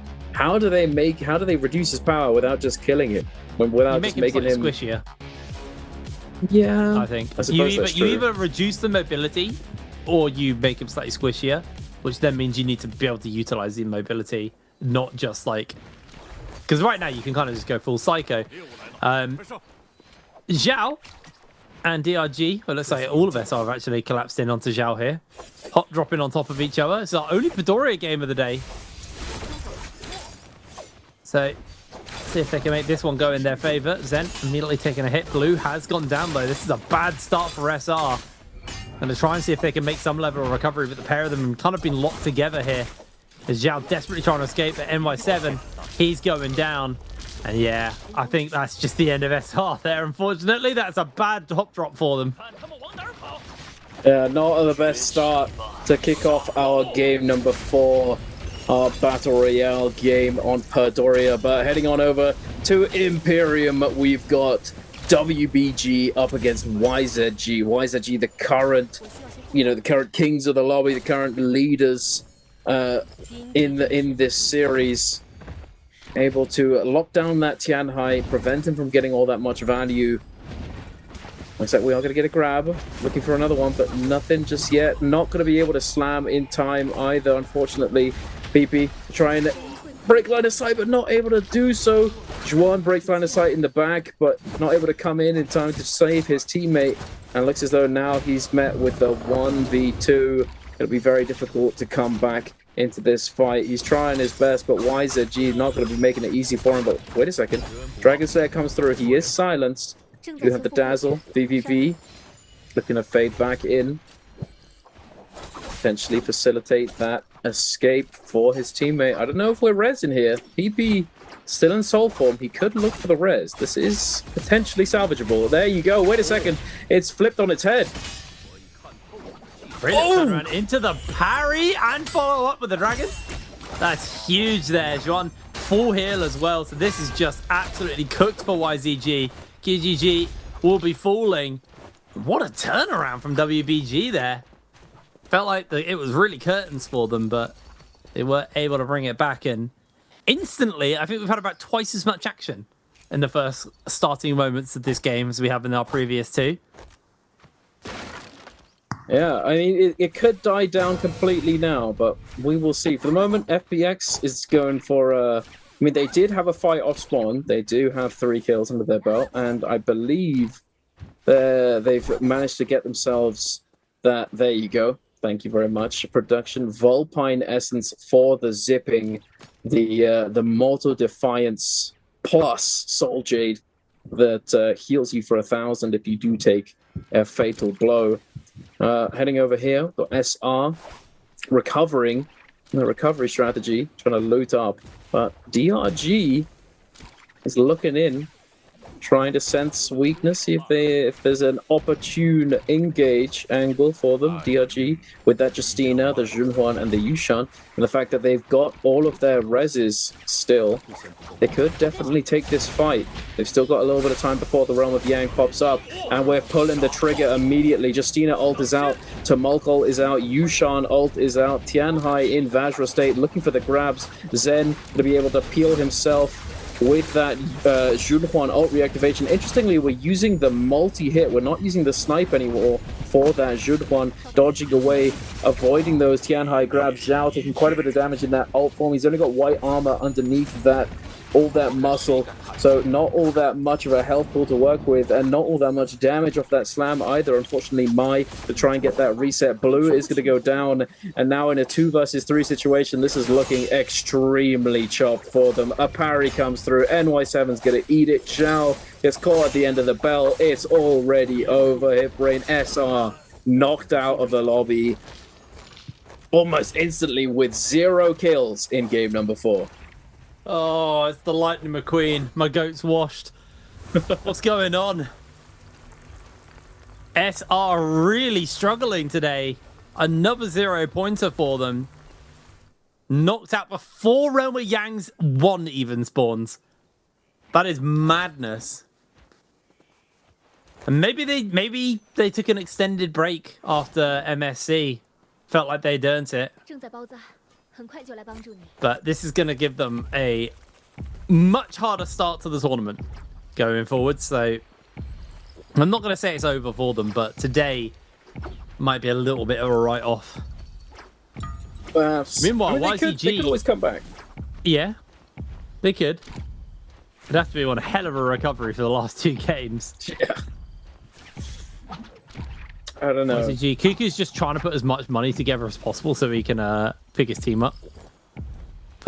Or has he just accepted his fate? No, he can't be. It's too early. It's too early to be giving up. Yeah, definitely not.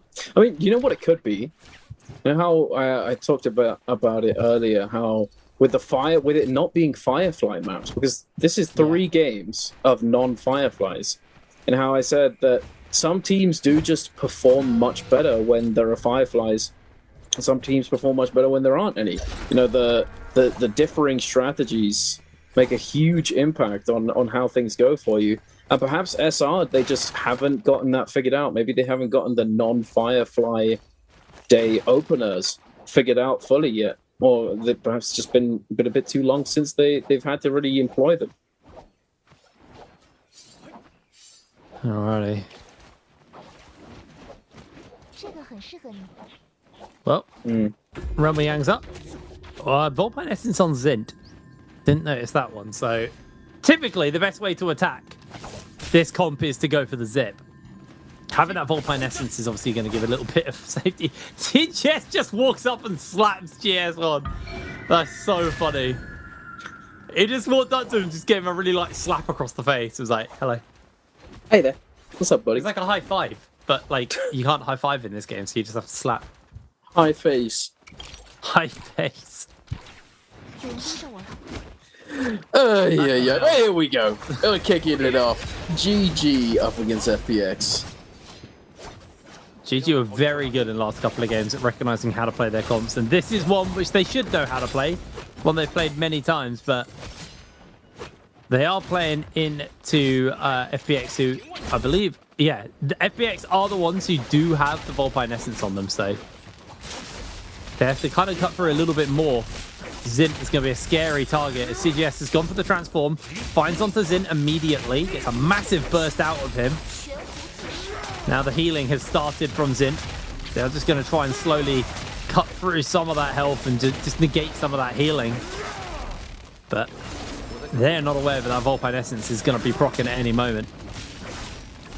Zint's doing a good job of spacing out here as CGS is starting to lose that transform, gets one last charge off. Massive chunk out of JS1 actually. Zint goes off, gets himself a slight heal. CGS now back out of transform, just trying to find the poke. Zint is incredibly low. They haven't gone for the follow-up. A nice little knockback comes out there. And that is actually going to be the Volpine Essence proccing, which was the knockback. So with that heal gone, this is GG's moment to take this. And it looks like they've just got complete control. Zint has gone down. The healing is finally cut away. And there it is, GG. It honestly just came down to Arnold doing their job. Just making sure the Zip wasn't able to be anywhere near their team. Yeah, absolutely. And for them to be able to not only win out with a slight loot disadvantage in terms of armor and that sort of thing, but for them to be able to burst through the Volpine Essence as well, really, it's a testament to how well they played this and how good they are as a team at the moment. I thought Youth DC'd for a second there, but no, he's all right. Gets the parry, doesn't really do anything with it. WBG up against RW at the moment. RW and the WBG, in fact, both teams have just come out of their realms of Yang, having been victorious and gotten their hands on Vermilion Birds tonight, and their hands on the double grab. Kablam, AB 1 HP to be able to avoid the follow-up with the combo break. Oh my goodness. He's still alive somehow. VVV's going to go down. Did the Shile go down? I don't know if he did. It may have been a soul wound kept him alive. Youth in the Zai ultimate. Focus release not going to come through. Oh, hits him with the uppercut into the fan combo. Wait a second, jump R&B. He's turning it around. Big damage. Oh, we dodged those. Oh, but the armor swap. Where you going, son? Oh, wait a second. Yo! PP. That's a tilter. Oh my god. That's a damn impressive PP, that is. Really, really well played. I can't believe he turned that. He looks so cooked. And then the armor swap and everything. Only to get hit by the parry. PP, fantastic performance from him. There's CGS just going to head off here. Keep the pressure up, Youth. A lot of pressure being put onto him. He's going to be able to reposition, but it's JS1 who's just getting absolutely giga-bullied by GG here.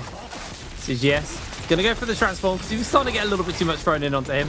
And oh, look, he's found Zint again. This is exactly what he did in the realm of Yang. Just picks on Zint, who is very low. If they lose their healer here, they're in some serious danger. Quick cube out from Zint, but CGS keeping the pressure up onto him. Has now started to go quite low. Zint still gets chased inside the building. And we are very much into Mosh Pit era now. Everyone's finding out. CGS is incredibly low. He's just continuing to try and apply pressure onto Zint. And it looks like ZS1 is going to try and at least peel as much as he can. CGS is able to use the cube to jump away. But GG, they actually kind of need to accept that they're going down soon, because otherwise they're going to time out on the Bird's Might. So there he goes. Pings away. And it looks like GG are quite happy just accepting the reset and getting out of here. Yeah, when it's this little time left, it's just, you might as well.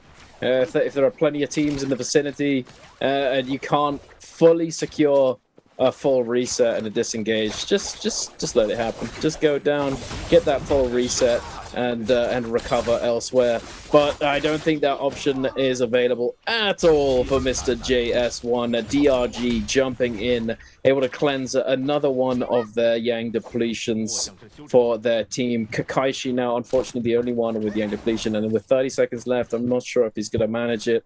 Over here, FBX Zint with Yang depletion as well. There's just nowhere to go. He's just going to go quietly into the night, into the zone, and let himself rest and go next into the next game, because there's no way he's going to recover now. And now we've gotten past that sort of Yang depletion state, the Yang depletion situation, and the next set of realms of Yang are going to be coming on up. Yeah, his heads off, fades away, calls it there. 15 minutes on the clock, and like you're saying, next round of Yangs are now going to be up and available, or will be momentarily up and available. So everyone is just going to be getting themselves positioned for this one. It's Youth. Just going to be playing around top of the buildings right now. GG, just sat on the shop. No, you are not allowed to shop, buddy. Get out of here. This is my shop. Denying the the players from buying anything. Unfortunate for everybody else. GG just has the aura right now to be able to fend everyone off. RW, although they were fended off, they are going to finally do a little bit of shopping, but it looks as though they're probably going to miss out on the run with Yang because now they just don't have enough time, and all these spots might get filled up.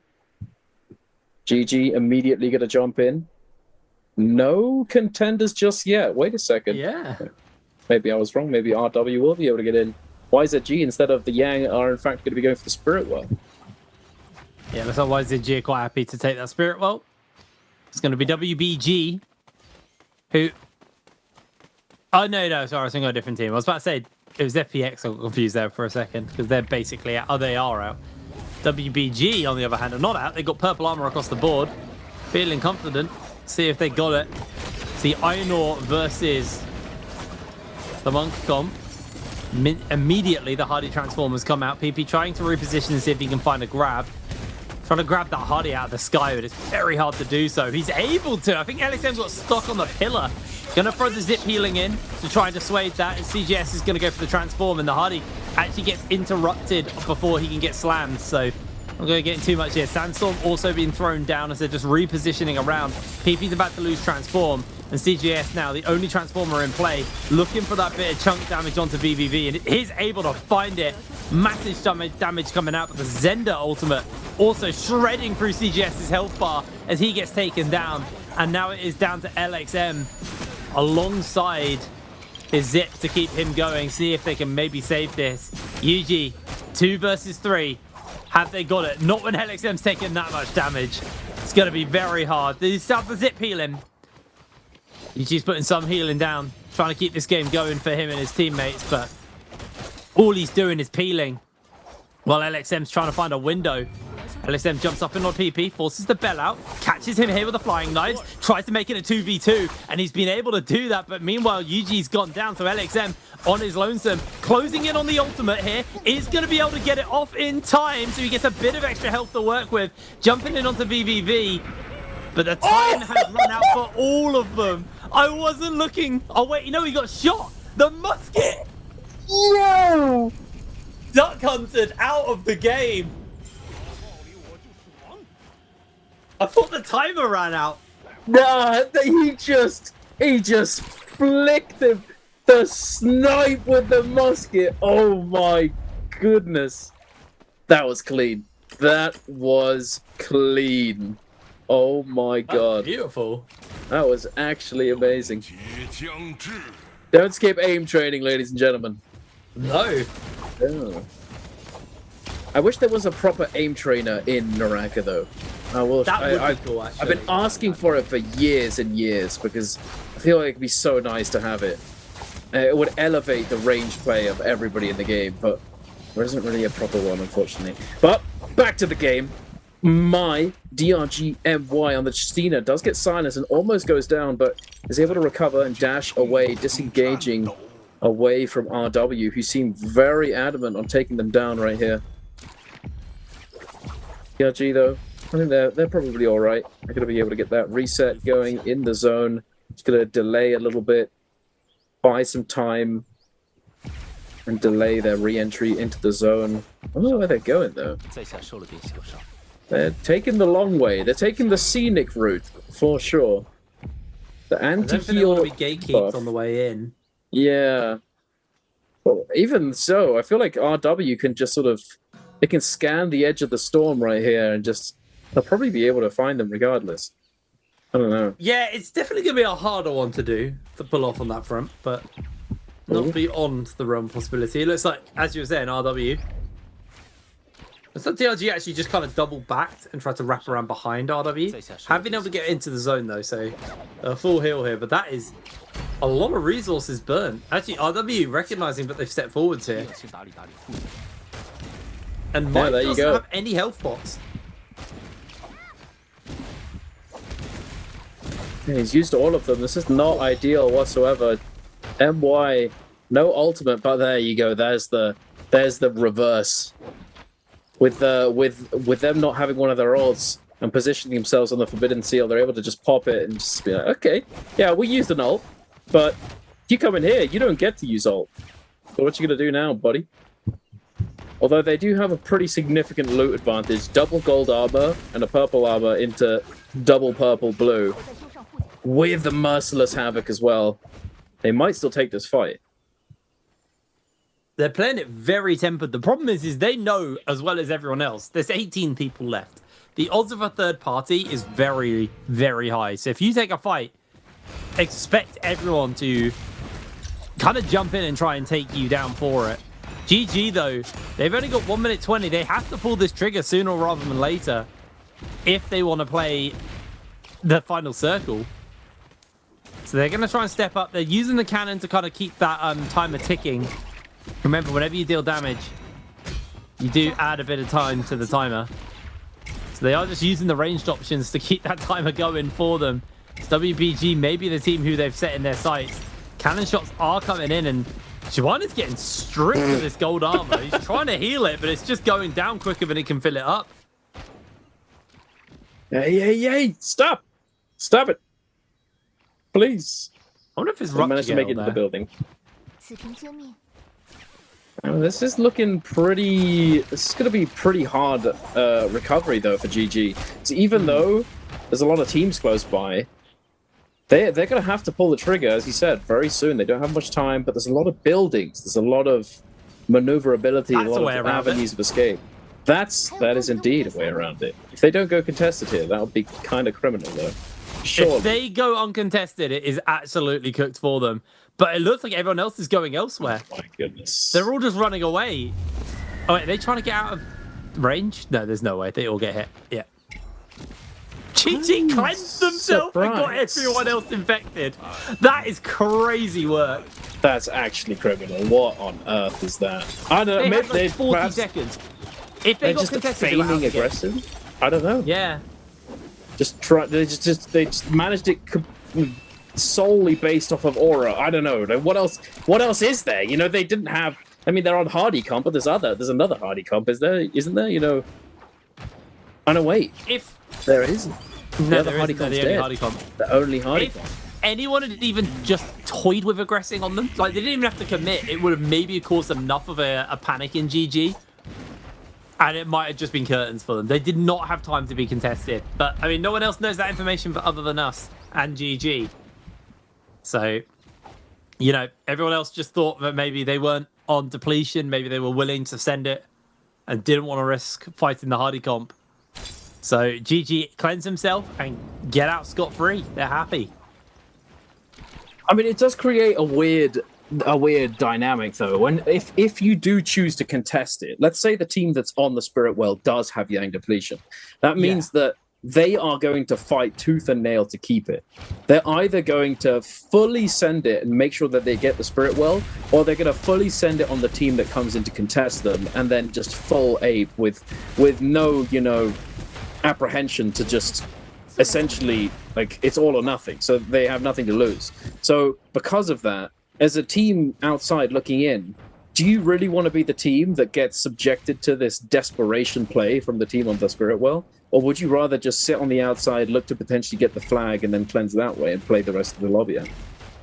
Because it's kind of a weird situation. Unless you're really confident you're able to push them off and not get aped afterwards, it's a hard call to make, thinking about it a little bit more. But still, it does feel very criminal that it happened. Let's be honest. It's a hard one. It's a hard call to make, but Bane's breath is on. 18 players left in the lobby. Let's see if Bane does quite as much as they did in the previous one. Just like, so far, no one's been hit, which is nice. So, Cuckoo, flying close to sun on that breath. Just gonna stay everyone's trying to do as much damage as they can to extend that Yang depletion timer as well. Honestly, when the fight breaks out, YZG are probably going to have the funnest time. They're going to be able to lock everybody down. Oh, CGS gets hit. He was in the middle of about 4 of them, and he somehow only got hit by 1. Oh that is crazy. That's insane. What the? I mean, they're playing with confidence right now. And they're I think they're positioning on the next upcoming Spirit Well. That's why they're sitting there. But Speaking of potentially fighting right now, 5-1 are putting the trigger onto YZG, I believe that is. Yeah, they're hiding inside the little cave. The 5-1, they want to send it. They're going for it. Yeah, seeing if they can get that little bit of damage in, but they are starting to go a little bit low as well on the other side. Cuckoo, incredibly low. Fat Milk goes down. Pampy's able to secure the kill. Can he get himself the essence? I don't think he can in time, but he's just going to go for the kill instead. And suddenly, YZG are taken out by 5-1. Pampy just played that beautifully, able to get the kills. Everyone else now scrapping away. Can 5-1 keep this going? No, they're out. No, not that. Not like this. He died to the shadow corruption. Man, that's rough. It is what it is. But moving on, we've got an absolute slugfest going on here. Yeah, 20 seconds of the clock. RW just trying their best to do as much as they can. All three of them with Yang depletion. I don't know why we're not standing on the Spirit Well. Like we could just stand there, no? The WBG throwing hands with the Tianhai ultimate. Finds one grab. Is going to be able to get the slam. Youth goes to the ground. But with very little time left on the clock, there you go. So many players just pop. 3. All just dead. And there we go, the Spirit Well finally. GG once again gonna somehow get the Spirit Well uncontested. It's got plot armor right now, I swear. Everyone else was so busy contesting the timers, but they couldn't even think about Spirit Well. GG get that one for free, and now with the control they've got the Draco Storm. Youth forced into the zone. So yes, D transforms now, but Youth will have taken a lot of damage. He is just staggered on the edge of the zone. Has to switch into the grey armor, which makes him incredibly squishy, being juggled around, and even with the zip in the back pocket, I don't think it's going to be enough here for the side of RW's Youth. He is taken out, and that is Youth and RW knocked out of the lobby. GG very much in control right now. CGS gets to re-ult again. As PB doesn't want to give the kills over, so he just runs away, and GG will take the lobby. Yo, GG coming in with the win right there. It's diabolical. They go from being 30 seconds left on the clock for Yang depletion, getting the Yang Spirit Well fully cleansing, and then getting the next Spirit Well and getting away with so many points. But funnily enough, quick correction, they weren't actually the team to get the MVP. It was WBG in the end. Even though they went out in second place, it looks like they just had that many kills to be able to overtake and to come out on top with the highest number of points.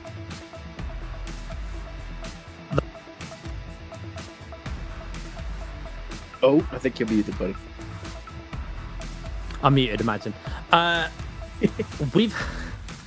It's not on the NARAKA show if I don't accidentally mute myself for something. We've had YZG, GG, YZG, GG as our win order today as well. They've just been back and forth with one another. Everyone's trying to get off the stage. It's happened multiple times. Now they're allowed to leave. Now they're allowed to leave. All right, now we can go. Do you reckon they were just messing with them? They were like, that's it out. Oh, wait. Oh, wait. They just all saunter off the stage. Wait, what? They don't have long between the next game. No, they don't. No, they do not. Rehydrate, refreshing, and get ready. But nope. GG with another very convincing victory there. Great performance from them. Obviously, VVV, a very storied player who's been around on multiple orgs. So, you know... Wait, was that WPG winning? Yeah. Ah, what? Did they just get more kills? They did get more kills, I believe. Okay, yeah, this is the only way. I think it must be close, though. It must certainly be close. I was so, engrossed in all the fighting in the action. I didn't take a look at the scoreboard leading into those final moments. But perhaps some of you at home did, because the question here, the answer for treasures, is how many kills did Team DRG get in game number 4? Was it A, 9, B, 10, C, 11, or D, 12? Make sure to get your answer in the chat, and one lucky winner will be chosen amongst those who answer correctly and be added on the spin chat, so you can claim your special gift box. But yeah, I couldn't tell you what the answer is, I'm not gonna lie. But it must have been pretty close. It must have been a relatively close scoreline towards the end for GG not to be able to actually secure that MVP and WBG to come out on top in the very end. So we shall see, and I want to see how that affects the overall scoreboard. Is it going to be a very top-heavy scoreboard at the moment? Because SR, even though they made a little bit of comeback, they went out first. They died off spawn and then immediately got found by DRG, and then they died again. I mean, they were at a pretty significant loot disadvantage, but still, I mean, sometimes it's just the way it goes, you know? But, I don't know. There needs to be an adjustment, I think, because this doesn't look like the SR that we've seen so far this year. No, I mean, I don't know what's happening with them, to be honest. They've been...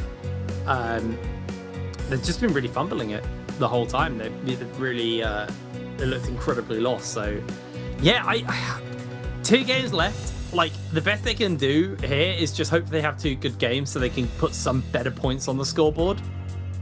And yeah, they had like a good game too because they got 10 points from that. But like, that's the only thing of significance they've done today. And we'll have a look now at the scores. Yeah, it was 1 point between WBG and GG. I just naturally assumed because of the ranking point, but I did not account for the 13 kills that Wavy Gaming got, which put them up to a nice round 15 points there. But, I mean, most people scored pretty well. SR with a goose egg. It's only really YZG and FBX beyond that who didn't do amazing. Everyone else did pretty good. Yeah, definitely pretty solid. And here with the stats, we've got Juan surely going to get the MVP as he got the most kills in his team with 5. 4 for PP and VVV, all around the same amount of damage. Everyone's doing, putting in the work. Everyone's, you know, pulling their weight in this team. We've got 7 assists, though, for Juan as well. So definitely the MVP for that team. And now here we are with the overall standing. So although GG didn't get the MVP for that game, they are going to be overtaking YZG in the overall standings. YZG only getting 4 points in that game are going to fall behind a little bit by 4 points. In fact, GG at 40, YZG at 36, DRG at 28, 5T1 at 27. It's definitely pretty close between 3rd and 6th with only 4 points difference. But then it's very top heavy. YZG with a significant lead over 3rd place, and then another 4 for 1st place. But here we are with some highlights with VVV getting these parries. This comeback right at the beginning, you remember, we thought it was cooked for them. We thought it was over for WBG, but they're able to come back and they call for the res, having managed to navigate that 2v3 very, very well. Yeah, really, really good stuff coming in. WBG, I mean, they've been kind of silently playing very well all day, like silently well all day. So to see them, you know, finally get that dub under their belt, they're gonna be very happy with themselves there. Also, what a comp to do it on. Oh yeah, Zender has been so impressive. So good. Oh, this is it. Wait a second. This is the musket shot. Yeah. This is the musket shot.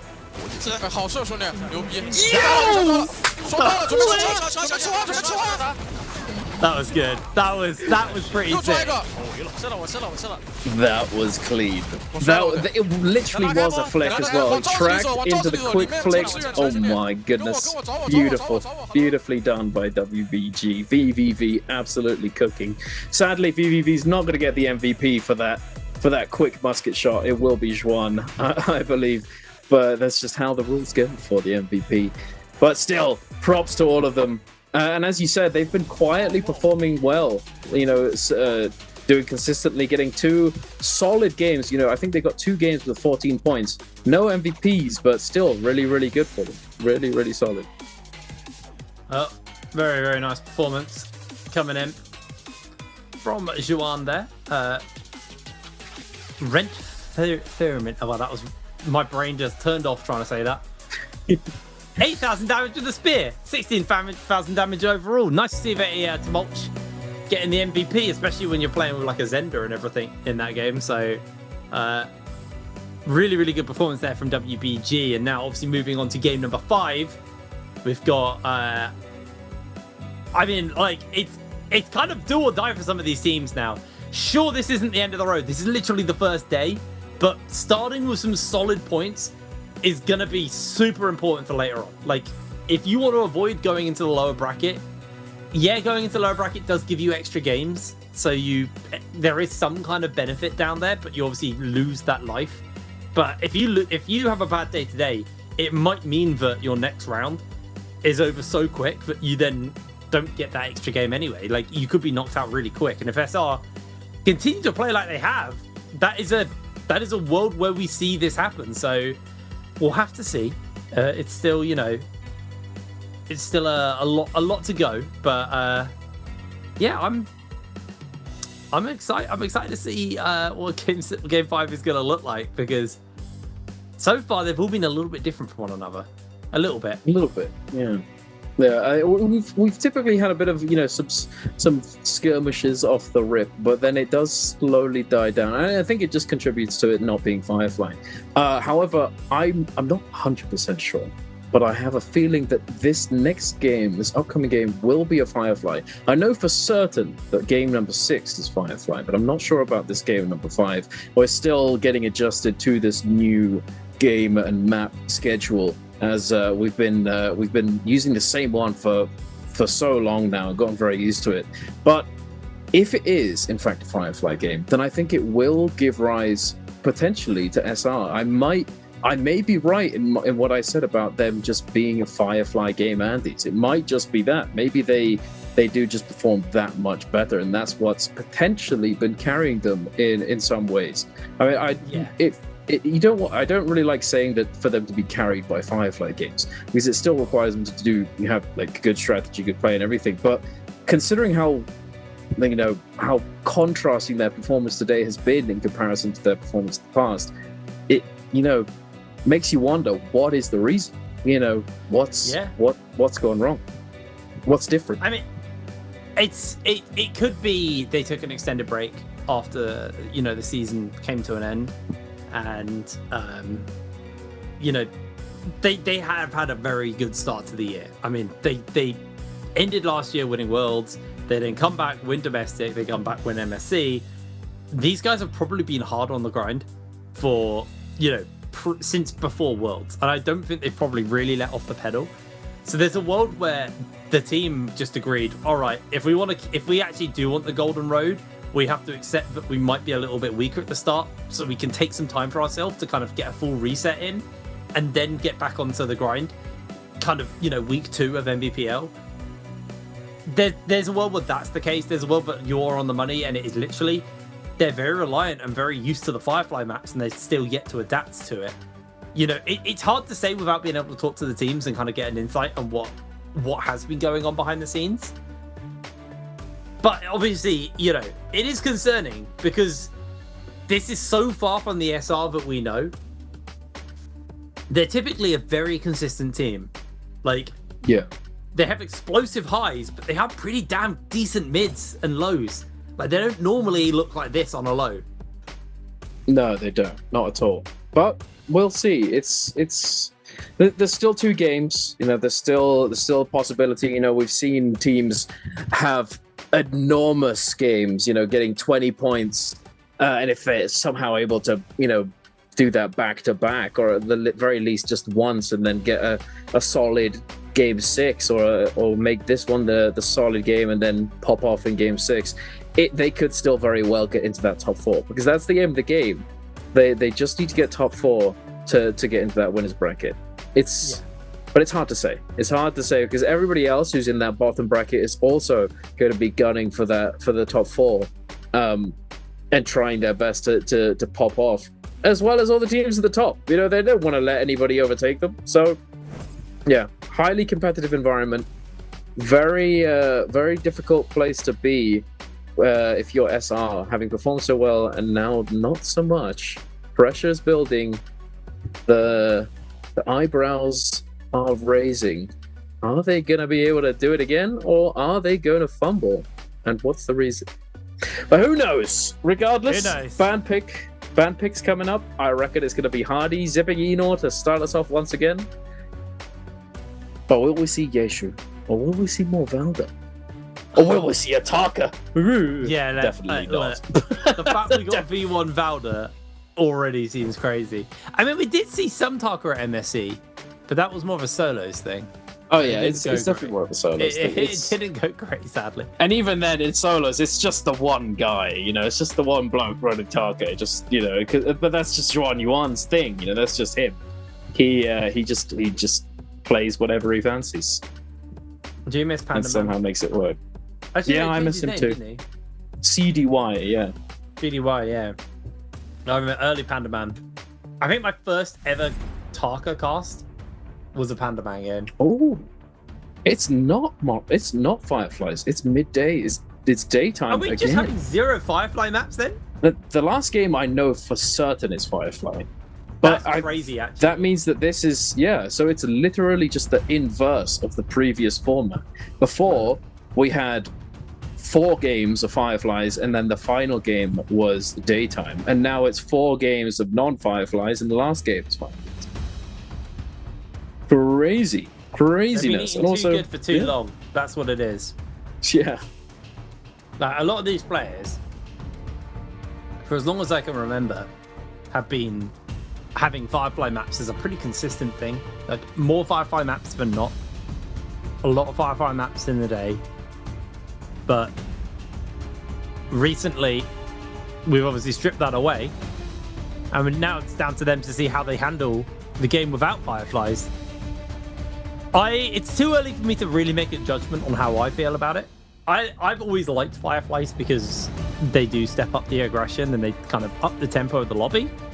But I think it's really cool to kind of get the inverse look and see how these teams and how these players fare when the Fireflies aren't actually a factor in play. Yeah, I agree. It is definitely cool to see and how it changes everything. It hasn't really changed anything in terms of character and composition picks, because I feel like this is definitely still pretty standard. The Hardy, Zipping, Eno, they don't really mind whether it's Fireflies or not. They're definitely going to be locked in first. Now, Tumulk, Zenda, Tianhai's become higher priority, and that's second phase at the moment. Now, third phase is where things can differ, and it looks as though that's exactly what's happening. DRG is going for the Justina, Yushan, Junhuan, with RW locking in the ACOS, Syra, Viper. Let's see what the final pick is going to be. Syra, I can tell you that much on the side of GG. Are we going to see another Tessa? Because I feel like, okay, so it's the ACOS Viper lockdown. If it's not that, we'll have 3 of this comp kicking about, which makes quite scary to be a Transformer. But I am surprised that we're not seeing more of the Tessa variant when you're on a non-Firefly map, because Tessa, oh, there we go. I'm glad I said that, because GG swapping. The reason being is Tessa ults at 60% rage. So it's actually quicker and easier to get her online in early fights. So it can be a genuine decider of your kind of drop spots if you're able to use the Tessa. And obviously, we're heading to Morris Isle. There are still Fireflies on this map. Secret Tunnel being, one of the more famous ones for it. So you could just drop down there. Whoa, that's a Tara! Yo, no way! And a Liam as well! What is this comp? Right, quick question. Because we didn't get her in OSC. What does Tara do? What is she going to do here? Oh my god. I mean, we saw her a little bit, right? On her release, we saw her a little bit. Yeah, very small But amount. it was just very short-lived. So it's... I don't know. I was not expecting that. I was not expecting that whatsoever, especially with the Liam as well. Liam, Tara, Zai. This is the kind of comp you see in ranked. This is goofy. Everyone just playing their main. Yeah. They're just having fun. Having fun with it, having a good time. I respect it. I'm genuinely so interested what this comp does. The question is it gonna be ball, Liam? Are we gonna be capturing some enemies into the ball, into the sphere, and throwing them? I don't know. It depends on the, I assume on the synergy, right? Like, how does this comp interact with the others? Yeah. I don't know. Not with the others, but with the rest of their team, right? Like, so, like, if you're going bull Liam, why and what are you going to be able to do off the back of the bull? Yeah. That's the question, right? And are we using the Tara ult that sort of rewinds the players that you hit with it? Or are we going to be using the sort of zipping ult?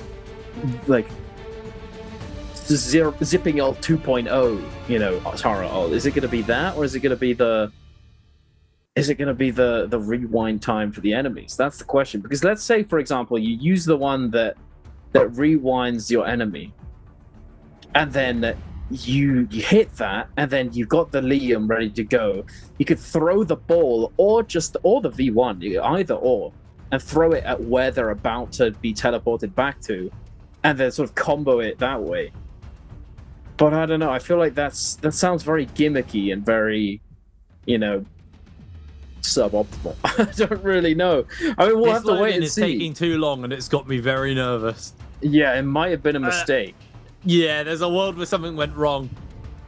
I'm very nervous that we are in a situation, because by now we should have seen what at least their loadouts are. Yeah. I hope this is real. Maybe not for them, because it might be a little troll, but like, if this is real, it's gonna be a genuinely interesting team. Yeah, absolutely. What are they? What are we? I think that it must be a delay. There must be something going wrong, or not, or perhaps it's just, you know, just taking extra long. Everyone's just gobsmacked. It's just like, Tara, what? Are you sure? It's the real deal. Wait, no, hold on. We'll see. We will see here. There it is. It's real. Not actually playing it. And it is the V2, but it's not the ball Liam. It's V1 F1 Liam with F2 V2 Tara. Oh my goodness, this is gonna be interesting. I'm hyped. Variety so gaming. Now, I'm just gonna cast my mind back to when Zai first came out, and I think it was, oh man, what's the name of the team? It's one of the ones with X in their name. Oh, no, XCG, I think. They pulled out Zai when no one else did, and they pulled out the early version of like the Meteor Zai build, and no one else was onto this, and it caught everyone off guard, and they destroyed the lobby, like absolutely slammed the lobby with it. So not setting expectations too high, but there is a world where this is something they've been practicing in secret, and there is some synergy that no one else has really cottoned onto yet.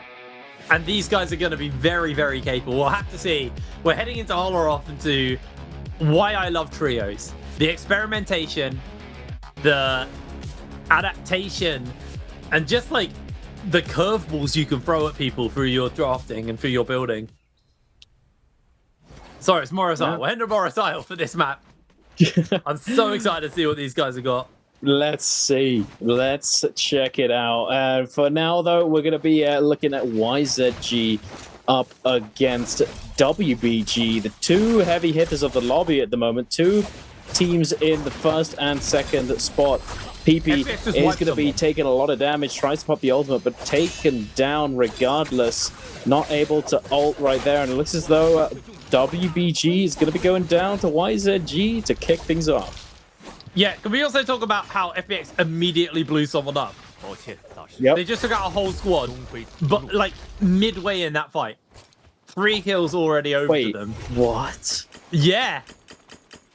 I'm so sad we don't have replayability here, because I want to see what the hell happened. Oh, they're just rocking up with purple armor. Okay, let's see what this comp does. Ults are available and online. Meteor gets interrupted by the sandstorm, unfortunately, but he can refresh it with his ultimate, so we'll be able to pick that one up. YZG just desperately trying to get away. They do catch on there. There's going to be the ultimate committed from the side of JS1. Going to keep that pressure back up onto them, and Kiki's already gone down. What is going on? This comp is actually maybe good. Transform breaks out. Cuckoo is going to be under a bit of fire here from the side of FPX. They're looking for the grab. They're able to get it, but they go for their second grab. The Meteor goes wide, though, as Cuckoo is getting taken out by the chain scythes, and FPX find themselves in a 3 versus 1 on the Monk. What? And 17S is going down. What is this comp they've cooked up? Wait a second, is it gumpy? It's looking pretty gumpy. They got the Moonbane too. Oh my goodness. FPX, are they actually going to just flip the meta on his head? Oh, I hope so. I hope so. So they destroyed 2 teams. One team they did it without ultimates. Duncan, our oogles have been boogled, my friend. We have been oogly boogled. Oh my good googly moogly booglies. It's been so long since I heard you say that. It's I mean, if I'm gonna say it at some point, it's gonna be for that. That was worthy of the oogly boogliness. They were very aggressive, just fully sending it without a care in the world. Obviously with forethought and with planning, but it just looked so ferocious and so aggressive that they just weren't ready for it. YZG didn't know what hit them. They looked over. Wait, okay, it's a Zai. Wait, Tara? What? That's a character? That exists? What is this? And then the Moonbane is like, oh my god, wait a second. Okay, we're gonna go. We're gonna leave. We're gonna leave. And hey, they just immediately get exploded. The Tara ult hits. They get the rewind on the Zender, and she just can't play the game. She has no combo break. She's running F2. She gets silenced. It's just over. She didn't even get to press ult. Oh, it's genuinely crazy. Interesting. I think everybody and their grandmother is going to be looking at this comp now after this game. Everybody's gonna be like, I genuinely think regardless of what happens there, like, yeah. So it's F2 V2, isn't it? F2 V2 Tara with F1 V1 Liam, and then F2 V2 Zai. Interesting.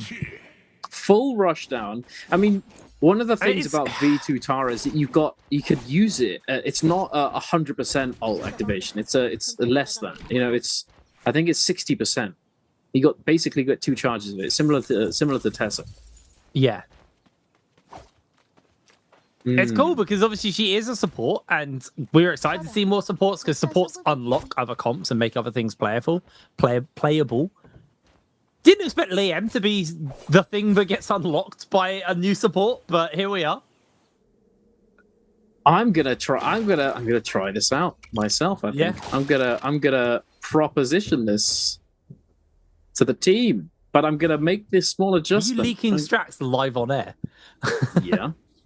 Okay. Come at me, guys. I mean, we will see. But I'm gonna proposition the replacement of Zai with Tarka, so we'll see. You know what I mean? Anyway, yeah, that's interesting. Definitely interesting. The Zai facilitates rushdown with the Tara, the silence from Liam. It's interesting. I mean, we're gonna have to wait and see how well it does in Yang, because it could just be that it works really well off rip, and then it just works well off spawn. You've got if you thinking about the non-ult fight, it's actually pretty good. You've got the F2 from the Zai, you've got the combo break from the Liam, you've got the Tara sort of orb, where she can heal her teammates, but also be very disruptive in the fight. So it's definitely decent with no ultimates. And then if you consider the fact that Tara's ult isn't 100% usage ult, seems pretty good. Not gonna complain. Yep. Well, FPX. I want to see what they got. Roma So they're dropping the Moonbane. They better be going in a Roma Yang. Oh, for sure. Yeah, they've Moonbaned the Yang. They are certainly getting ready to go in there. And it looks like quite a few players are getting ready to go into the realm of Yang up in the north, with a lot of teams circling around this portal. SR looks virtually uncontested. Yeah, nobody in the vicinity. They're going to be able to go in without worry. Thankfully, they've had a decent start to this game. 3 kills under their belt, and now triple purple armor. Looking all right. Well, Roma Yang. Wait, they're not going in yet. What are they doing? What are they doing? Huh? I think they're going Spirit Well. Interesting. Wait, is SR only 2 members inside this Realm Yang? Please tell me there's all 3. It's all 3. Okay, it's all 3. Why are they going Spirit Well? Someone. I don't know. Anyway, into the Realm Yang we go. Take it away, buddy. Alrighty, well, opening up NY7 goes for a transform here, but it's being matched by the Einor on the other side, so there's a full-on mirror matchup between the two here. NY7 trying to find those slams, trying to isolate onto the healer, onto the Zip, but hasn't really been given the opportunity, so instead it might actually just be an angle for the Hardy, but the Hardy is able to break away. There's catch onto PP. Massive amount of burst actually thrown up. Whoa, PP's health bar evaporated there. NY7 does lose transform. Hardy now playing interrupt on both sides as they're just chasing the cubes used. PP jumps down. NY7 looking for the scale rush, doesn't quite make that connection, and it just looks like it's a full escape plan being used here, trying to peel away the Zip. As VVV able to catch on to 3 there, a lot of damage gets thrown out, cubes are getting used as VVV in return getting a lot of fire thrown onto them. PP has been able to heal up, but kind of joining into the fight after everyone else has got chunked out and immediately is now a potential threat here, but Blue's finally able to secure the kill. And it looks like SR, after what has been a rough start to the day, and a rough day in general, are going to at least get this Battle Royale, get this Realm of Yang under their belt, and secure themselves at least something going into the mid-stage of this game. Definitely a solid Yang fight. They're obviously a really good team. There's no denying it. It's just something's gone awry. Hopefully they can recover. I mean, based off of this Yang, they've solid game so far for them. 6 kills, 1 winning Yang, gold weapon, triple purple armors, in a really good position to snowball here.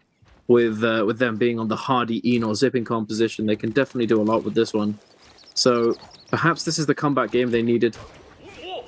If they get a really big pop-off game, it could be enough to bring them back into top 4 contention for today. But for now, we'll have to wait. We've got 5-1 up against YZG. Oh my goodness, the special effects slop. Oh my goodness.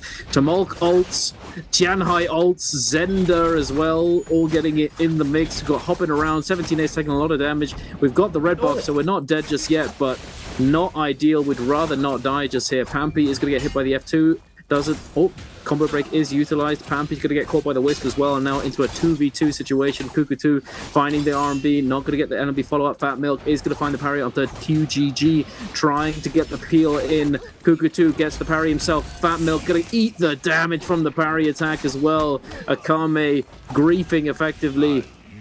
But there you have it. YZG coming out on top, and look at the number of kills they have. 9 eliminations under their belt. Huge game. Even though SR is having a solid one, to really get up there, they're gonna have to pull something out of the hat. Oh, SR have already lost a player here inside the no ult zone to FPX. they just don't stop killing. SR falling, and this is going to be 9 kills over to FPX. They didn't go for the Realm of Yang. Instead, they went for the Spirit Well, but even without that Vermilion Bird Smite, they're still feeling comfortable to take fights and push for it. And FPX, they've jumped from that bottom end of the table up now. They're close to catching up with 5-2-1 and jumping into 4th place overall. Looking good. FPX, 9 kills. This goofy comp. Oh my goodness. GG having a bit of a mare. 0 kills, 2 of them Yang depletion, 1 fully dead. But WBG need to make something happen. They've cleansed 1. They might find the opportune moment. DRG seems to be the target. Kakaishi finds the parry. Is going to be able to stay alive, stay on his feet. Yu Yi is being chased down by WBG. F2 comes through, connects. Follow-up not going to actually be confirmed. Unfortunately, they're playing around this no ult zone. Very dangerous if they get third party. They do find the kill. PP is going to get the elimination, but we get the bloom onto 1. VVV losing all of his armor. The F is going to come in from zipping to keep him alive. And now 20 seconds left on the clock. VVV is likely just going to have to go down to Yang depletion, and they're going to have to find a recovery with Rebirth slightly later on. GG knocked out the goose egg there as well. That's a pretty rough one. Looks like SR being hunted here by WBG, but the timer ticks and they go down. That actually counts as a kill for SR. Very needed, as they've now found a member of WBG isolated. Juan gets hit by the parry, followed up, and SR, finally some life has been given to them as FPX have got themselves in a bit of a scrap here versus RW. Remember, RW have a lot of crowd control to work with as AB is looking for that stun onto multiple people. Don't really think they made a major connection there, and AB's actually been forced off into the zone. Doesn't want to hang around for too much longer. It's FPX feeling comfortable still. No ultimates available onto Z11. But inside the zone, they're happy just to peel backwards and try and force RW to take a little bit of free damage, as it does look like it's going to take a raw there. Get a little bit thrown onto them. Ultimate is now online here for Z11. So they're going to be playing with that one, as they're just going to look to try and catch out onto Youth. Youth is going low. RW finally felt like they were starting to get a bit of fire, bit of momentum there.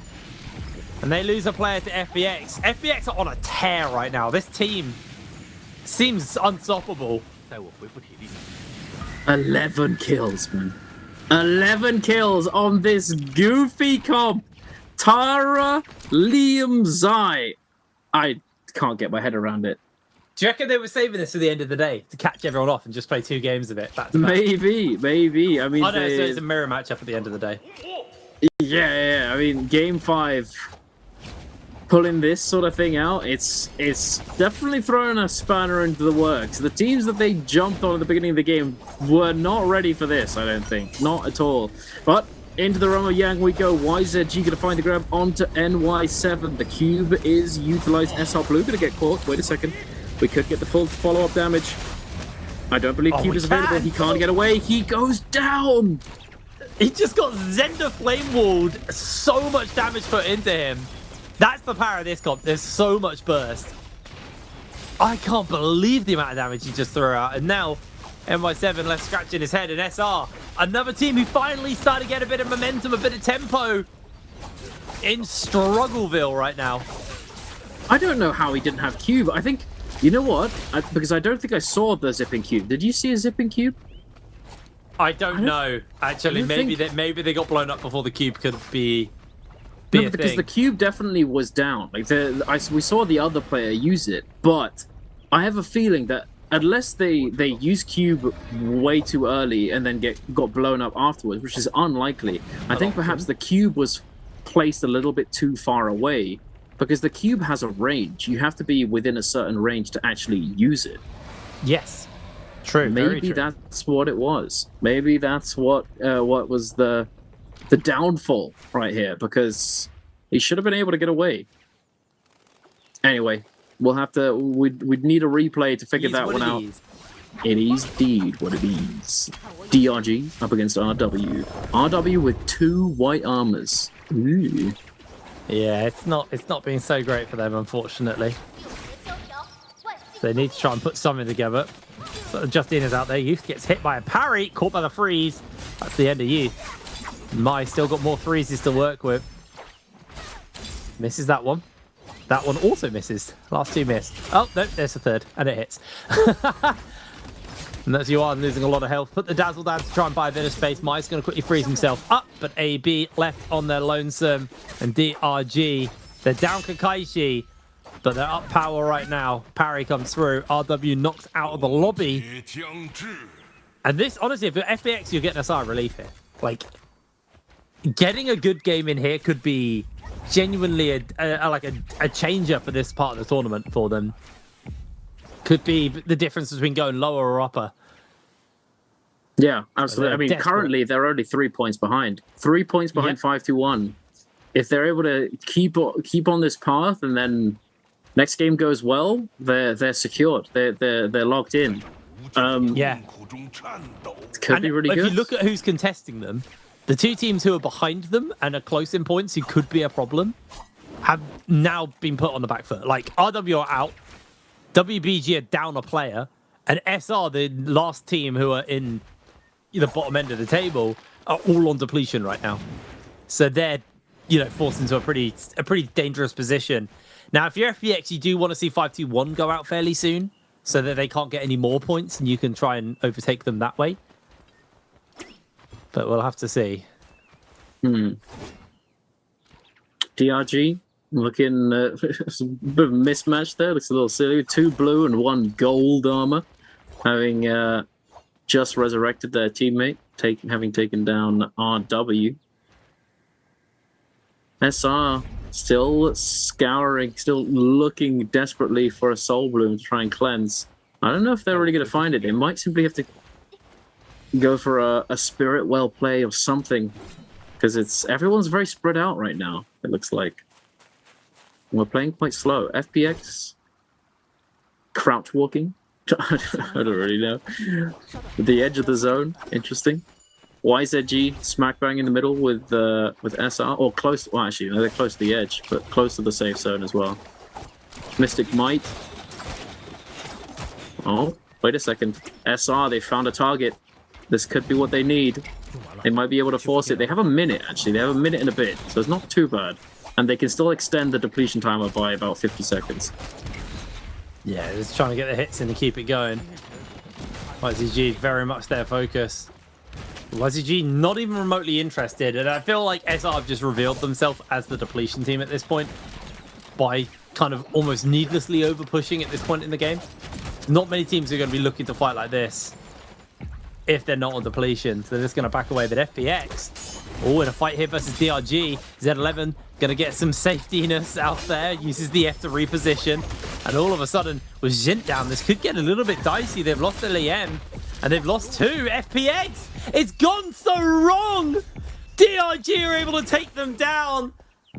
They did fantastic work with this comp, though. That's rough. Fantastic work. That's so sad. Oh my god. The no ult zone, and then the parries, nowhere to go in the zone. That is rough. That is so sad for them. But hey, I think based on their performance, it's still a good showing. This comp definitely showed up. And even though they do go down here, I think it's still a comp that some teams will look at and think, perhaps this is something we should work on, something we should spend some time figuring out and try out for ourselves. But for now, they are eliminated. And we are left with 15 players left alive in total. SR are slowly running out of time. DRG, wait a second, having just taken out FPX. MY goes extremely low, forced to dash away and disengage. Looks as though the Yang Spirit Well is getting captured by one of the teams, but I don't know which one it is. Oh, come back here. He's trying to catch. He has no weapon repairs, so he can't reload his range. Is going to catch onto Mai. Mai has to freeze themselves, tries to break away, but they're not going to get through that window nice and easy. NY7 secures that one as Kakaishi has jumped in. Oh, he got the bloom though. He's still alive. Oh, wait a second. Yo, what the switch dazzle? That's crazy. Well, NY7 has got transform and he's now. Gonna have to use it. He's gonna have to transform. There he goes. And now he's the one hunting Kakaishi. Misses the slam. Misses the next slam. I think genuinely, if he finds him once, his goose is cooked. Kakaishi's out. Oh, he's out of there. What on earth just happened? DRG went from looking really strong and really powerful in this lobby to just getting eliminated and picked apart. And SR, NY7 somehow manages to get the bloom and then survive because Kakaishi, let's be honest, there's a little bit, he just fumbles it. He does a switch dazzle mid combo, surely unintentional. I think he tried to do a 2-on-1 by weapon swapping instead of sheathing and then switch dazzle by accident. And then he gets grief by the terrain on the combo to finish it. The Enor ult comes in. Oh my goodness. What a sequence of events. Truly. A heartbreaker there. SR knocked out though. 9 points was all they were able to put together here. They might get some placement points actually, because I think they went out just after. Well, that's DRG. included, I think. I think it's included with that. Oh, it's already included? No, that's just kills. 9 kills. So yeah, 21 points is where they're at total. Yeah. It's gonna have to be a hell of a game for SR in this final game. And I'm not sure what comp we're going to be seeing. I don't know if it's going to be Hardy. It's going to be Hardy Zip. For sure. I don't think it's actually... Well, it's based on who's done the best. It's the most points earned by that comp. It's not the most popular. It's not first rotation. I thought it was still phase 1 highest pick they rate. changed it last season. Or MSC, they changed it. 1 or 2, they changed it. And now it's like the comp that does the most points across all the games. So it's like all of the comps add up in that sense. And I feel like it might be this Monk comp. I mean, the Monk comp has been doing extremely well, that's for sure. There's been lots of variance on the Monk comp, so I guess that's maybe what will work against it. 17S just takes 2 Pain's breaths. Okay. Alright, no stress, we're alive.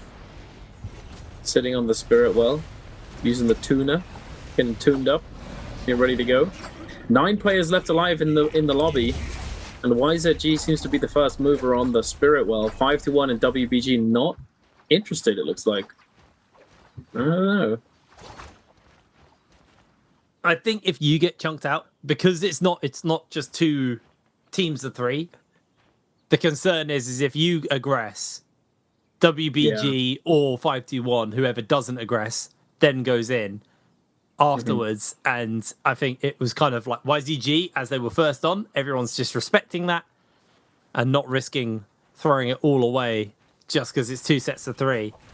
Yeah. And obviously this will put a bit of a timer on the lobby.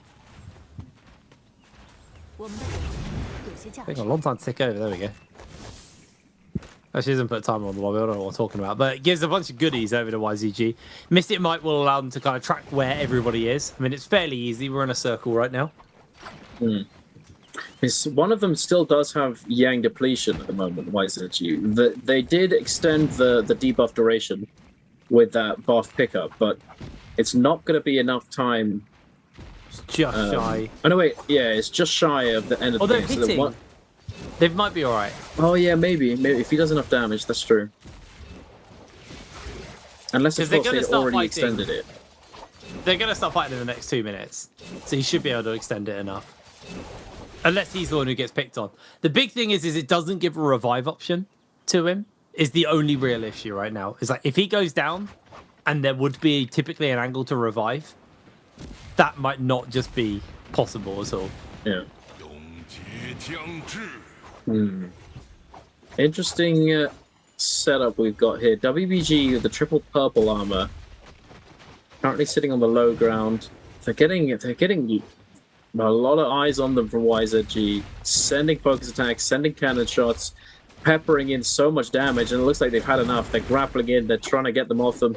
Get out of here. Leave us alone. We will fight you. We've got monks. This is going to be a monk endgame here, Brain. It is. This might be a rare sight to see.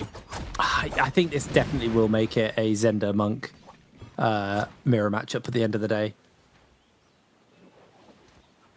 There's so much burst that is going to be available. Time's ticking down. I haven't seen a final circle like this in a while, where it's just everyone running in circles and they're just claiming their spot. Nice little slam there onto WPG, though. Yeah. I think that was a Zender F. It was, yeah.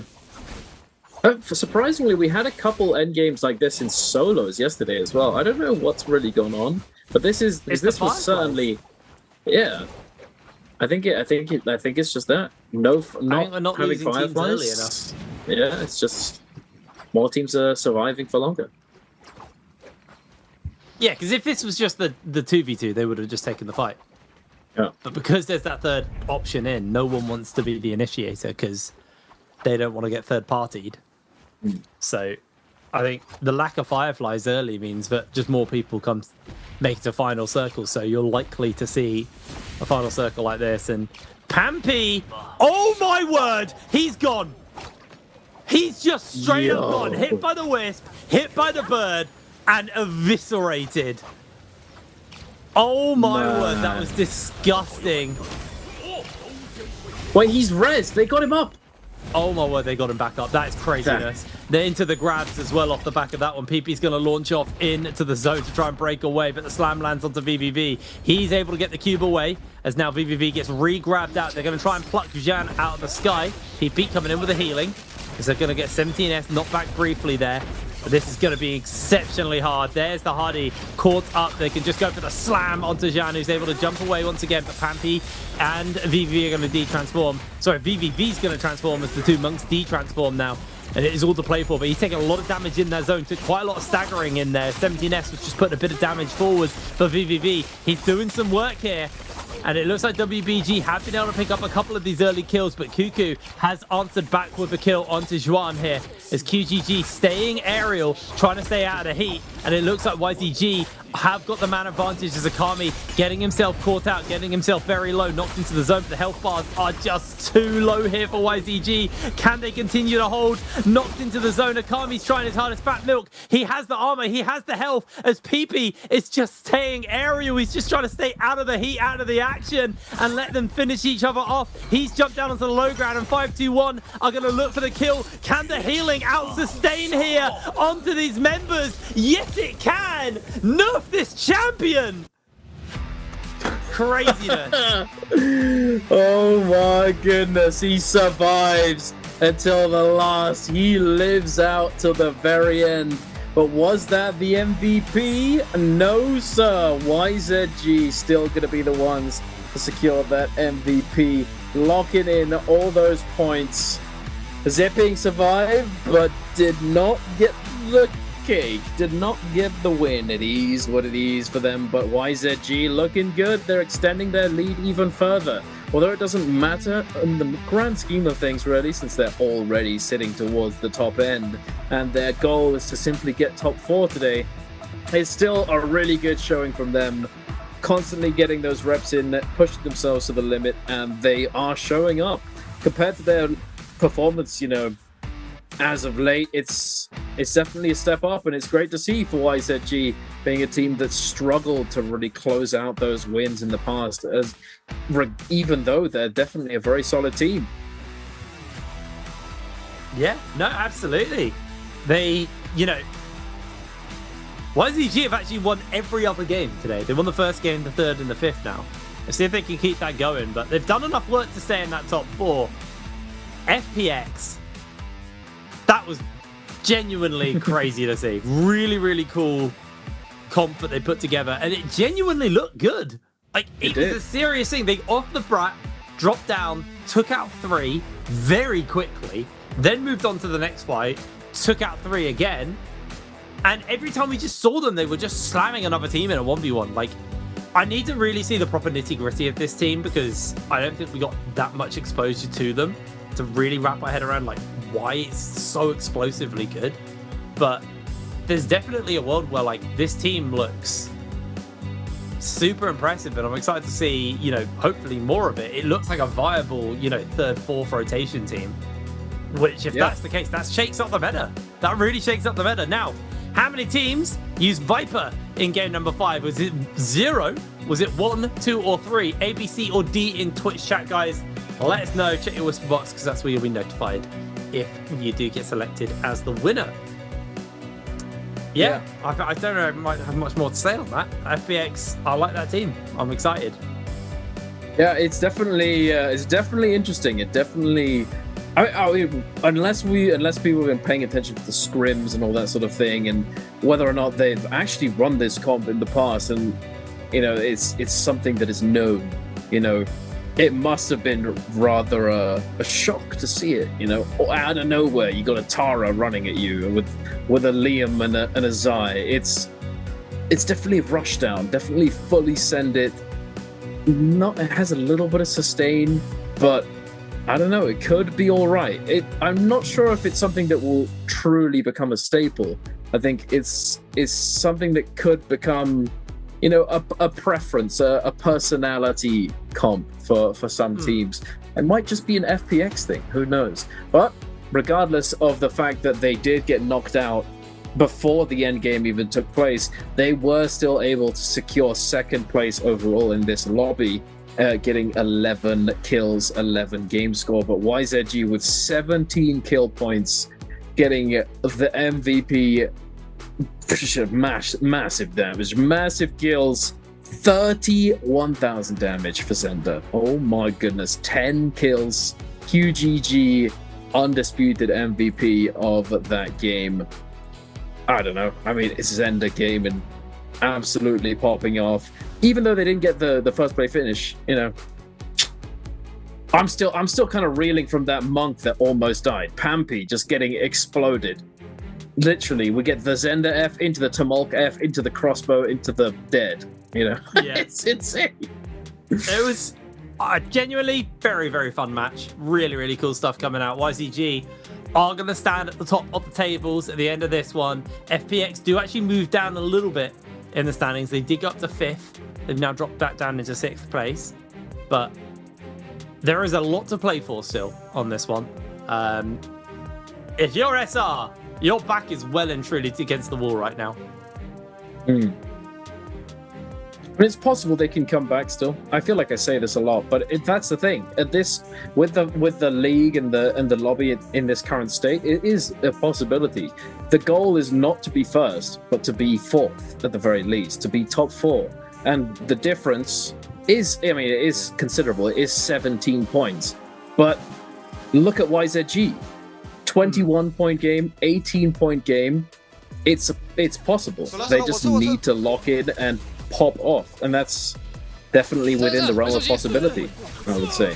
But here we are with the highlights, ladies and gentlemen, that the YZG highlights, getting that off-spawn win against was it GG? It was GG off the rip, I think.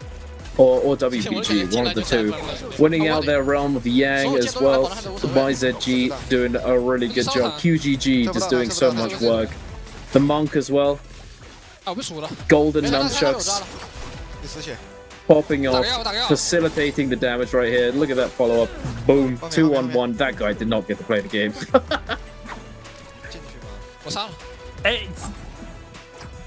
I'm just very impressed by these guys today. I mean, they've had this consistency for a long, long time, and they're just keeping it going. Like, where SR has been genuinely the best team in the league for well, maybe arguably in the world for a while, today has not been their day. YZG, this is their day. These guys have been chasing that glory for such a long time, and they've really barely fumbled. Even in their losses, they've not done that bad. So very impressive stuff. It's going to be the Zender MVP to round it out here for them. And this is the last match before the mirror matchup. 30,000 damage. Flying knives. 10,000 damage with flying knives. 10,000 damage with skills and ultimates. They didn't even have a Soul Jade for the flying knives. Who needs a Soul Jade? You got flying knives. Plus, they do have Juggernaut, and I'm sure that he had that fully stacked up with another attack Jade as well. That's what? That's 20% increase. Wait, no, it's more.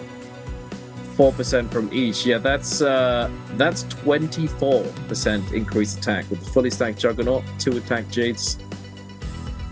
Big damage coming out from the Zender. Zender already doing big damage. With Juggernaut as well, it's pretty hard to stand up to that one, especially with gold weapon scaling, everything. This comp is already really, really good, and I'm not sure if it's something that is going to have its power reduced moving forwards, because realistically, it could be nerfed, but it's still not being phase 1 picked, which is strange. Regardless of that, before our final game of the day, ladies and gentlemen, we're going to be thrown over to a quick break, and we'll be back right after this. People always ask me the same thing. How does someone who stood at the very top end up picking a rookie like me? Hey, relax. I didn't bring you here to fill a seat. You're a pro too, remember? Ladies and gentlemen, the god himself, Yi Shu, returns to the final stage with his rookie, Alian. Standing in their way is this season's undefeated champion squad. Will the legend rise again, or will the Kings hold their crown? Let's find out. The match starts now.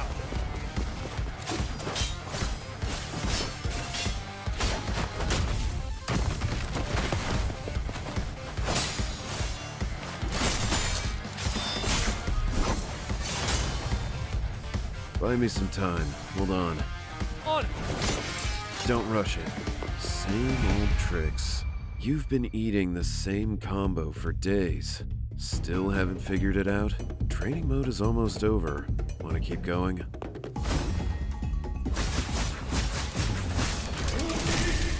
Good opener. Don't just memorize combos. Your opponent is not a training dummy. Oh, hold on. Let me reply to this message. Can't even stay retired, huh? What? You want to go through all that again? Just keeping the kid company. Taking it easy. Out of everyone you picked, N? Yeah, like what I saw. Yoshi, come on. This kid has more holes in his game than I can count. You really want to run with him? What's the rush? This game is not as simple as you think. Leon is down. Yeshu is on his own. Hey, can you hold? Yeah. Nice break. Yeshu squad looks like they're in real trouble here. Luck is not on their side today. What if I make that mistake in the finals? What if my bad call costs us the championship? Would you regret picking me? This was never a one-man game. Regret won't undo what already happened. Instead of getting stuck on a mistake, figure out what you'll do next time. Chances don't wait. So stay in the moment. Focus on right now. Right now. There's an opening! Lord Grimm with the Kaleidoscope Parasol! And Alion fires back with Metal Fusion! Akos is down! Wait, Viper Ning! The final blow connects! Alion's HP hits... I'm sorry. We almost had a perfect ending. Whether our ending is perfect or not, that's for us to decide. Can I really? Don't worry. This was never a one-man game.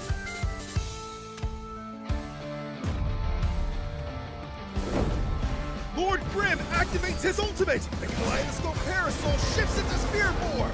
Dragon soars the heavens! He dodged it! Every dash spent, and he dodged it! That angle was impossible! There was nowhere to go! And Lord Grimm's ultimate missed! No, wait! It's the Rising Dragon! It's over! Your champions, NRK! Retired legend suits up one more time and proves he never lost it. I could play this game for another 10 years and never get tired of it. Never count out the old dog and never underestimate the fire in a young heart. Maybe someday, the sound of my fingers on the keyboard will echo loud enough.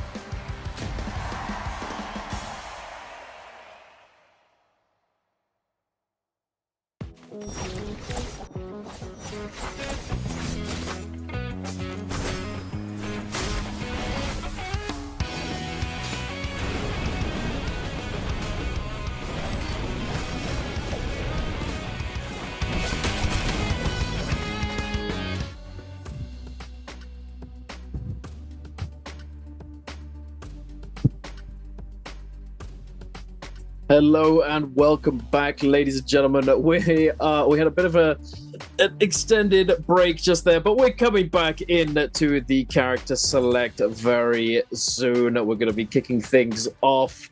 We've got all the teams getting ready to go into our final game. And of course, I say character select, but we already know that it's going to be a mirror match moving forwards as the final game of each series, be it solos or trios, with the current format set up for NBPL, is a mirror match. Now, Hipram was saying earlier that it is to do with the team that does, or that managed to get the highest number of points throughout the series, or at least the team composition, but it is. But we will be seeing whether or not that's the case, because I don't know. It seems as though there is I think there's a difference between solos and trios as well. But yeah, we will be seeing shortly which team composition it is going to be for this final game of the day. Sorry, I've returned. A big disaster has just happened outside my house. Luckily, no one's hurt. But there was a big car crash, and the car just genuinely exploded in front of me. So no one's hurt. Everyone's out. First of all, just want to say that. There's a chance I disappear because it crashed into the telephone pole, which means, and that is currently on fire. So there's a world my internet just cuts out and I disappear. So I'm sorry, Duncan, if you end up doing this solo. That's all good. Let's hope for the best. What did I miss? Not much. We with the break was a bit delayed, but other than that, yeah, we waited as long as we could, and now we're just waiting for the game to kick off. Apologies to everyone for holding you up. Well, I suppose we're not even in game yet, so we haven't missed anything. Yeah, we're all good. Plus, it's these kind of things happen sometimes. Sometimes cars crash into telephone poles.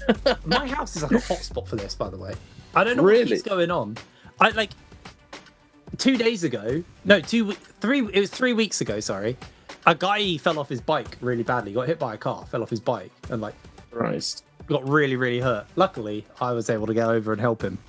But it's whenever I hear noises, I have to go check now because there's always some drama going on. There could be something happening. I live in a quiet village. I don't know what's happening. It's everything's just gone right. And yeah, you were right. It is indeed the Monk Cob.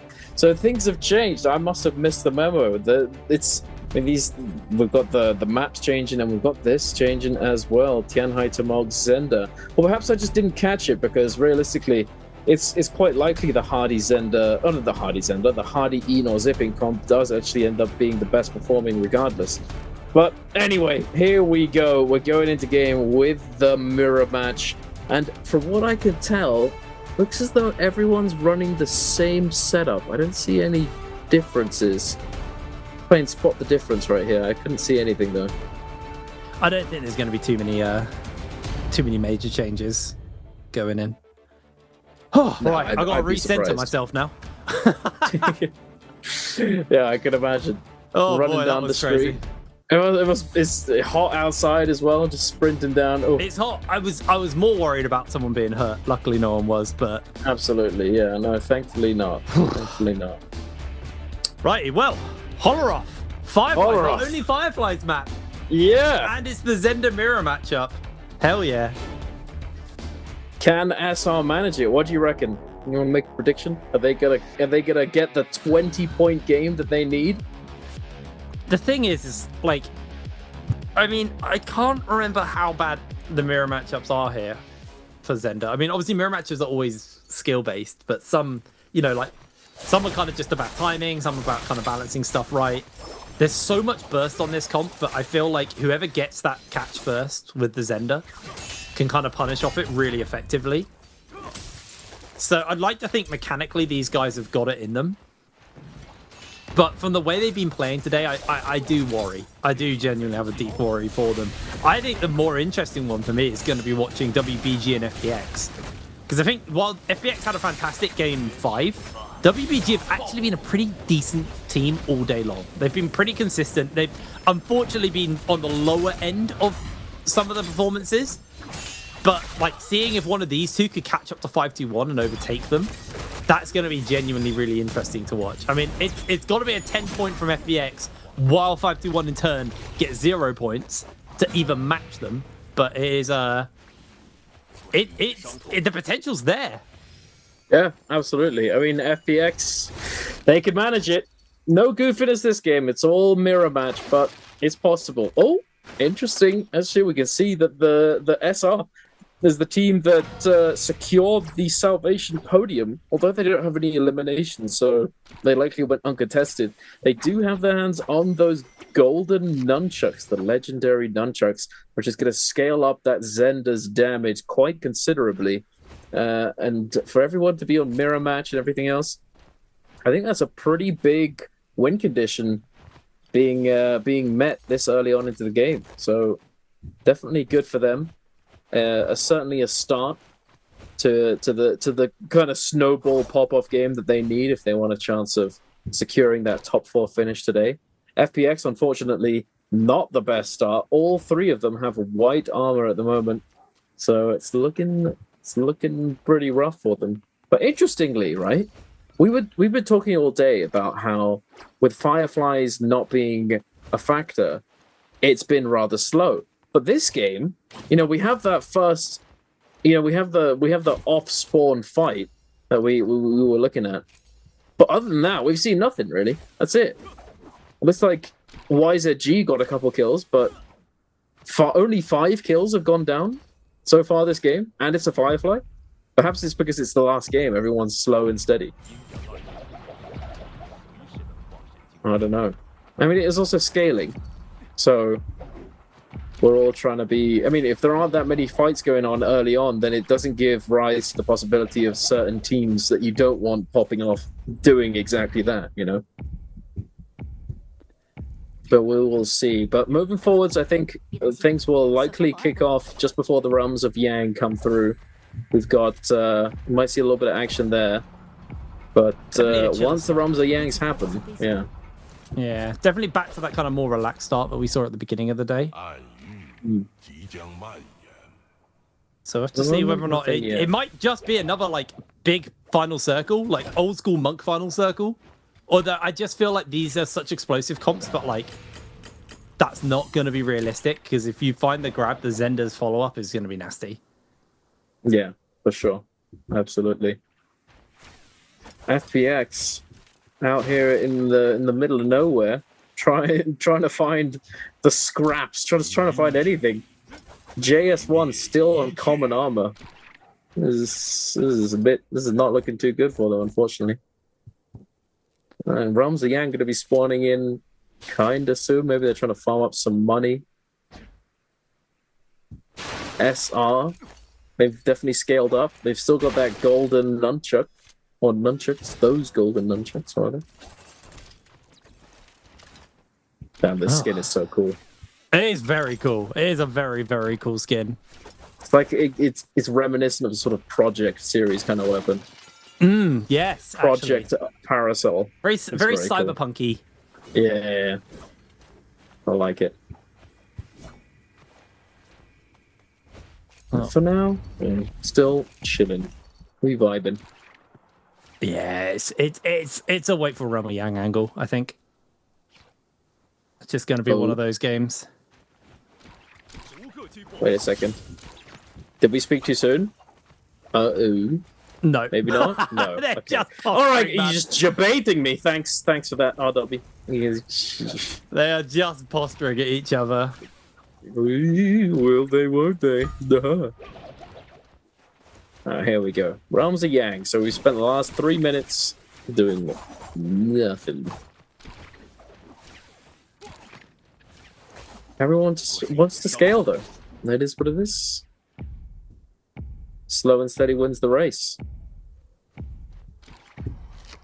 It really is just a slow... I don't think we've actually had a start this slow all day. We've had slow starts, but this is another level. Yeah, genuinely.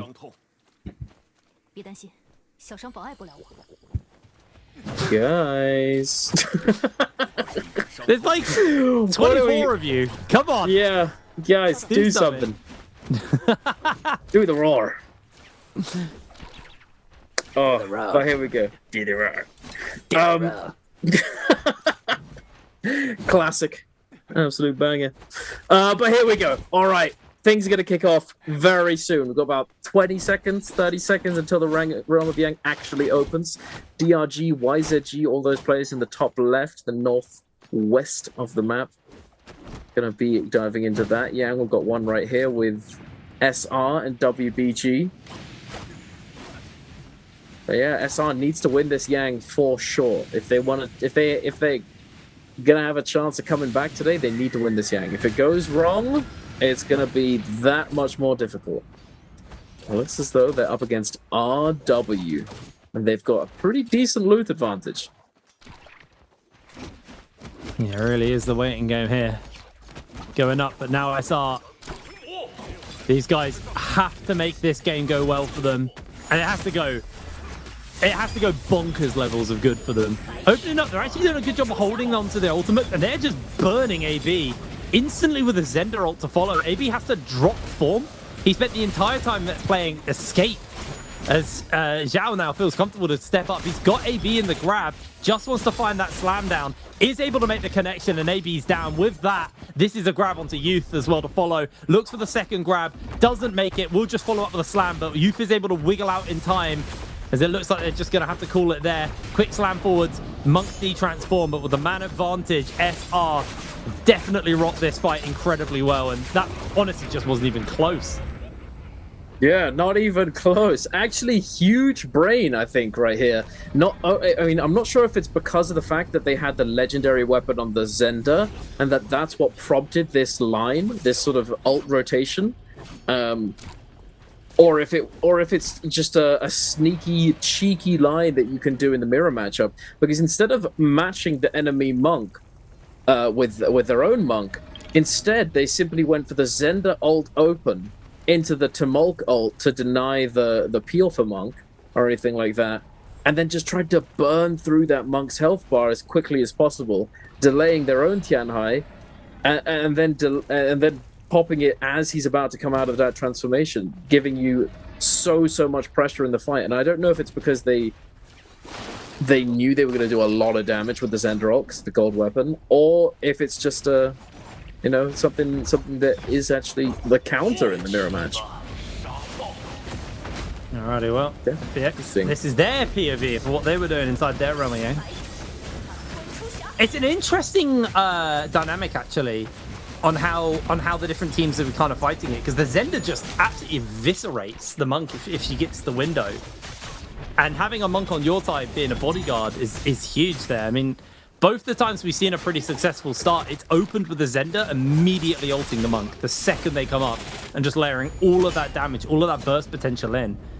It's a very interesting dynamics of a mirror matchup for these two. Yeah, absolutely. And it's definitely something to think about. BVV gets the clank. Unfortunately, not gonna survive FPX. There you have it. That's how they managed to win their run with Yang. And now onto the outside. This is very contrasting to what was going on earlier. It is full pedal to the metal action right now. Pampy throwing hands. He's got the red buff. He's just going in, smacking these players. I guess the double grab into the kablam. Monk immediately ults coming out of the slam. Is going to survive. Unfortunately, not going to be able to confirm those kills, but they did do quite a lot with it regardless. Kugutu going to be able to get the elimination onto Pampy, cleansing that Yang depletion, and now 17S, the only remaining member with that debuff on him. Will he be able to get this grab slam? No, he will not.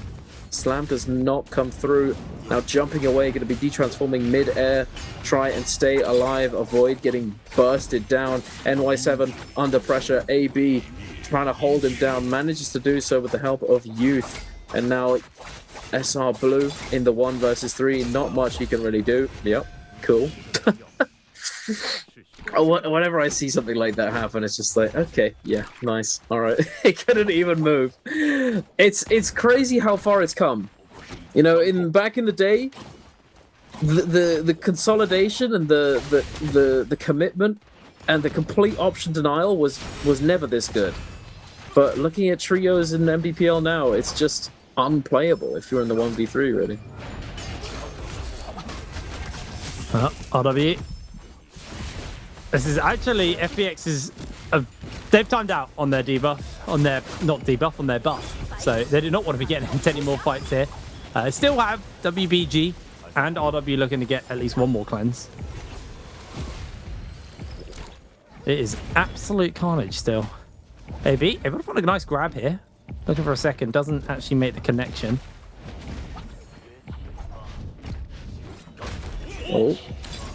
Oh, enemy monk ult. Probably gonna have to get out of here. Don't really have the health to look to monk box this one out, unfortunately. But he jukes him. He overjumps. Oh. Get out of here.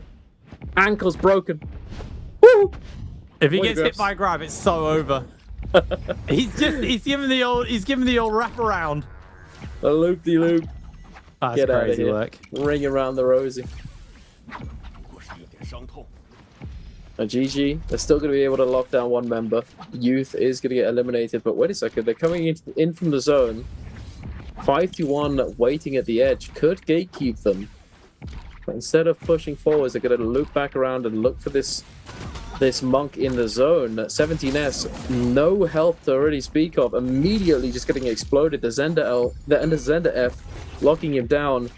And SR, wait a second, we're going to get the res? No way. We get the res onto the tumult. Somehow, SR are still in this.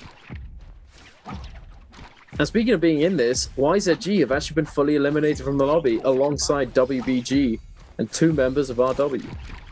What's crazy is, like, this game started slow, but it feels like the tempo is now starting to accelerate into pretty scary territory. SR desperately trying to get away, being hunted down. They've been forced back into the zone, but they're being gatekeeped on multiple fronts here. GG are not going to let him in for free.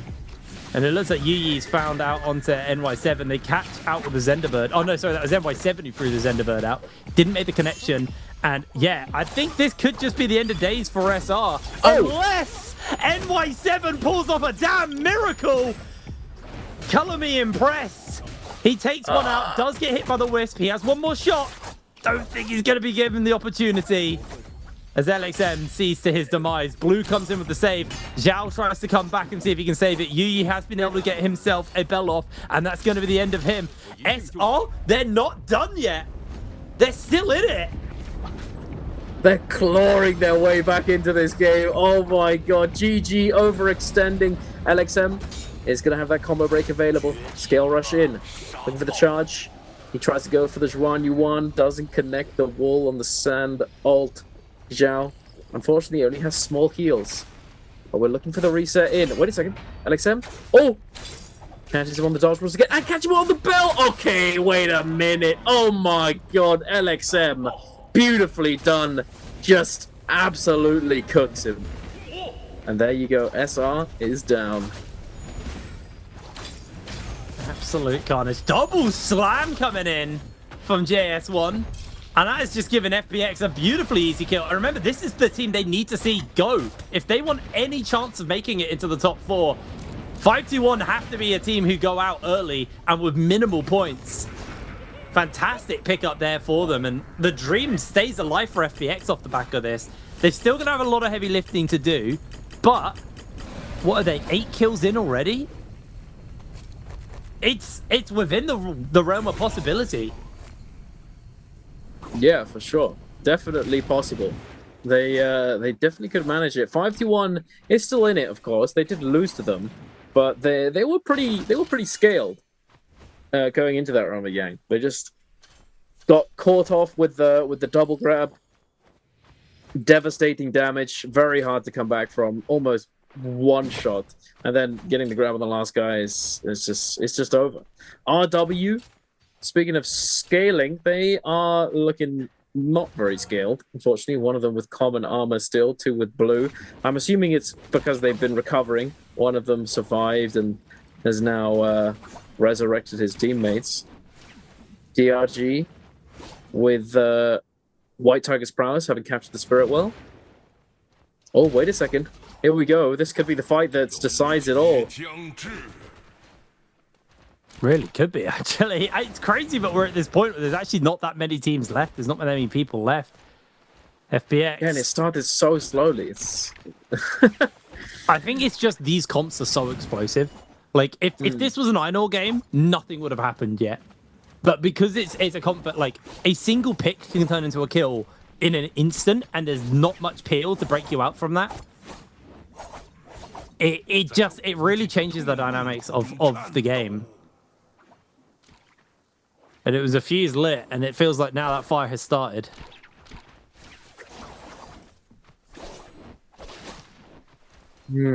Interesting that 5T1 didn't take this fight, though. I mean, makes sense in the sense that you don't really want to fight a team with their buff active when theoretically you could just wait until it expires and then try and fight them. But still, with them being in a rather isolated area, they could bank on the idea that they're not really going to run the risk of getting third-partied if they choose to take that 3v3. But it doesn't look like they want to do it. They're going to be waiting a little bit longer. There is a bounty on Pampy's head at the moment. But yeah, 13 players 2 minutes alive. of depletion. Oh, it's feeling rough here. I mean, they've done 5 kills. So actually, because they've surpassed DRG right now, DRG are now the ones in the line of sight of FPX. But FPX still have a lot of work to do. They've realistically got to first place this, and they've got to get a whole bunch of kills. But they've set themselves up nicely. 8 kills to start off with. They're pretty scaled. They've been playing this comp very well. They just seem to be... FPX seem to be a team who are very good at playing, like, hyper-aggressive comps. Like, things that just explode. Which is ironic, considering a card just exploded outside my house. But they are very, very explosive with their actions. So, looks like 521 have found RW, and they're just going to try and build up... They're going to try and build up a little bit of timer addition, or additional to their timer. I think they might even go for this fully, though, considering how underscaled RW is. Yeah, true. I mean, Yan on grey armor is not great. No, it is not great at all. I think he might become the sacrificial lamb right now, no? Okay, wait, we're fighting back. AB's, get out of here. Leave my friend alone. I don't know why we're not just sending this. Just go for it, no? I feel like 5T1's big fear here is they send it, someone sees the kind of like the fight going on and then just takes them out. Or steals the kills and the soul balloons, which is even worse in a way. Because then you don't at least even get the points for it. But, I mean, it kind of is getting to the now or never timer where they have to pull that trigger soon. As FPX are quite happy just to not really get too involved. 521 are nearby. And a realistic target for them. Yeah, I think now they're pulling the trigger. They realize that the other team is sitting on the spirit well, meaning that team is for sure going to be there, and that the other team is, you know, they can maybe deal with that. So they're just pulling the trigger on this one, fully sending it. All the ults in the world. The FPS is tanking right now. Yuan is definitely going to be going down momentarily. I reckon he's 1 HP. He's got. Oh, wait a second, no. Oh, no ult zone. Wait a minute. Okay, he's still alive, but. Okay, white armor swap, common armor, but we've got fire damage ticking away. There you go. He does go down in the end. Youth and Yuan both going to get eliminated, and the jump LMB to finish it off. Pampy, but FPX though, they just cleanse Yang depletion and they get it reapplied immediately. And FPX coming in to ruin their day. It's funny because 521 kind of set themselves up to a position where, like, they might have saved the game by getting those kills because that put them up to 6 eliminations. And then FPX immediately rock up, take them out. And DRG are realistically the people who have to go out next. It's a lot of points that FPX still need. And DRG, the longer they survive, the more points FPX have to do just due to placement. So this is genuinely a very exciting end to this game and a very exciting story to kind of round it all out with. Oh, that's not fair. He got hit by 2 meteors. I mean, you get some rage back. There's a marker on the ground, my guy. It's all right. It's all right. He's alive. He's alive. But yeah, you're right. DRG currently in the hot seat because FPX, if they take them out, DRG's going to be bottom 4. GG and 521 do both have 1 member still left alive, but they are on depletion currently, so I don't know how long they'll be surviving for if they're able to cleanse. DRG have to win this lobby. I think that's their only hope. If they can kill 2, that puts them to 45, and then if FPX kill all 3 of them, that puts them to 41 plus placement points, which is 4. So 45 tie. I think they have to kill 2 to force a tiebreaker. Oh. Okay, that's just made it harder.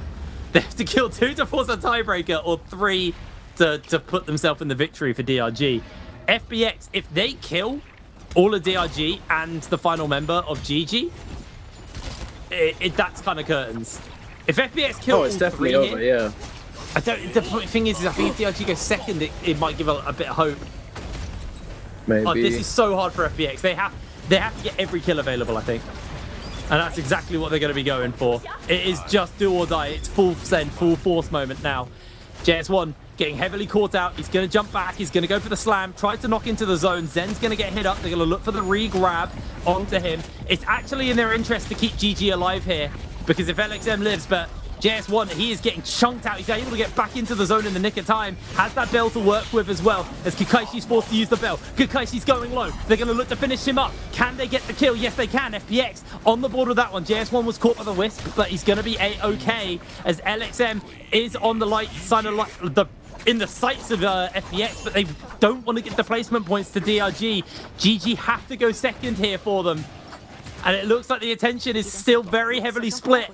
Mai trying to break away. LXM, he's actually doing some work here to the DRG members. He's trying to deny some points himself. He's got them low, as FBX are going to jump in, but they've actually focused onto LXM, which is the mistake. LXM's going to bail away. He's hopefully turned the attention away. And with that, Mai getting focused now by the members of FPX. Looking to finish him up. They got him pinned against the wall. Zen, very low. That's going to be the Sandstorm available. They're going to throw it down and not give the opportunity to escape, as FPX's JS1 has gone for a transform. Mai tries to escape. Both of them get inside the building and away, but it's LXM who's being caught. That might actually be the difference maker here for them. As LXM goes down, FPX secure the kill. They catch here onto Zen, or they tried to catch onto Zen. They actually missed the catch. This is going to be so close. DRG, they've only got 2 members left alive, but JS1 is 1 HP. He's very, very low. He might go down here if they're able to catch up to him, but FPX, they're doing a great job of peeling for their teammates. Wait a second. The Assassin's Lunge out of the sap. Big damage. Zen popping the ultimate. I don't know if it's going to be enough, though. It's looking pretty chopped. Chip damage coming in. He could siphon a little bit with the left click, a little bit. FPX Z11 takes down MY, and now it's just a 3 versus 1. It is over, Hipbrain. FPX have done it. But the placement points are going to get added in. No, they didn't give the kill. They still did it. They got it. They overtake. We saw the move on the scoreboard. Yeah. I think it's enough. I think it. So there's a couple of factors they used to base it on. They took over there. FBX just eked out a qualification. The reason being that they just eked out that qualification comes down to, I think it's damage dealt on the day or amount of MVPs. I think it goes MVPs then damage. I think it's because DRG never got an MVP overall first. No, they both tied to 44 and then they went up. I don't know. We'll have to have a look. There might be some retroactive points being added, which I'm not accounting for. But I think the placement points, because the first place placement doesn't, like the placement points don't actually get added. Oh, they've not been added. It's actually, they weren't added. So I think it's definitely that's an extra 4 points right there, because they were both getting an extra couple for being second place equal essentially. But then the next couple of points get added on top of that at the end, and then it's just they overtake them flat out. I don't think they're both on 44. I think FPX actually got to 46 or something. But we'll see. Regardless, though, they do secure the MVP. FPX, the dream was alive, and they managed to make it a reality, coming out with the MVP. Massive. 10 cents to the show. Yeah, absolutely. 5-1 as well. They were in that position. They were in fourth place, but they managed to ladder up, secure their second place overall, I think it was in the end. Yeah. And make sure that they're not even in danger of being overtaken by the very end of it all. Well, that was a miracle run by FPX, and it started on the back of a Tara pick. That's the craziest thing about that. Like, this wasn't doable without that Game 5 being as good as it was. That Tara pick was amazing. And I think the big thing as well is what I've really learned from watching these games and FPX plays. They're just good when aggression is key. I think the reason some teams do really struggle right now, I'm looking at like the kind of like the Wolves era and stuff, is like they're not used to metas where it's a bit more stall heavy. Like this Hardy Einor comp is very, very stall heavy. I mean, honestly, it's weird to see that Monk is the aggressive comp on the patch because it's normally one of the stall teams. But like the lack of healer and just full burst damage and catch potential is crazy. I mean, you got technically kind of triple grabs where you got the Hawk, you've got Monk, and you've also got the Wisps to work with. You have so many ways to kind of target an individual, explode them, and then move on to the next. And that's obviously what seems to suit FPX. They like it when the meta is a bit more aggressive. They like it to be in favor of a high tempo meta. And I felt like with the Fireflies being removed, we might see a little bit less on that kind of tempo. And I think it definitely slows down the early game. But the mid game into late game is very explosive. Very explosive. Yeah, for sure. After that first run on the Yang, everyone just... It's go time, boys. It's go time. We've scaled up. We've done what we wanted. And now it's time to just send it. I mean, they're forced to as well, you know, with the Yang depletion. Teams are going to force them into fights perhaps they don't want to take. But you can play around the desperation of them having to get the kills, having to get the soul blooms. And then, of course, you've got all those teams with red buff who are more than happy to take fights as long as they, you know, either go down with their buff still active or fully disengage by the time it's expiring. So, yeah, it's just the mosh pit situation. Instead of Yang depletion situation, let's just call it the full send it situation, because that's what it seems to be like.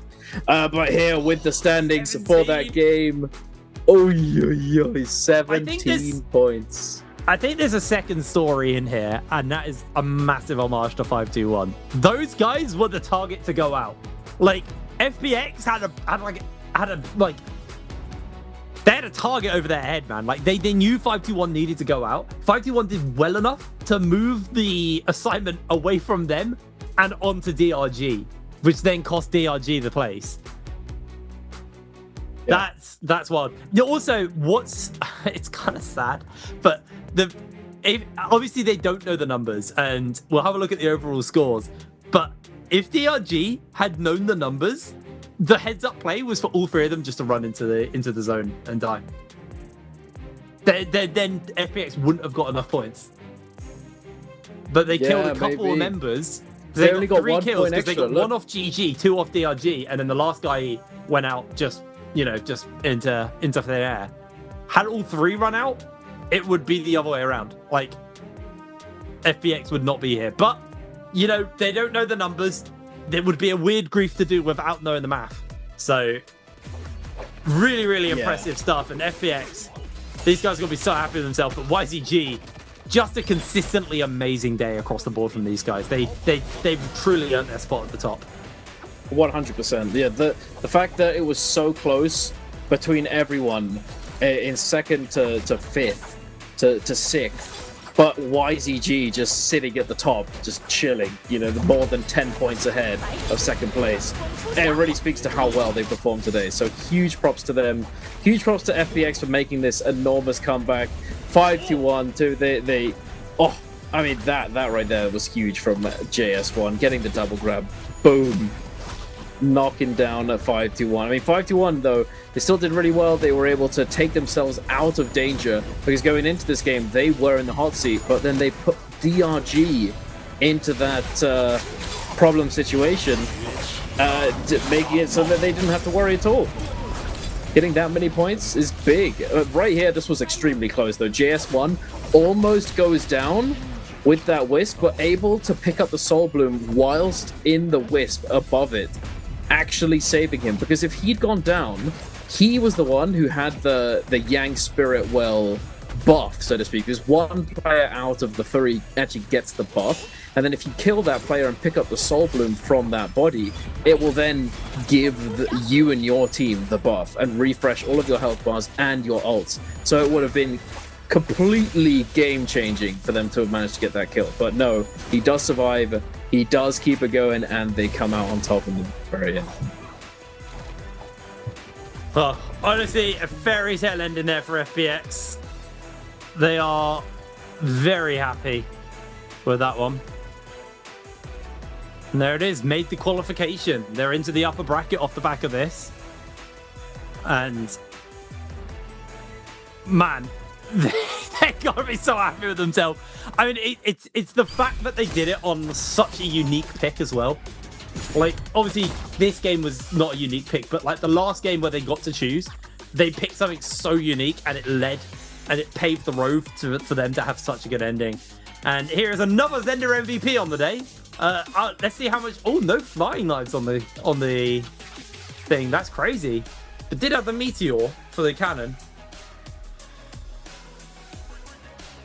But yeah, still skills and ultimates being the main damage dealer. It's pretty standard at this point. Zender just doing so much damage with her ult. I don't know if this is going to prompt some kind of adjustment to her, because they've already nerfed her. That's the crazy part. They nerfed her damage not that long ago, and she's still pumping out these kind of numbers. Imagine if everybody caught on to how good Zender was before. Imagine. And they take a while. Sometimes I do genuinely think some of the teams take a while to kind of wrap their head around it. Anyway, did I just hit interview in my ear? Is that what I just heard? Indeed. Yes, I did. Let's throw it over to the interview then. See you in a moment. Ladies and gentlemen, welcome to Post-Game Interview. This is Jaeger, and now I'm standing here with our player. Let me say hello to our audience. 来，先跟我们的观众朋友们打招呼吧。Hello。给大家说一下自己的名字和 ID 好不好？我姓名叫王家旭 ，ID 叫真一。来自 FunPlus 朱雀，再次欢迎来到我们的赛后采访。Welcome to Post Game Interview. And we know, like this new season, your team just like you cooperate with like two new teammates together, and it's the first time for you guys in the show in our new season. So I'd like to know, so how you comment on your teammate, and what about like introduce them for us, please. 那这边想先问一下，毕竟也是我们这个 FunPlus 朱雀，其实可以算是这个班子的一个首秀嘛。特别想知道真一对于今天打完之后整体的一个评价如何，能不能给我们来介绍一下你的两位新队友，你们是怎么认识的呀？然后怎么就是让他们来到了我们的 NBPL 呢？两个新队友就是以前一起打双排的就认识了，然后就是一起来到 NBPL 是因为。有一个叫泽恩的选手叫我们来打，但是最后他把我们抛弃了。所以原来4个人是好朋友，约好了一起来打 NBPL， 然后泽恩去了 DRG， 留下了你们FunPlus 朱雀是吗？是这么一个故事。Okay. So to be honest, like we are befriend like in NARAKA playing game together like 2 or 3 years already. And why we just join into the NBPL together is because the Zen from the team DRG, he invite us together to join in the NBPL, and we want to be in the same team together. And after that, he just like give up us and go to the DRG, join in the DRG, and after that, like we three, we are just being in the FPX, and that's why now we are the teammate. 哇，那这个讲完之后，好像就有点理解为什么最后一把时候你们猛猛盯着 DRG 杀，这个是有爱恨情仇在里面啊，也是开了个小玩笑。来，我们来看看我们接下来有奖问答是什么。Okay, let's move on to next part. Answer for treasure. Okay, so now we can see the question is, how many kills did Team FPX ZQ get in the Game 6? 这道题目呢是刚才这把比赛当中，我们的 FunPlus 朱雀到底拿下了多少个击败？其实我特别想问一下，今天对于整场比赛 ，So I would like to know about today's matches before you guys came to the set. Do you like think you can like qualify for the winner bracket, and like how you guys just adjust because you know from the 1 to Game 3 you guys really have a good status. 那我特别想知道一下，就是在来赛场之前有没有想过，今天其实可以直接一个新人的姿态，就是新的队伍的姿态进入到我们的这个胜者组，以及你们在前3把其实比较不利的情况底下是怎么去调整这个状态呢？其实没有想过会掉入败者组吧，因为之前训练赛打得也挺好的，对自己的队友很有自信，很有信心。然后第3把打完之后，反正都已经到那个地步了，就破釜沉舟了。也是努力把自己最大的实力给发挥出来。So personally speaking, before today's matches, we never think about that we will go to the lower bucket because we are really confident. And in the training time, we really have high score. So we just thought we can qualify for the winner bucket because we are really confident. And after like the game 3, we just because we think we don't have good status today, so maybe just give up all the like pressure on us, just like to try our best. And finally, we just qualify for the winner bucket. It's a really happy day. 也是再次恭喜你们进入到我们的胜者组。那接下来呢，我们要给我们的观众朋友们发出我们的福利了。接下来就让我们一起倒计时，好不好 ？Okay, I think our players prepare and let's counting down the number. 我们用英文说3、2、3、2、1。OK， 准备好你就可以开始了。3、2、1。Screenshot. Okay, let's find out the correct answer. 也有请真一给我们公布一下这个正确答案到底是哪个。正确答案是 B. Yes, the correct answer is B. And congratulations, our lucky guy.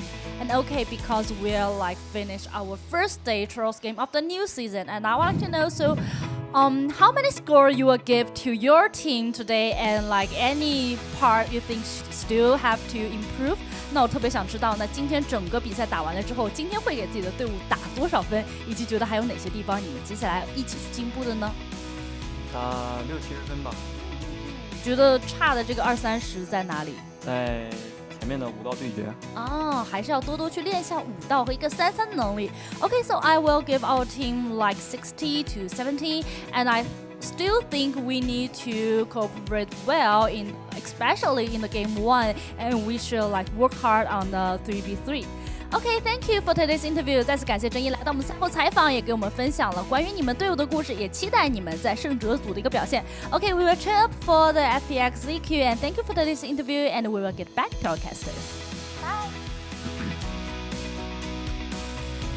Hello, everybody, and welcome back. We're getting ready to break down the day. I mean, there's a lot to talk about, really. I think obviously YZG had an amazing day. The FPX miracle run at the end, how insanely broken Zenda is, how interestingly cool this Tara comp could maybe be, whether it's just a bizarre pocket pick, and genuinely most important, V1 Valda. V1 Valda got played. That's honestly, that's the biggest takeaway of the day. Only the one time, unfortunately. Same thing with Ye Shu.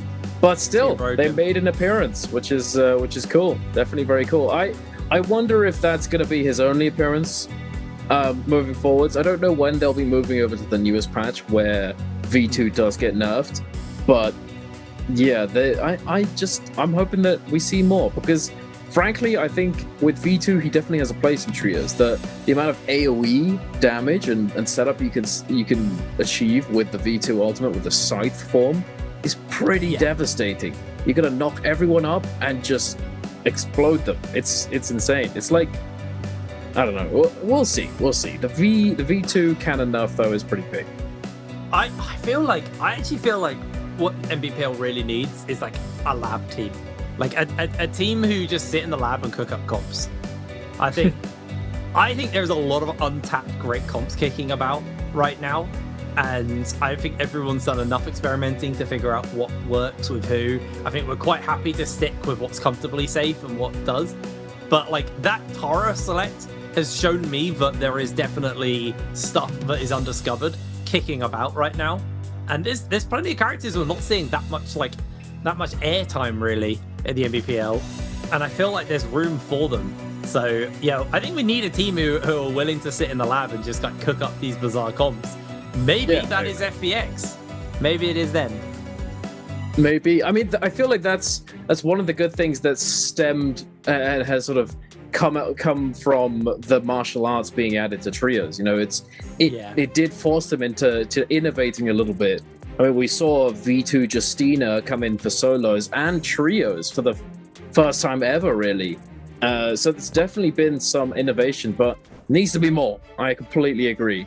But those were our final scorings for the day, and here are our teams that are going to be moving forwards. YZG521GG FPX into the upper bracket. They will be playing on the 23rd, and then DRG, WBG, RW, and SR will be in the losers bracket lobby, playing the bottom 4 from Group B, which has not been played yet. We'll be playing in 2 days. Top 4 that move to the upper bracket, bottom 4 that move to the lower bracket will be decided. That is definitely a pretty spicy lobby. I mean, both lobbies are pretty stacked, I would say. Yeah. In solos, it was a little bit heavier on one lobby. I think one lobby was a little bit stronger than the other, but this looks pretty even, I will say. I'm gonna be honest as well. If you're SR and you're an SR fan, that doesn't look like, even with the 3 other teams in that group, I don't think that's a safe escape. If they get through, they'll get those extra games. They'll probably feel a little bit more warmed up by the finals if they can make it. But they've got a hard road ahead of them. This is tomorrow's schedule for you guys. Exactly the same, except there'll only be one of each person on each team playing.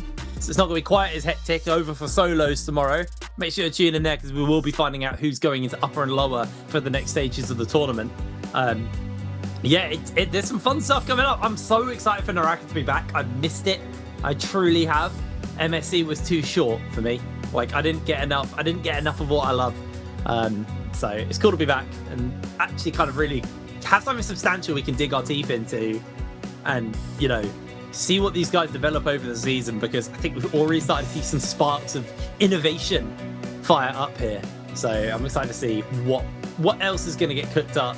I need to go play some Tara games now, though. That has told me all I need to do is go play some Tara games and wrap my head around her and see exactly how this comp works.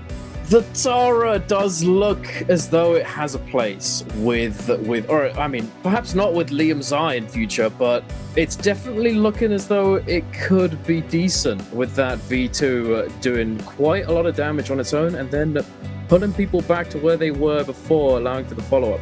But we will see if it continues to be picked up. But for now, unfortunately, ladies and gentlemen, that is going to be all from us here today. I'm Donkey Durs. I've been joined by HitBrain. It's been an absolute banger day, banger series. Hope you all had a great time, and we'll see you all in the next time.